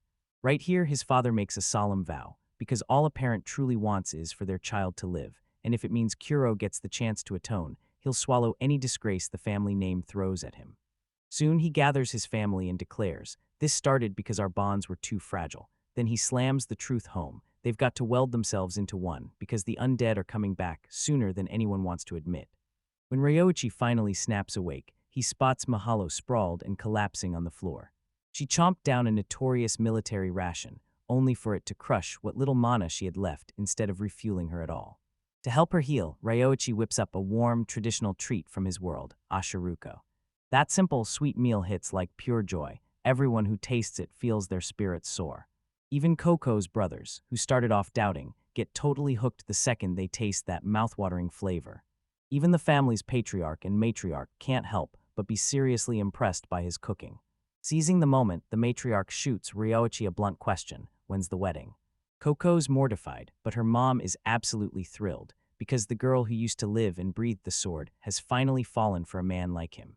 Her father bursts into booming laughter, insisting that his future son-in-law could be the spark that brings a brand new martial arts school to life. With his full acceptance sealed, he hands Ryoichi Haga, the Gibertia family's prized sword, the one they've guarded for generations. Even though Ryoichi feels like he doesn't deserve such a precious gift, Coco pushes him to take it, because she can tell he's about to draw in dangerous enemies, and he'll need that power. Just as the moment hits its peak, Lord Sugatani rolls in right on cue as the Goodwill ambassador. After he delivers the dire news, it hits hard. This isn't just a local undead problem anymore. The Walking Dead are yanking key people in other nations like puppets, and the way they fight screams one terrifying truth. The land of the dead is gearing up for a full-blown military invasion. He throws out a plea deal. If Kurom spills what she knows about the invasion, he'll fight to cut her sentence. Kurao is hauled into the deal, but he spits in the face of freedom, then drops the terrifying truth. Half his body has already rotted into the undead. If they execute him, the undead king will seize him fully and drag him into doing atrocities. He admits that even behind bars, he clung to his family's voices, until they finally helped him rip his heart back from the king's grip. It's a shaky win, but hey, it's still a win, and right now that's all that matters. Coco reaches out to him and tells him he's not too late, that she's got him back, because he's returned to them. With fresh resolve burning in his chest, Quaran whips his gaze to Ryoichi and demands that he look after his sister. He whips around to the ambassador and takes the deal on the spot, already setting himself up to stab his old master in the back. Then he fires one chilling question: which country is the undead king about to invade? The answer finally lands, because a terrifying threat is about to smash down on Centria Sylvan Kingdom, the elves' homeland, and one of their own is caught in the blast. Their adventure kicks off the moment. Their vessel slices through the waves and rips into the Ichigo Island port. They spread the map wide, laned in, and charted their next move toward the Centria Sylvan Kingdom. Kakinatsu isn't just far, it's stacked miles away in the far northeast, past the Karaslea Kingdom, sitting on those quiet archipelago shores. While one companion tries to snap Ryoichi out of it, reminding him that his own country is in grave danger, Malo drifts off into a whole new reality, grinning like crazy, because he's finally about to meet her family and lock in their marriage. That's when the next voice reassures them: no need to panic. The Centria Sylvan Kingdom is shielded by the brutal sacred forest, and for generations, the ancient, battle-tested elven warriors have stood shoulder to shoulder with the Karaslea Kingdom, hammering back the undead nation's forces without ever letting up. An elder tells Ryoichi to lock in on his own recovery first, and when he hears the kingdom's military's backing is already lined up, his mind finally settles. Later, beneath a sky full of stars, Mahalo stands alone on the ship's deck, her single-tiered tear line carving down her cheek as she stares out over the roaring sea. McKinn steps in, her sensors picking up every spike of emotion, but Milo snaps it off fast, telling her she's totally fine and begging that his crack in the armor never gets out. Then she grabs Mikinn's attention and begs him to hear the story she's loved since she was a kid, about Dorado, the hero who tore the Demon King's terror apart and saved the Elven Kingdom. As she got older, Milo told her that her own dives into old historical texts finally crushed a shocking belief. It wasn't a myth at all, but a real figure with insane powers and dangerous artifacts. 6. She finally blurts out the belief she's guarded for ages, that Ryoichi could be the reincarnation of that legendary hero. While one of her companions cheers it as a lucky sign that Ryoichi will save the Elven Kingdom again, Malo's smile fades into real worry, because she knows the terrifying part is what comes next. Beneath the full moon's glow, she cuts herself off and waves away the most important piece of the legend as a tasteless lie. something later historians cooked up to fill in the blanks. Their ship finally rams the dock and rolls into Cookrell Port. Right there, officials step in and hit them with the bad news. They'll split up, because the group has to rush straight to the capital of the century Sylvan Kingdom. They're handed a map, and their path drives them north along the base of Mount Jorai. First stop, the city of Randall. The carriage ride drags on, but Ryoichi finally reaches his stop and thanks Malo for every bit of guidance that got him there. Today, moments later, Randall's legendary skyline bursts into view, an endless sea of streets topped by a grand castle, jutting out of the mountains like it was carved by gods. As they stride through the bustling streets, they can't help but stare at the dazzling marquise of Randall's castle, until a massive, jaw-dropping, ornately carved temple steals the show and pulls their eyes away from everything else. Malo leans in and reveals it. This is the Temple of Savoth, the top-tier deity above all the other gods. So the temple hits like a knockout, absolutely breathtaking the moment you see it. Inside those magnificent, dignified halls, the companions felt their hearts bow in awe. Malo leans in and tells you the truth. Every ounce of magic answers to Lord Savoth, and Lady Undial, the deity she serves, is tied to him like fate itself, so she steps right in with the other worshippers and prays for his blessing. The high priest snaps his staff upward, and a wave of divine light crashes over them. Ryoichi and his friends feel a sudden, pleasant warmth wash over them, while Carrie's jaw drops, swearing that a blessing from the supreme god is so rare it might only show up once every century. Even the non-humans in their party got a god gift, and Michen's analysis has uncovered the truth. An unidentified force field is now living inside her. Malo realizes only the supreme god himself could be steering him, then the priest backs it up and confirms it. Next, the priest, Mike Alias, hits them with a jaw-dropping announcement. The supreme god, Savoth, has appeared, and he's right here, waiting for them. He leads the bewildered group straight toward a blinding light, and there, silhouetted like a god, stands the divine being. Before them isn't just one god, there's a whole army of them standing in formation. Divine power crashes down like a crushing tidal wave. Malo drops to the ground in sheer shock, realizing her own deity, Undial, stands among the pantheon as the supreme god watches. While everyone else bowed to the floor, a winged goddess swooped in and spoke straight to Ryoichi, calling him a transmigrator and her friend, then told him to calm down and breathe. His companions gawk in stunned silence as the truth hits them like a wave. The goddess tells him straight, Ryoichi might have kept his secret locked up, but his comrades have been proven trustworthy, so they have to hear the truth about what's coming next. Ryoichi swallows his nerves, nods along, and then, finally, he gets to tell his trusted friends himself, gratitude flooding his chest. Then Odyssin, the supreme god, breaks the silence and tells them the real reason they're here. 500 years ago, a different transmigrant was dragged into this world, and his name was Dorado, a man from Ryoichi's own era and country.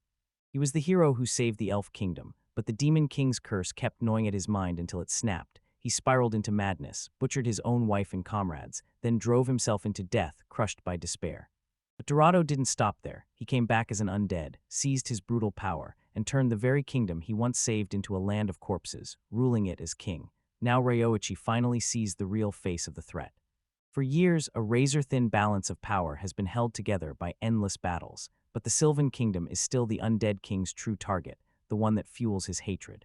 Dorado's power keeps exploding. Now he can secretly turn key figures from other nations into his undead soldiers, and his army swells by the minute. The god snaps that this is a brutal break in the life and death cycle, but since Dorado got summoned by the other god, their divine rules lock them out of interfering directly. So they're demanding Ryoichi, because he's the transmigrant they need to stop King Dorado, end his rampage, and deliver the final knockout. Ryoichi can't shake the fear that he might not pull this off, yet the goddess sees his doubt, because his opponent is an immortal warrior, forged by 500 years of battle. And she hits him with the truth. His own power is different and untouchable. His divine-level adaptation shields him from the curses that wrecked Dorado, and his divine-level regeneration makes him almost impossible to kill. Still, she praises the brutal strength he's forged in no time at all, even as his gentle heart stays right where it belongs. But time is running out. Every time Dorado conquers a new nation, his power swells, and they simply can't waste another second. Ryoichi gets it, his resolve locks in, his goal stays the same, protect the homeland for his companions. He takes the mission, promises to back them with everything he can, all within the rules, then he's given a sharp farewell. After the crowd thins out, that brutal encounter's pressure hits Ryoichi like a tidal wave, and he can barely breathe. Meiloo's nerves get the better of her. She finally realizes she didn't stand before the great gods as a priestess at all, but just as an escort. Right then, bam, Lady Undial, her own deity, materializes in front of her. Because she's stuck by someone this important, the goddess hands her a special gift ring and pushes her to keep grinding even harder. Milo's overwhelmed, grips the ring tight, and bolts into the chaos, her mind spinning out of control. Next, the woodcraft god Yasuk bursts onto the scene right in front of Ryoichi. Ryoichi blurts out his thanks, stunned that it was Yasuk's blessing that kept him standing through those brutal battles. The god Jess warns that a one-handed axe has its limits, then pushes Ryoichi to switch to a sword axe for the battles ahead. Right after that, the wind spirit Sylphina swoops in, eyes widening as she admits Ryoichi's blessing has turned his wind magic so formidable she can't ignore it, something she almost never sees from a human. Then she whips her gaze to his feline buddy, declares Lily the perfect pick for the next great spirit, and swears she'll spoil her, sending the poor cat into pure terror. From a distance, two more gods peer at the chaos, and they're baffled by one thing: everybody's obsessed with this transmigrator. Back at the inn, Ryoichi collapses in total wreckage, drained to the bone after all those divine encounters. Just as they sat down to eat, he froze, because Mahalo still hadn't come back. And his companions heard the truth about where he came from, and it clicked instantly with his insane abilities. They're reminiscing about the picture books of the hero Dorado Astoromolo adored, and how everyone says transmigrants are divinely chosen, heroes meant for greatness. Ryoichi and Mikan, both on edge, decide they've got to go find her, right now. They spot her at a hidden lake, gripping the ring she stole from Undial, and when she sees it, her face tightens, because she's read about it in ancient texts, the Ring of Pure Water, a divine artifact that hands its wielder immense power. Lost in disbelief over the insane journey she just survived, Ryoichi suddenly calls out her name. He tracked her wrist device and found her. Then his stomach dropped when he spotted her clothes folded neatly by the water, and he blurted out that he was terrified it was going to be the worst. Totally shaken, she blurted out that she wasn't doing anything dramatic. She was just trying to steady her nerves after everything that shocked her that day. Ryoichi slid beside her and admitted, straight from the heart, that he'd been terrified because he knew she'd been hurting for a long time. Milo finally blurts out where her torment is coming from. She dug it up in her research. Dorado, the hero who turned into a nightmare for her homeland, is a transmigrant. But she clings to the hero tale so hard she can't face the dark truth, and when she finally turns to Ryoichi, she sweeps in clothes and declares her love like it'll save them all. Her eyes brim with tears as she makes a desperate, trembling plea: save the Elven Kingdom, but promise you'll never become like Dorado, and promise you'll stay exactly the way you are. Ryoichi locks eyes with unwavering resolve and vows to her in that moment. He'll fight to protect her homeland, no matter what, and he won't ever bend or change. In a dark, ominous fortress, the undead king just got hit with a deadly report. His subordinate bursts in and tells him the truth: Kurao's been wiped out by the Kakenatsu swordsmen. King Dorado didn't flinch. He just said he liked the swordsman's spirit, so he decided not to strip him all the way into a full undead. Even after he's warned that Kurao refuses indoctrination and might be leaking secrets, he just shrugs it off, dismissive to the core. He tells them that everyone who ends up on the ground before him will, sooner or later, choose to kneel and worship him, because even one lone deserter doesn't matter at all. From his throne, the king booms, "We're declaring war anyway," and suddenly there's no more hiding, secrets are done. He bursts out, calling his kingdom a paradise for the persecuted and the undead who have come hunting for revenge. His very first target, the Elven Kingdom. Then Charislea and the Marlin Empire will collapse, and when they do, he'll sweep up the ancient Magitech weapons buried in those ruins for himself. Once the world is finally in his grasp, he'll unleash his undead army and set his sights on the ultimate threat, the gods themselves. Their journey slams them right up to the base of a sacred peak, the relay point to the centriest tree nation, Mount Horai. This land is guarded by Sword Saint Mikanata, a warrior blessed by the divine sword Kazuchi, because the title of Sword Saint isn't just an award, it's a direct mark of the sword god's power. After brutal training, a chosen warrior finally gets the god's blessing. Then, sooner or later, it slips away, and the Sword Saint flips the script and starts handing that blessing out to others instead. It's the greatest honor any swordsman can earn. Ryoichi stands there gripping Haga, the legendary relic sword he inherited from the very first Sword Saint, and he can't stop thinking about what that really means. Even with his companion hyping him up for his insane growth, he still feels like a total beginner, like he doesn't deserve the power of that weapon at all. After everything happens, he credits his breakneck progress to a granted power, but ever since the Kurao tragedy, he's convinced his strength is just a ticking liability that'll drag his friends down. That crushing fear hits Coco hard, and she makes a brutal call. She turns to her friends and begs for permission to train alone, just to have a little time to fix herself. As the wagon lurches off, it tears her away from her companions, while one of the younger kids breaks down and sobs at the sudden goodbye. The others rush in to comfort her, reminding her Coco swore she'd come back stronger than ever after training under the legendary Sword Saint. Coco stood there in stunned silence as they disappeared down the dusty road, her resolve snapping into something unbreakable. She swallows her pride and apologizes in her heart, knowing she can't afford another loss like the one that crushed her brother. Defeating the King of the Dead isn't just hard, it's not even on the table. Clenching her jaw with grim resolve, she climbs the sacred mountain, ruthless and focused, because she has one mission: steal the sword god's blessing and make her disgraced brother's death pay. While the crew pushes onward, the rest of the group keeps marching down the road, deeper into the unknown. They finally roll into Rias, the Centrious Tree Nation's capital, an insanely lively city built around one colossal, towering tree.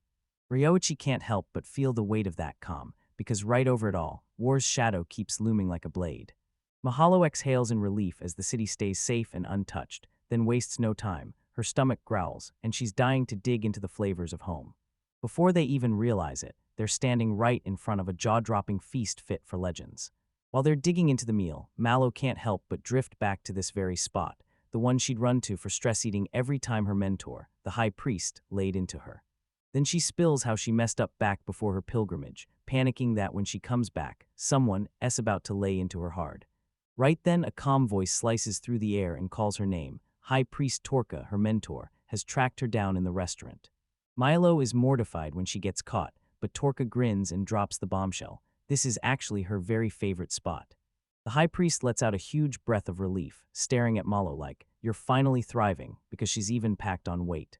Then Torka snaps her focus to Malo's companions. Ryoichi throws out his name, and Torka follows up immediately, introducing herself as the town's high priestess. She fixes her gaze on Ryoichi, and you can see it. Recognition sparks in her eyes like a sudden flash of light.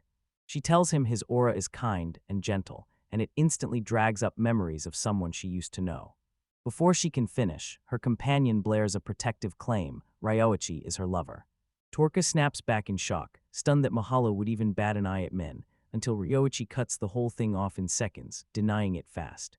In the game, the high priest breaks into a smile, totally at ease because her student finally found some solid friends. Torka then drops a bombshell, Malo's old training partner, Myra, and spills details about Malo's pilgrimage. She brings up what just happened in Randall, gods suddenly flooding the town, dropping divine revelations, and it's like the news never even reached their group because Milo's nervousness hits him hard, right in front of everyone. Torka spots Malo breaking into a sweat, and another companion blurts out that the ring of purity is blazing on Malo's finger. Torka freezes in terror when she realizes Malo is the priestess everyone whispers about, the one meant for greatness, and in her panic, she blurts out her own age, 500 years. As a high elf, her lifespan stretches on like a miracle. Ryoichi can't help but stare, stunned. Torka leans in and snaps, "I'm not immortal. My own sister died a tragic death centuries ago." Torka cuts the tension and fires off a straight, no backsies question, straight at Ryoichi. "So your homeland is at Nihon?" Ryoichi just stood there, completely shocked that she actually knew the name, Japan. Torka leans in and tells him she once served the legendary hero Orado, the man who wiped out the Demon King 500 years ago, and then says the same hero wasn't from here either, he came from a far-off world called Nihon. The whole party freezes, completely stunned by this bombshell revelation. The fact that the high priest personally knew Dorado and even watched his tragic downfall hits them like a crushing weight. Ryoichi can't wrap his head around it. Why does Torka treat him like family, even though he looks just like the fallen hero who's now the king of the undead? With those heavy thoughts crushing his chest, Milo decides he has to push forward and make sure her home village is still safe. Morris Village sits at the edge of the undead nation, a cut-off remote outpost that keeps the whole front line from collapsing. And the moment they arrive, they're staring at this tucked-away village, wooden houses woven right into the forest like it grew there. Milo is welcomed with big smiles by the other elves, young on the outside, but carrying that battle-tested aura of warriors who have survived wars. She's swarmed with love the moment she arrives. Family and friends surround her, and you can practically feel her popularity in the air. The whole village lights up when she comes back safe, and she's not alone this time, because her new companions are with her. Ryoichi takes one look at the villagers, most of them centuries old, and realizes they're anything but fragile old folks. Milo cuts in to warn him, they're all active warriors, don't you dare underestimate them. Then she marches up and greets Paro, the village chief, who looks so much like her older brother that it throws you for a loop. After Malo introduces Ryoichi, the room instantly feels different, like she's spotlighting someone she truly holds close. Paro steps in, smiles, and officially welcomes the whole crew with open arms. Then he pulled Ryowaki aside and asked her to go with him, privately. The women stare in dread as the two men turn and walk away. Paro drags Ryowaki straight to Asuna, swearing it's the perfect spot to shed every title and finally talk the truth, no masks. He cuts straight through the noise, determined to find out what kind of man he thinks will end up marrying his daughter. Even as Ryoichi swears it's not true, Paro feels it, divine blessing blazing around him and the spirit contract snapping into place. But with his village chief brain and warrior instincts, Paro can practically feel a massive undead assault closing in right now, it's coming. He swallows his pride and humbly begs Ryoichi for help before the next battle. Somewhere else in the village, the women decide they're done watching, so they jump into the sauna too. Malo's mom, Marina, welcomes them in, so young she practically shocks them. Marina tells them that elven growth is pure chaos, then it drags them straight into the women's sauna. That brutal heat smashes into their bodies like a wall. Then bam, an abrupt, skin-chilling cold slammed into them. It hits them like Coco's brutal training grind, and it immediately throws worry into their chest for their missing friend. They keep telling each other, Coco's tough, she'll be okay, like they can will it into being.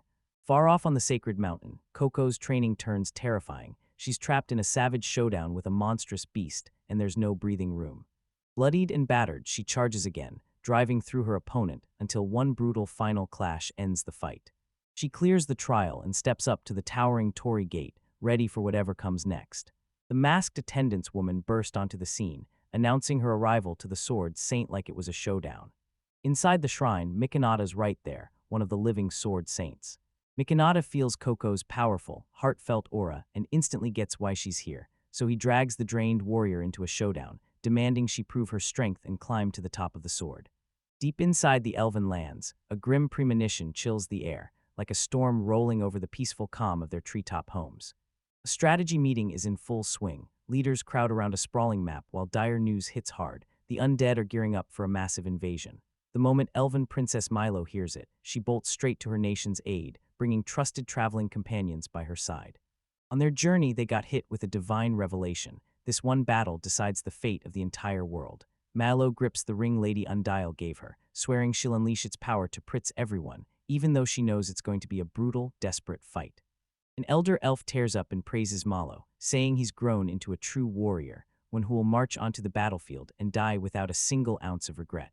But Malo snaps back fast. If he goes down, he'll claw his way back as an undead, and that's a nightmare they can't gamble on, so her irreplaceable friends step in, ready to throw their strength behind the fight.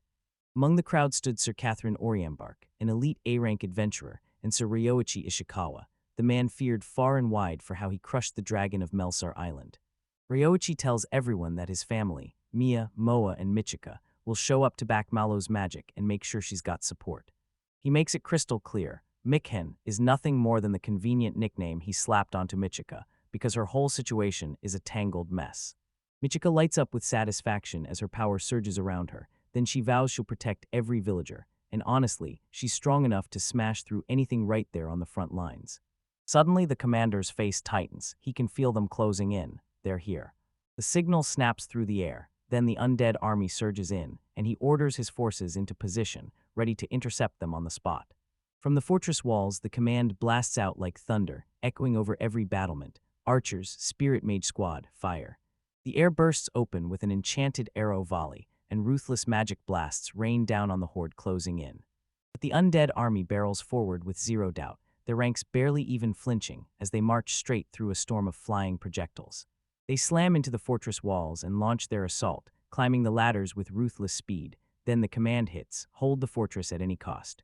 Up on the battlements, Catherine and Ryoichi clash head-on, their blades slicing clean through the undead as they crash through the defenses.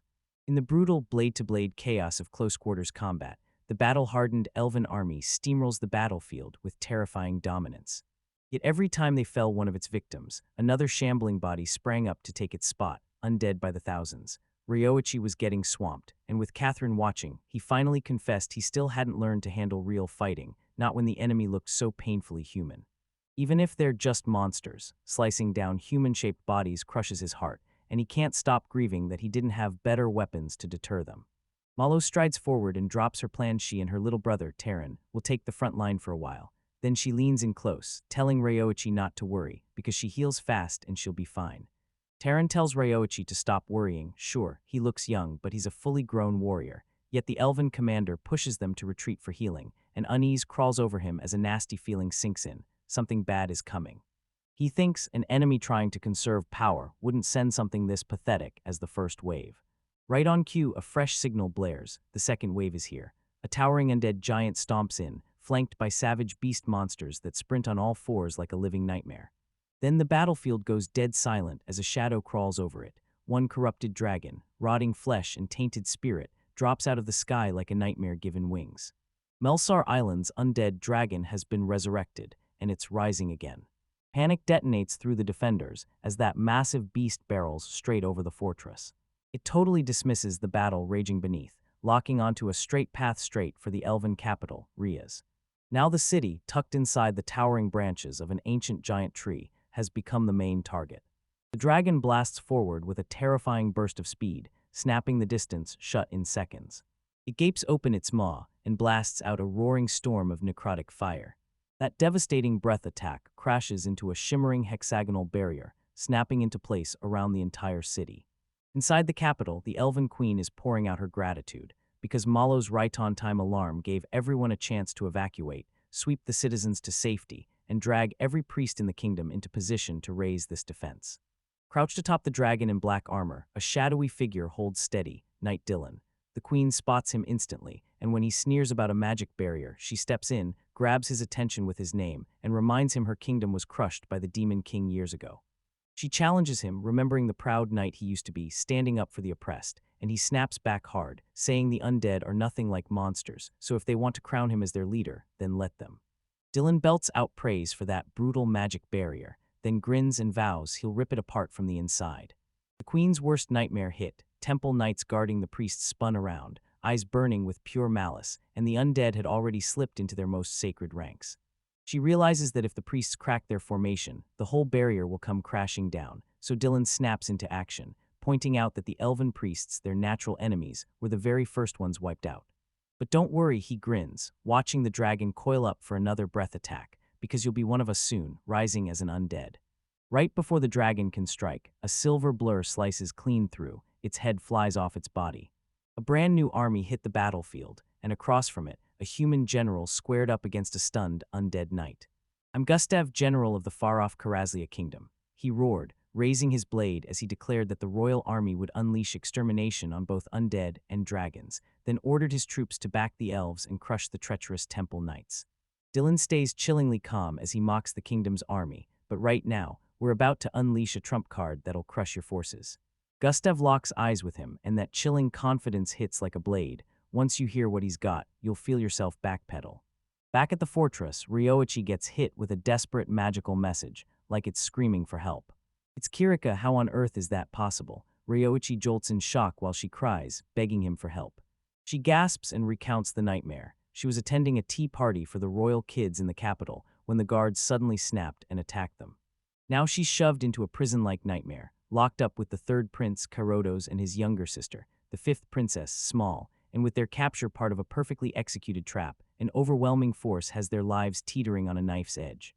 Brutal dragon's shadow looms as a dark figure, bars the kingdom's knights and spits out an ultimatum. Hield's tiny princess, Prinsky Totoros, and Duchess Kirika are captive, and he'll spare their lives only if the kingdom retreats. He grins and claims he's taken the royal family's lives in his hands. One wrong move, and they're gone, and the knight can only freeze because this isn't a deal anymore. It's total war.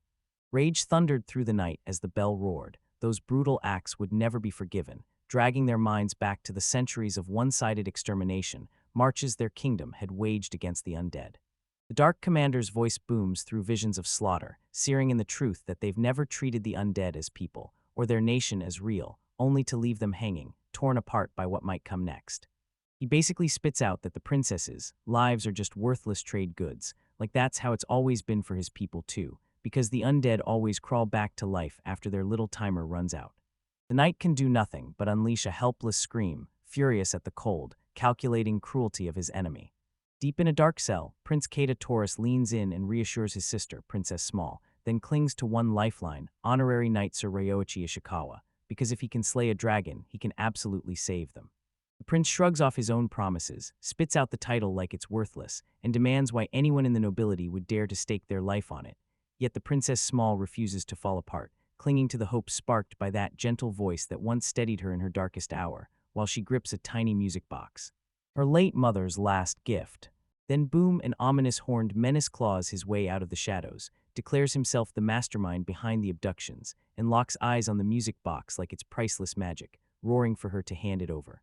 Princess Kirika clamps her hands around the treasured memento, refusing to let it go. She won't surrender the gift her dear friend gave her. Miles away, the device strapped to Ryoichi's wrist started blaring, confirming exactly where Kirika was. Ryoichi and his companion stare down the ruins of old Castle Dorado, now a cursed undead fortress, while she's trapped inside, and even though he sent messengers to the capital, he knows they'll crawl too slowly. So he steadies a panicked Moa and swears on his life that he'll be the one to drag Kirika out. He boldly declares he'll go alone, brushing off his friends' frantic protests as they beg him, "Are you really going to storm that castle by yourself?" He ignores every terrified plea to slow down, locks onto the road ahead, and barrels forward, straight into the first undead guard. With supernatural grace, he rockets over the hulking creature like it's nothing. With one smooth strike, his blade flashes, and the guard drops with his head severed in a violent spray of black ichor. Ryoichi unleashes pure power, and his companions can only stare in shock at how effortless it looks, while Mala starts to wonder if he's been hiding his real strength this whole time. Carrie shuts that down fast because the truth is darker. Ryoichi can't hold back at all. He treats every enemy like an equal and throws everything he's got at them, every single time. He still hasn't fully learned to control his latent powers, so his strength quietly shifts on the fly to match whatever his opponent brings. But now desperation burns through him, and he sees the whole enemy army as one unstoppable wall, just obstacles between him and victory, so he plows straight through them without a flicker of doubt. A fresh wave of lightning-fast beast-type undead crashes down on his friends. Ryoichi barks an order, and Michina, his AI partner, snaps back that she'll wipe out the threat, already reshaping her electromagnetic rod into a long-range sniper rifle. With his friends safe at last, Ryoichi whips around to thank Michina. Then glowing green, ethereal wing leaves burst from his back and hurl him soaring into the sky. The elves stare in pure shock as he funnels wind spirit magic into midair footholds, hopping again and again like gravity can't touch him. Then the main god's blessing surges through him, exploding both his power and his speed. He's basically airborne, tearing across the sky at an impossible speed, racing straight for the far-off castle. Left behind, Malo shoots an apology to his father for failing to stop Ryoichi, only for his dad to shrug and say Ryoichi is just as stubborn and hard-headed as he is, and he would have marched on no matter what. Inspired, Milo hustles up to his father and begs for war, determined to follow his path. But he snaps that they're not heading for the fortress at all. They're going straight to the capital, because he's terrified for High Priest Torka and the others trapped at the Myra Temple, with that same dragon still chewing through everything and attacking Rias too. The terror the dragon unleashed on Melisar Island still haunts him, fueling a fire in his resolve, because he refuses to let anyone else face that same fate. Seeing how far his son has come, his father's pride surges, but he can't bring himself to approve a request this dangerous. Carrie strides up and volunteers to be Malo's bodyguard, because those high-ranking undead on that dragon have some unfinished business with her, and she refuses to let her target slip away. She drops a bombshell, no warhorses needed, because she's got a secret way to travel, then introduces her spirit companion, Willius. The truth hits hard. The spirit is Krakenchan, the exact same water spirit her pirate enemy once owned, and Carrie admits how it all happened. She broke its old master into nothing, then forged a brand new pact with it. The spirit can jump through space at will, one snap, and it teleports the whole crew instantly to the capital city of Rayos, like it's already there. Meanwhile, Ryoichi swoops in above the undead castle and touches down on its ramparts without a sound. He knows that after coming this far alone, one wrong step will turn everything to ash, so he darts across the rooftops like a shadow that won't be caught. His AI companion blurts out that Kirika's tracking device is dead, cut clean. Now the rescue is the top priority, no debate. Ryoichi yanks his hood low and slips straight into the fortress. Inside, the horned sorcerer strides up to a locked cell, while Kirika begs him to stop. He storms up to the chained princess and demands the truth about the magic tool she's hiding. When she refuses, he whips out a wicked blade, swears he'll make her beg in agony before he kills her, then brings her back as one of his undead servants, while Kirika erupts in a blood-curdling scream. In a blink, a hooded figure materializes, and Ryoichi hurls his blade straight into the sorcerer's back. As Ryoichi grips the creature, it crumbles into dust, and Kirika whips her head toward her savior, eyes wide with pure shock and grateful awe. Relief floods his face as he whispers, "Thank God you're safe, I came to rescue you." Kirika barrels into him with pure relief the second he smashes her chains, then she blurts that the other royals are still trapped just nearby. Ryoichi leans toward the hallway, clocking the thick guard presence, and decides the only way forward is to slip out, then come back in from a different angle. Right before they can even move, a crushing dark aura swallows the room, and the horned sorcerer appears behind them with necrotic energy snapping off his body. "You really messed me up earlier," he growls. "I'm here for payback." He cackles at their panic, bragging that as a high-ranking undead, his resurrection happens in a flash. Then undead soldiers crawl out of the shadows and close in around them. "Are trapped." Ryoichi doesn't say a thing. He scoops Kirika into his arms and orders her, with a fierce urgency, to hold on tight. The sorcerer scoffs, but Ryoichi shoots back. He swears he'll unleash a ruthless wind spirit spell and tear a hole right through their lines. A furious gale howls out of his body, blasting the undead soldiers flying, and the sorcerer roars at his minions, "Seize those intruders." "All right," Ryoichi yells at the top of his lungs, clutching Kirika to his chest, "and we bolt like our lives depend on it." A violent burst of magic rips the castle doors wide open, tearing into the throne room deep inside. A towering armored beast erupts to life, blasting out a rage-filled roar. "So what's with all that screaming? And why in the world is there a wind spirit magic caster trapped in this castle?" The horned sorcerer storms into his master's presence, bows low, and blurts out apologies for the mess the intruders caused. The master's piercing gaze lands right on Ryoichi and on the girl cradled in his arms.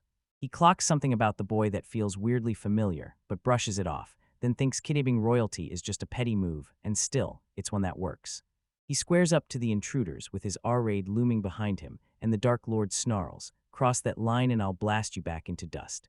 The looming Darkveer steps up to Ishikawa, his voice thundering like it's been carved from ancient power. "You're a fellow transmigrant, aren't you? Then tell me, what's your name?" The second Ishikawa blurts his name, the figure snaps back in rage. "How dare you speak that revered name?" He snarls, looming in close. "So tell me, are you King Dorado?" The armored king snaps that he tossed that old name a long time ago. It's just a dead relic from his past life.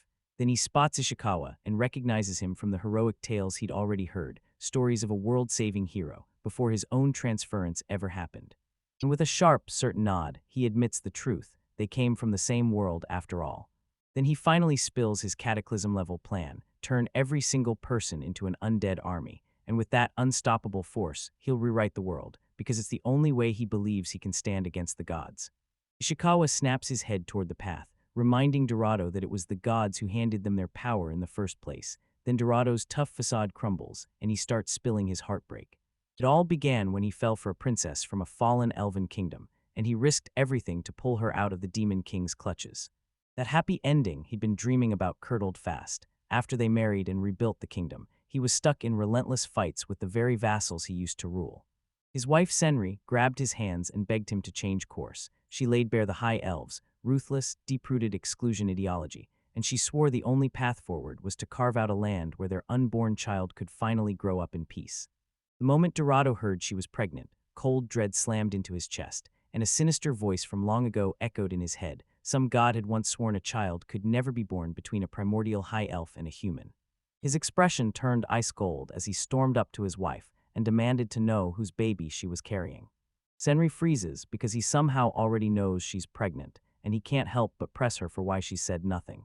Still, she begs, fighting tears as she insists the child is his, a miracle the gods sent. But doubt had already taken root, and a shattered Dorado shoves her aside, barking at her to get out and leave him be. That's when the wicked voice came back and the mask slipped. This wasn't some kind deity at all, but a cruel god who'd struck a pact with the demon king Dorado, the one who got him killed.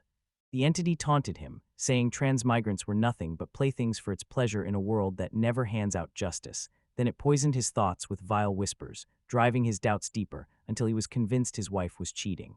The king's whole vibe flipped overnight. Once warm and easy to trust, he turned icy and unreachable, like a stranger had stolen his face and left his people behind. Whispers rippled through the court. Everyone swore a divorce was coming any moment, and they knew it would slam the kingdom's ancient faction wars right back into the spotlight. This Dorado's paranoia latched onto Dylan, an elite high elf knight who'd served Senri and her family since they were kids. Senri finally tracked him down and demanded to know why he'd been ducking her, and when he told her the truth, she admitted she'd gone to Dylan for advice, because the rumors about their impossible, unprecedented child were going wild, and she had no clue what to do next. She even pushed the idea of throwing a public celebration for the pregnancy, turning it into a huge event just to shut down the nasty gossip once and for all. As she spoke, the wicked god twisted her innocent words into a confession of betrayal, so now the child sits in the knight's grip, and comes one sickening order: kill them all. Then it all snapped. Dura's mind shattered as blind rage exploded, and he struck down his beloved wife. The wicked D's voice cackled with victory, roaring that he'd finally become one with his despair. The Mad King snapped and unleashed his full power, smashing everything in his path as the castle buckled and crumbled, while his terrified subjects bolted for their lives. The rampage tore through everything, leaving nothing but total devastation in its wake. With the dust finally settling, Dorado just stared at the wreckage he'd made, his own horror crashing back into him like a tidal wave. What have I done? He dropped to his knees and cradled Senra's lifeless body, and his screaming ripped through the empty ruins of his kingdom. He clawed at hope, praying he was being puppeted by some wicked god, but then a harsher truth slammed into his chest. That rage, that jealousy, that kill-or-die impulse, it was all him. His world was nothing now, just shattered rubble and choking ash. In total despair, he tried to end it all, then reality shattered as he realized he couldn't die. His body kept stitching itself back together, no matter how much he fought. Will stared at his own hand, shaking with doubt. Was he truly alive, or had he already turned into something else without even noticing? His former comrades, now undead thralls, burst out of the shadows and swore they'd serve their broken master for all eternity.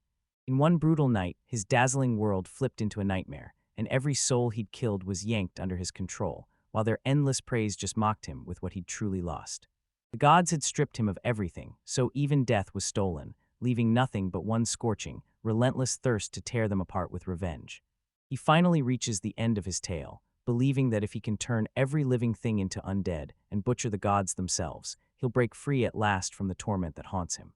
Right here in the present, Ishikawa's jaw drops at the sheer evil of this malevolent god, and Dorado just stares, thinking it's been hundreds of years since he last talked this much to another living soul. Staring at Ishikawa and seeing echoes of his old heroic self, Dorado wastes no time. He offers an invitation to step into his dark crusade. Ishikawa refuses. He feels Dorado's heartbreak, but he won't accept a deal that kills countless innocent people. Dorado's voice hardens on the spot, and his offer snaps into a blunt warning.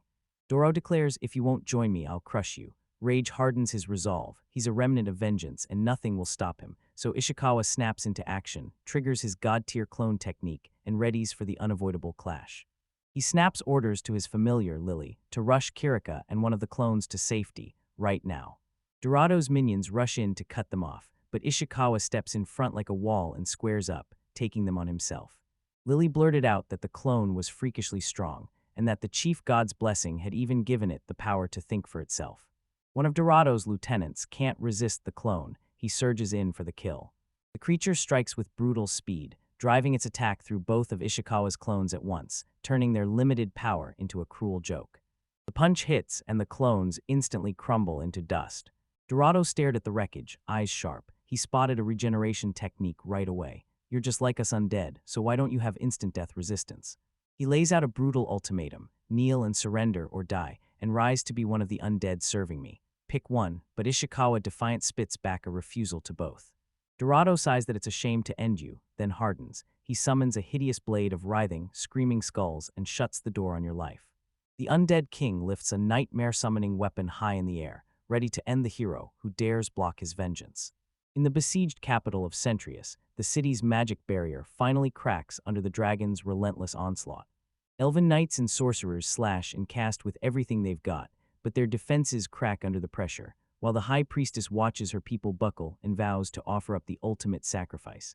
She starts to unleash a forbidden power passed down through her sacred bloodline, sealing magic, and she knows it'll drain her life away to save her homeland. As that massive power swirls around her, her attendants scream in terror, begging her to cut it out. They swear she's the kingdom's only hope, until a new voice barges in, Malo descends, a young woman claiming she's clutching Lady Undial's secret plan, a last-minute escape from that suicide mission. The High Priestess spots her and freezes, stunned by her sudden arrival and the bold new confidence radiating off her. Milo just shrugs out that love has forged her into something stronger, and that one sentence snaps her comrade right out of his chaos fog.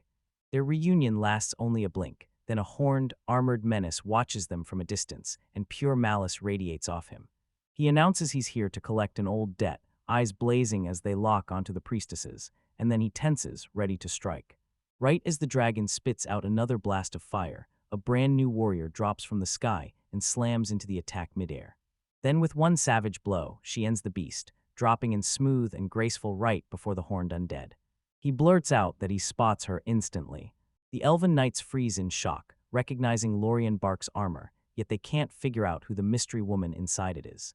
She blares the news that Ryoichi is out there rescuing the princesses, then vows, right on the spot, that she'll personally march in and make their captors learn a brutal lesson. Two warriors slam into each other in a lightning-fast blur, their blades screeching and ringing across the shattered streets of the ruined city. She clocks his growing strength, and he laughs it off, saying he only pretended to be weak. So when she dares to stack his power against the dragons, he scoffs and declares he's leagues above some puny beast like that.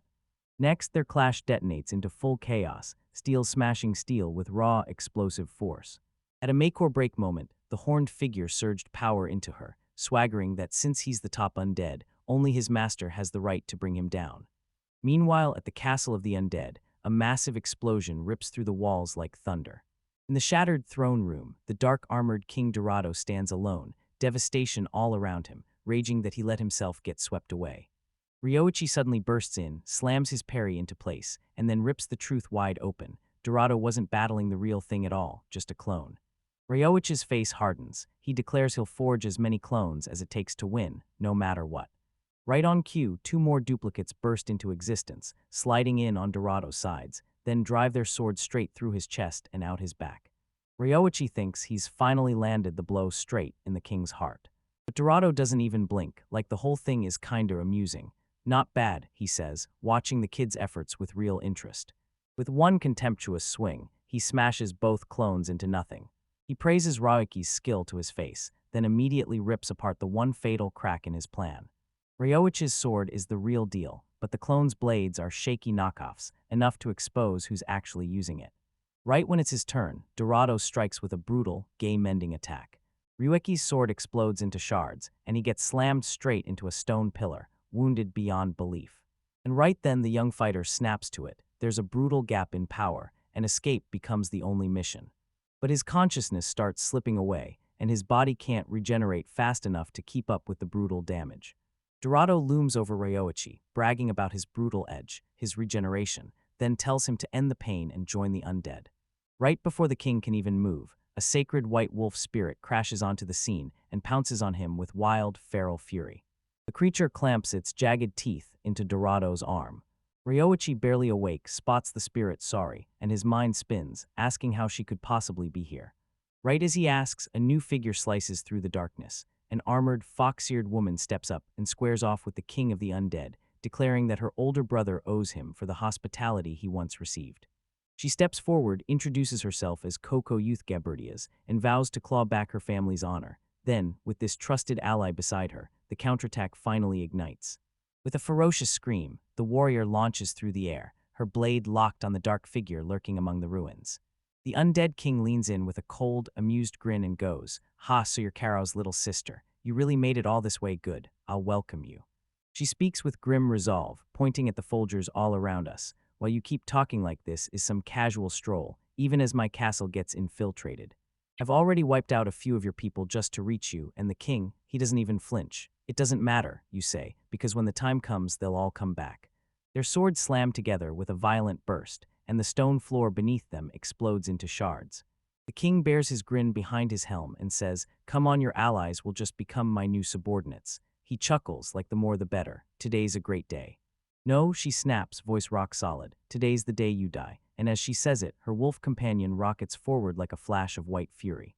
The king snaps his focus onto this new danger, feeling raw power surge around the beast as it whirls up a roaring vortex of wind. With the spirit surging through her, she locks into her blade like they're one perfect unity, no room for anything else.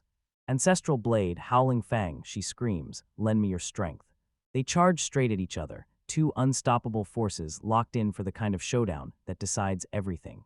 Opponent blinks, then she fires off her ultimate move. Courant style, Sakura loads up a flash like it's about to explode.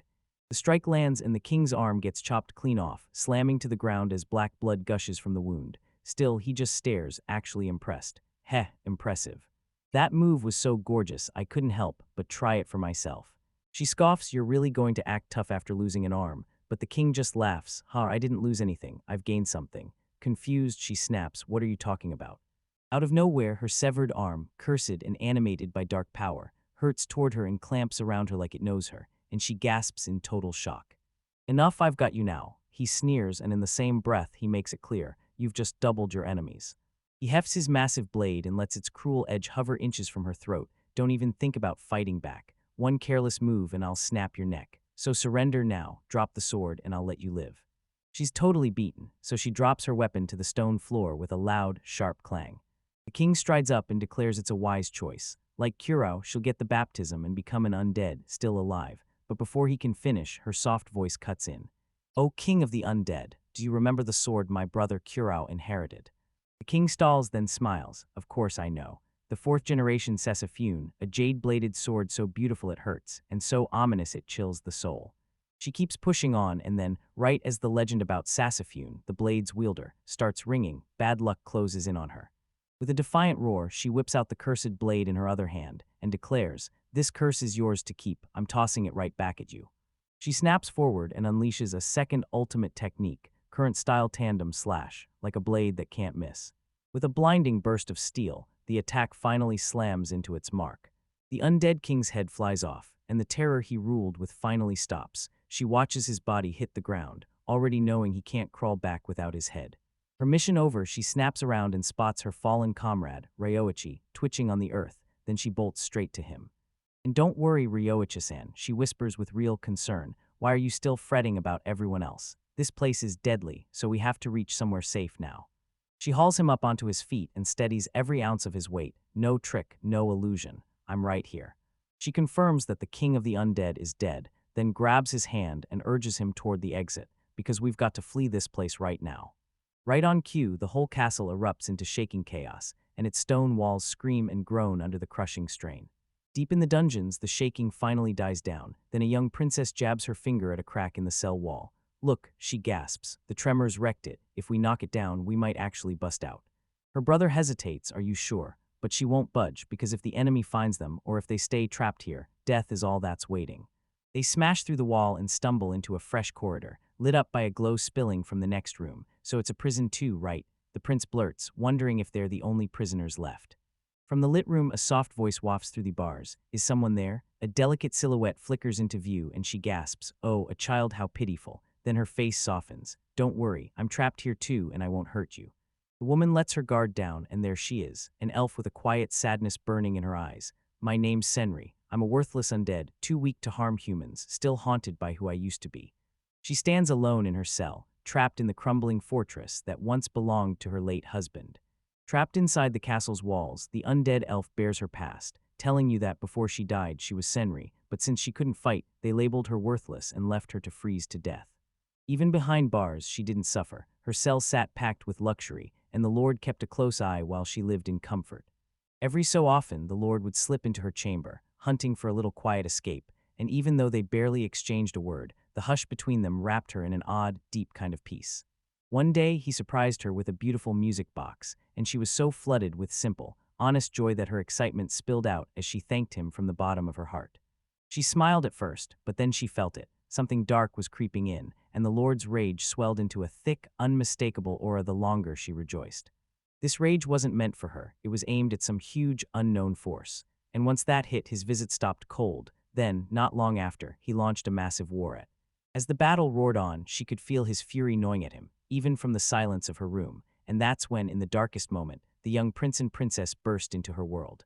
She took one look at their arrival like it was fate, God sent, and begged them to help her break free, not because she wanted to escape, but because she had to stop the Lord from destroying himself. The prince stalls, staring in disbelief, as he wonders why he should lift a finger for someone who's loyal to the same king that crushed them with brutal suffering. Senri finally spills her real motive. Leaving her room would be a betrayal of her duty, but stopping the war and saving the Lord from his own raging torment means everything to her, and with total certainty, she confesses.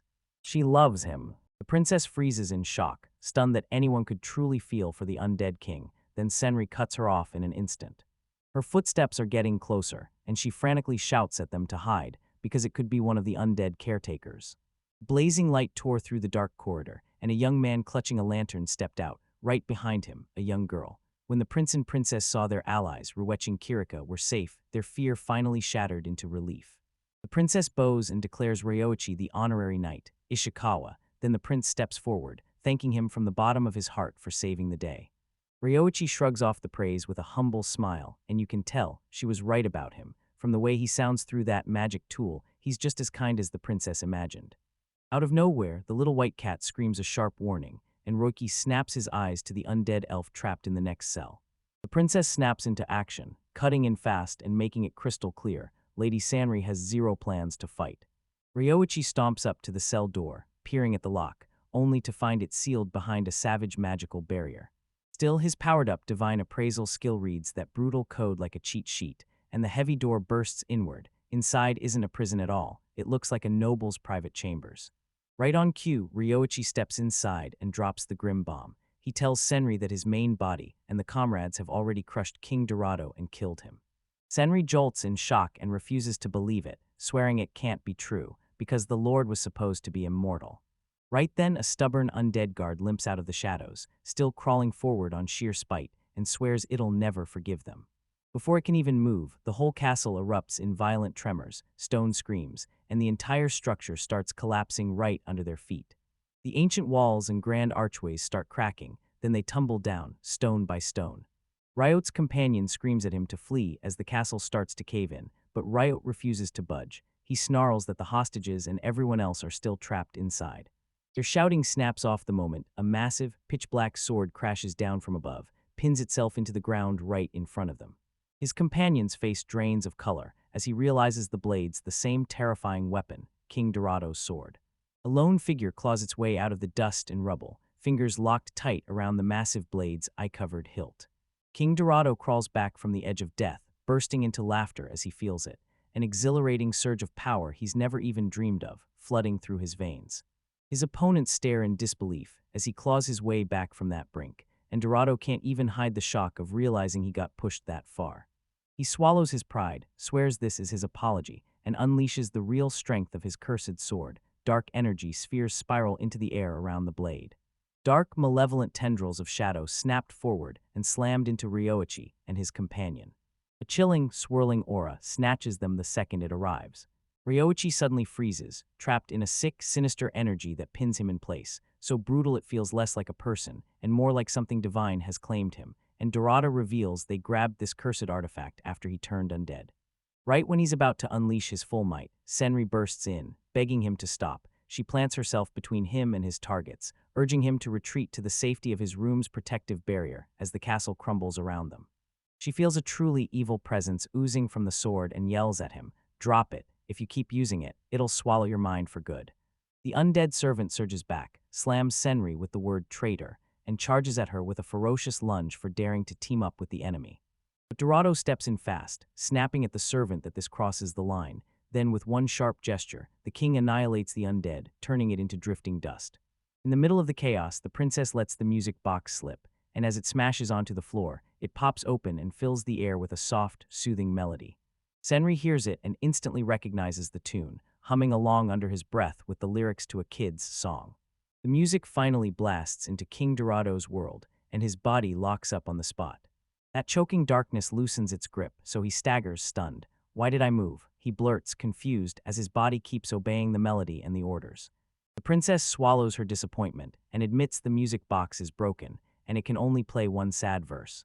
Even with his wounds screaming, Ryoichi forces himself forward and boldly declares, "Don't worry, I can fix this."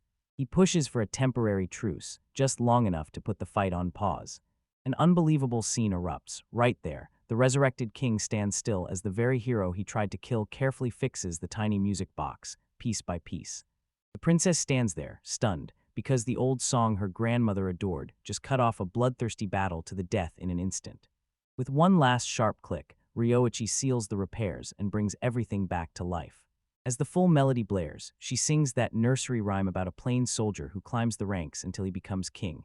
Then she locks eyes with Dorado and tells him, "It's exactly like your story, we'll build the kingdom together." That song jolts loose a lost memory. Suddenly he's seeing his younger days, where a girl from that fresh new scenery tells him, "You're going to be an amazing king," then blurts out her love for someone named Shin, and when the name hits the present, the king's eyes go wide like they've just been struck. Shin whispers my true name, and it tears open a whole flood of memories from my mortal life. I remember now, that's my real name. For one chilling moment, the May once was gazes out through the undead king's eyes. Then from the cursed sword itself, a brand new voice bursts out, ancient rage roaring to life. "Damn you, Queen Senri," it bellows. "It's not once, twice you've dared to interfere."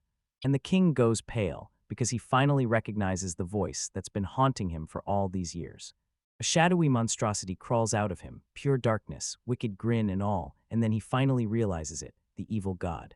God, that malevolent power surges in full force, snatching control as it readies itself to unleash its ancient evil on the world. In his draconic form, the demon lord watches those three priests stack their power into one crushing spell, and laughs at their fusion like it's nothing, before he blasts them with a roaring torrent of scorching flames from his maw. The blast crashes into the ancient structure and detonates like a nightmare, ripping the stonework apart in an instant. One knight gapes in disbelief, shaking his head at how their powerful fusion magic got shattered so fast, and the demon lord jeers, saying their plan was pure stupidity for dumping that massive mana just to crack his magical barrier. The priests crumple in the rubble, drained and broken, and the truth hits them like a punch. They were never built for war magic, so they stare in dawning terror at what just slammed them. Not an ordinary spell, but something meant to destroy. High Elf Malo remembers the lesson she taught her once. Magic can grant wishes, but if the wish isn't real, it won't ever reach its full power. Her mind rockets back 500 years to talk with a man named Dylan, then snaps right to the present, where the demon lord Dylan now stands victorious, soaking in the chaos he's left behind. Dylan, bleeding and broken, begs Queen Senri to run as their pursuers close in, yet she won't leave him behind. Then he reveals the truth. Their special healing magic lives in him too, and he pushes her to survive no matter what. On his last breath, he begged that she, an immortal high elf, must live on for both of them, and with a calm fire in his eyes, he swore that if he ever got to pick where his life ended, he'd leave this world with zero regrets. In the present, Malo can't believe Dylan would risk everything and unleash forbidden power just to protect her, so she steadies her shaking heart and fires off forbidden art of her own, blasting the world with a holy rainstorm. As the holy rain of light crashes down, she locks in her resolve and channels it into healing the soul trapped inside that monstrous body. Those sacred drops hit the creature like fire, burning through its flesh as its corrupted body melts away beneath the purifying flood. Allied soldiers stare in confusion. Downpours feel like a miracle to them, soothing their wounds, while the undead scream in the rain's brutal pain. One of the fighters bursts with sheer relief, thanking their companion's perfectly timed space teleport for getting them out of death's grip. Death hits and the demon lord's monstrous shape starts to peel back as he staggers, gripping his head, his own while battling through the corruption fog, screaming, "What have I become?" Mala watches in horror, tears pouring down her face as the spell finally hits with full, crushing force. As his body shatters into sparkling flecks of light, Dylan, the man he used to be, stares at her, whispering that the rain tastes like his lady's tears and that she's finally truly beautiful. With those last words, his corrupted form gets wiped out for good. With the undead finally wiped out, the crew realizes the truth. Malo pulled it off by channeling a high priest's wish, forging a brutal imitation of the legendary sister Senri's magic. It was the very same forbidden magic Senri had unleashed centuries ago, an art so ruthless it demanded her life, so she could trap the evil that had possessed King Dorado of Shin. The memory hits King Dorado like a punch to the gut, and he staggers in stunned silence, just whispering, "Saved my life, the scenery." A darker memory slams back into place. An evil sword's voice from the past sneers at Senri, taunting her as an infuriating woman who threw her life away for nothing. The sword lands its most brutal strike, tearing open the truth that it already murdered Senri's baby, still in Dorado's womb, then reveals how this horror is possible. Regular humans and high elves can't conceive, but Dorado's transferred body gets rewritten, letting conception happen. The truth rips straight through Dorado's soul. He erupts in a scream of pure agony, realizing he wasn't just hurt, he was the weapon that helped destroy everyone he ever loved. Rage slammed through him one last time, as he swore he'd never forgive that demonic sword, then he hurled himself into it. The sword taunts him, and suddenly it's part of him now, fused to his very bones. If he breaks the blade, his own body will crumble to dust. But Dorado doesn't flinch. He roars that he doesn't need a life this filthy thing handed him. Later, when it realizes the king's body has rotted to nothing, the thing shrugs off the corpse and moves on, snapping, "Die," right as its eyes lock onto Ryoichi, a fresh target with no idea what's coming. In a last-ditch bid to atone, King Dorado rushes forward and throws himself in front of the boy. Ryoichi freezes in shock. "Why are you saving me?" he demands, even as he keeps reminding you he tried to kill you over and over. Sometimes Dorado's gaze snaps back for a heartbeat to the man he used to be. Then he tells him, "You're the only countryman I've ever met, so I just couldn't make myself truly hate you." The evil entity zeroes in on a surge of fresh power. Did someone asterisk transfer it here? And it feels the blessing of Kan Ryoichi pulsing through the air. "Convenient, too convenient. You'll be my next vessel," it vows. Dark energy detonates from the sword, blasting straight through Reiwaki's body as he shrieks in unbearable pain. Then that malevolent power closes in and devours him whole. Blade erupts from the shadows and drives straight into him from behind, fatal, brutal, and shocking enough that his horrified companion can only watch. From the wreckage of Ryoichi's body, something new claws its way into existence, dark-skinned, white-haired, and fully evil as an evil god finally crashes onto the mortal world. "It's been a long time," he grins. "Now let's have some fun." Ryoichi's companion demands answers about what happened to his body, and the god shrugs it off, saying the vessel is just like an eggshell, built to be tossed aside after it served its purpose. She snaps back that Ryoichi's regeneration should have spit him back to life, so the god weighs it for a moment and lands on the grim truth. This is one of those rare times the host doesn't get saved at all. She shrieks in pure defiance, gripping tight to hope and refusing to accept that he's really gone. Consumed by grief and pure rage, she lunges at the monster, and it casually swats away her attack, sneering that she still can't let go of the fallen hero. The god takes one look at her and realizes she's already wiped out from the fights before this. And just to rub it in, he boasts like a god, "No fatigue for me, and every wound I take seals up instantly." Just like that, another figure surged into view, her voice blazing with resolve. "Evil god, I'm stepping in as your opponent." But then an ally grabs her and tells her to stop, because this isn't just some enemy, it's a god, and normal methods won't save her. The god gapes at her. What a copy, just scraps of his own power. Rage sparks through him as he slams dark energy down to erase her. Begone. To his total disbelief, his attack gets blocked and redirected right in front of him.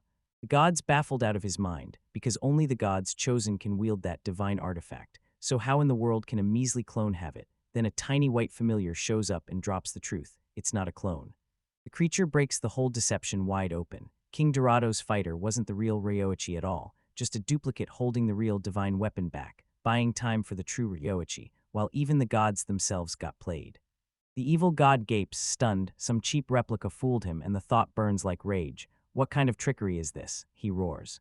Ryoichi rises for real, weapon gripped tight. Then he snaps. "You're the last one who should be saying that." Rage curls in his voice as he adds, "Your wickedness sickens me." And with a breath of relief, he thanks the gods, admitting he couldn't pull this off alone. Just like that, cue clicks and mighty allies crash in out of nowhere. "Looks like we made it in time," one of them says. Nyasuk, a young man, suddenly taps into an insane surge of power and unleashes the secret art called Divine Descent, turning his own body into a god's form, with zero energy left to spend. He braces himself and goes all in, ready to unleash the god-given final strike. The final showdown with the evil god rages erupts, shattering the world's very foundations as everything trembles and breaks. Ryoichi charges straight at the dark entity. Its power feels untouchable, and the god just sneers at his strength. "So you think this will work?" it mocks, pointing to that specially forged divine artifact. "Divine Descent ***, right." His voice oozes contempt and pure fury, like, "Did you really think that stunt would make you my equal? And seriously, a pathetic demigod like you shouldn't act like you can run past me." The evil god laughs at Ryoichi's half-finished transformation and taunts him. "I've fully descended, unlike you." And then their powers crash together in a blinding blast of raw force. Otiscon the god snaps and calls off the pointless fight. "Beating a demigod like you is a total waste." Then he grins, raises a hand, and vows he'll butcher everyone here, using Ryoichi's body as his vessel to become whole, sending Ryoichi straight into the deepest despair. As that dark power swells in the shadows, a desperate warning screams for him to stop. Right before the strike can even hit, it gets slammed to a stop shin. The undead king steps in front of it like a wall. I've already grabbed immortality, he declares, voice ironclad, and I'll stop you, evil god. Not today, not ever. Otisgun only sneers, then Shin gets yanked into cursed chains that shred his very soul, and he spits, "You wretch survivor, just die already." But Shin refuses to break, grinding through the pain to pull off his trap. "You bound me, so you sealed your own moves too, didn't you?" The evil god snaps to the trap. If Shin can just survive that curse, Otis Gun gets left wide open, defenseless. Spotting the opening, Ryoichi gets pushed to move. He has to weld his soul to Sylphina's divine artifact and unleash the power he's been holding back. Ryoichi grabs hold of that power. Then a massive spirit tiger tears into existence beside him, and the two of them slam forward as he pours every last ounce of spirit magic into one final, crushing blast. A cyclone of raw, pure energy crashes down and swallows the helpless god whole. As the light dies down, it looks like they actually pulled it off. The cursed chains are gone, but then a chilling laugh slips through the ruins. "Heh, I should thank you," the evil god snarls, and that terrifying grin blooms across his face as he taunts, "for snapping the shackles that kept me trapped." A wave of dread slams into Ryoichi. "We haven't won. We've just made a catastrophic mistake." Otisgun declares the chains are an invisible prison, and now he'll finally break free and unleash his raw, unstoppable power. Power then boom, a calm but unstoppable voice shatters the tension. From the heavens, a divine being drops down and declares their actions weren't a mistake at all. With the shackles destroyed, divine intervention is finally possible, and the evil god jolts upward in stunned horror, staring at the newcomer. Sivath, the chief god himself, leans into the fallen deity and growls, "Ever since you disappeared, I've been hunting you for ages." Sivath blasts the truth. Otisgun's been locked up for 500 years, his power crippled and his descent unfinished. Rage surges through Otisgun as he calls Sivath a coward, but the chief god stays stone calm and warns. If Otisgun had his full strength, the world wouldn't just fall, it would be wiped out. While you're trapped, Sivath rages on. This time the gods rewrite the rules, and fresh golden chains burst into existence, snapping around Otisgun's body like they mean business. With the old chief god's punishment finally lifted, Savath snaps into action. Then, with one sharp gesture, they slam down a brand new sentence on you. Chains yank the screaming god into the sky, and the moment he rises, divine execution seals his fate. Sivath's eyes snap to Shin, and then to you, the transmigrant burning with vengeance, who racked up countless sins and still wielded the god's power to tear the human world apart.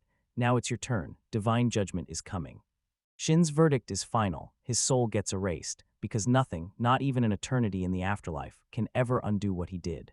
Right when the sentence is about to land, Ryoichi lunges forward, begging Lord Savath to spare him.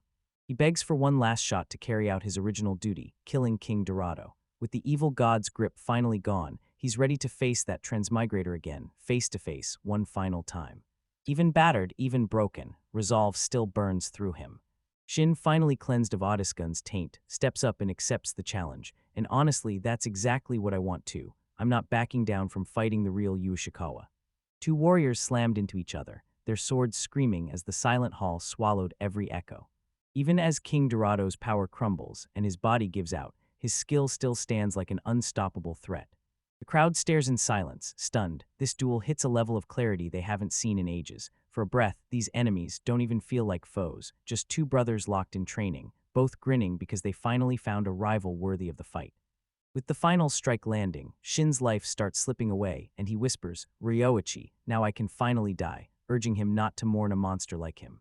He leans in, asks why you look so crushed, his voice fading fast. "You're human, so be like me." Then, with his final breath, his body crumbles into glowing light. Right then, Princess Senri's spirit burst forth and wrapped around Shin's soul, and the two hearts tore away for the underworld, out of reach of divine judgment. People believe her heroic act of saving the world was so powerful it wiped out the king's crimes for good. Even the chief gods of Oath admit that Reiwaki's compassion hits them in a way they can't explain, some wild power that melts even a god's iron heart. Once the undead king is crushed, his whole dead army starts falling apart, breaking down and self-destructing across the entire land. High Priestess Torka rushes in with the victory news, delivering Princess Senri's spirit's message. One day, she and Shin will be reborn and finally find happiness together. Bro, in the kingdom of Kyle's Leia, Ryoichi's deeds get officially honored, right out in the open. The king lifts him up with a brand new title, Honorary Baron. Sure, the rank looks low on paper, but Princess Calithos admits it's a calculated power play. She talked her father into downplaying everything and slapped the royal army's name on the victory, all to shield Ryoichi from the brutal scrutiny and deadly risk of being labeled a demigod-tier otherworlder.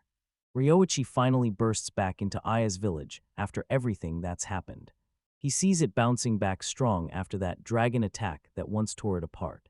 The villagers welcome him with open arms, hailing him as their lord now, and as a reward for his heroics, he's been handed lordship over the whole town. Even though he feels totally out of place, they pull him into the moment and tell him straight up, "This village is yours now."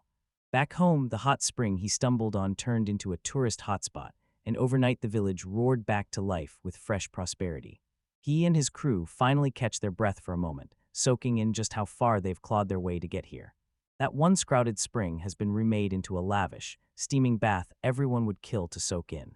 A few months later, Ryoichi gears up like he's about to kick off his next wild adventure. After fighting nonstop for so long, he's desperate to break free and see the world firsthand before nobles. Politics swallow him whole, so he's setting his sights on ancient temples and lost relics, with even a trip into the Northern Empire on the horizon. While he's gone, the village chief steps in and takes over the lord's duties. As he stumbles in confusion, his female companions bicker, playfully, over who gets his attention. Buried under the pressure, Ryoichi blurts out, totally overwhelmed, "What do you even see in me?" Standing in the middle of everyone he's ever changed, they all shout back at once, perfectly in sync. "It's your kindness, like a light that cuts through everything." With every heartfelt word pounding in his mind, his carriage lurches forward and carries him straight to the horizon, right into the next chapter of his journey.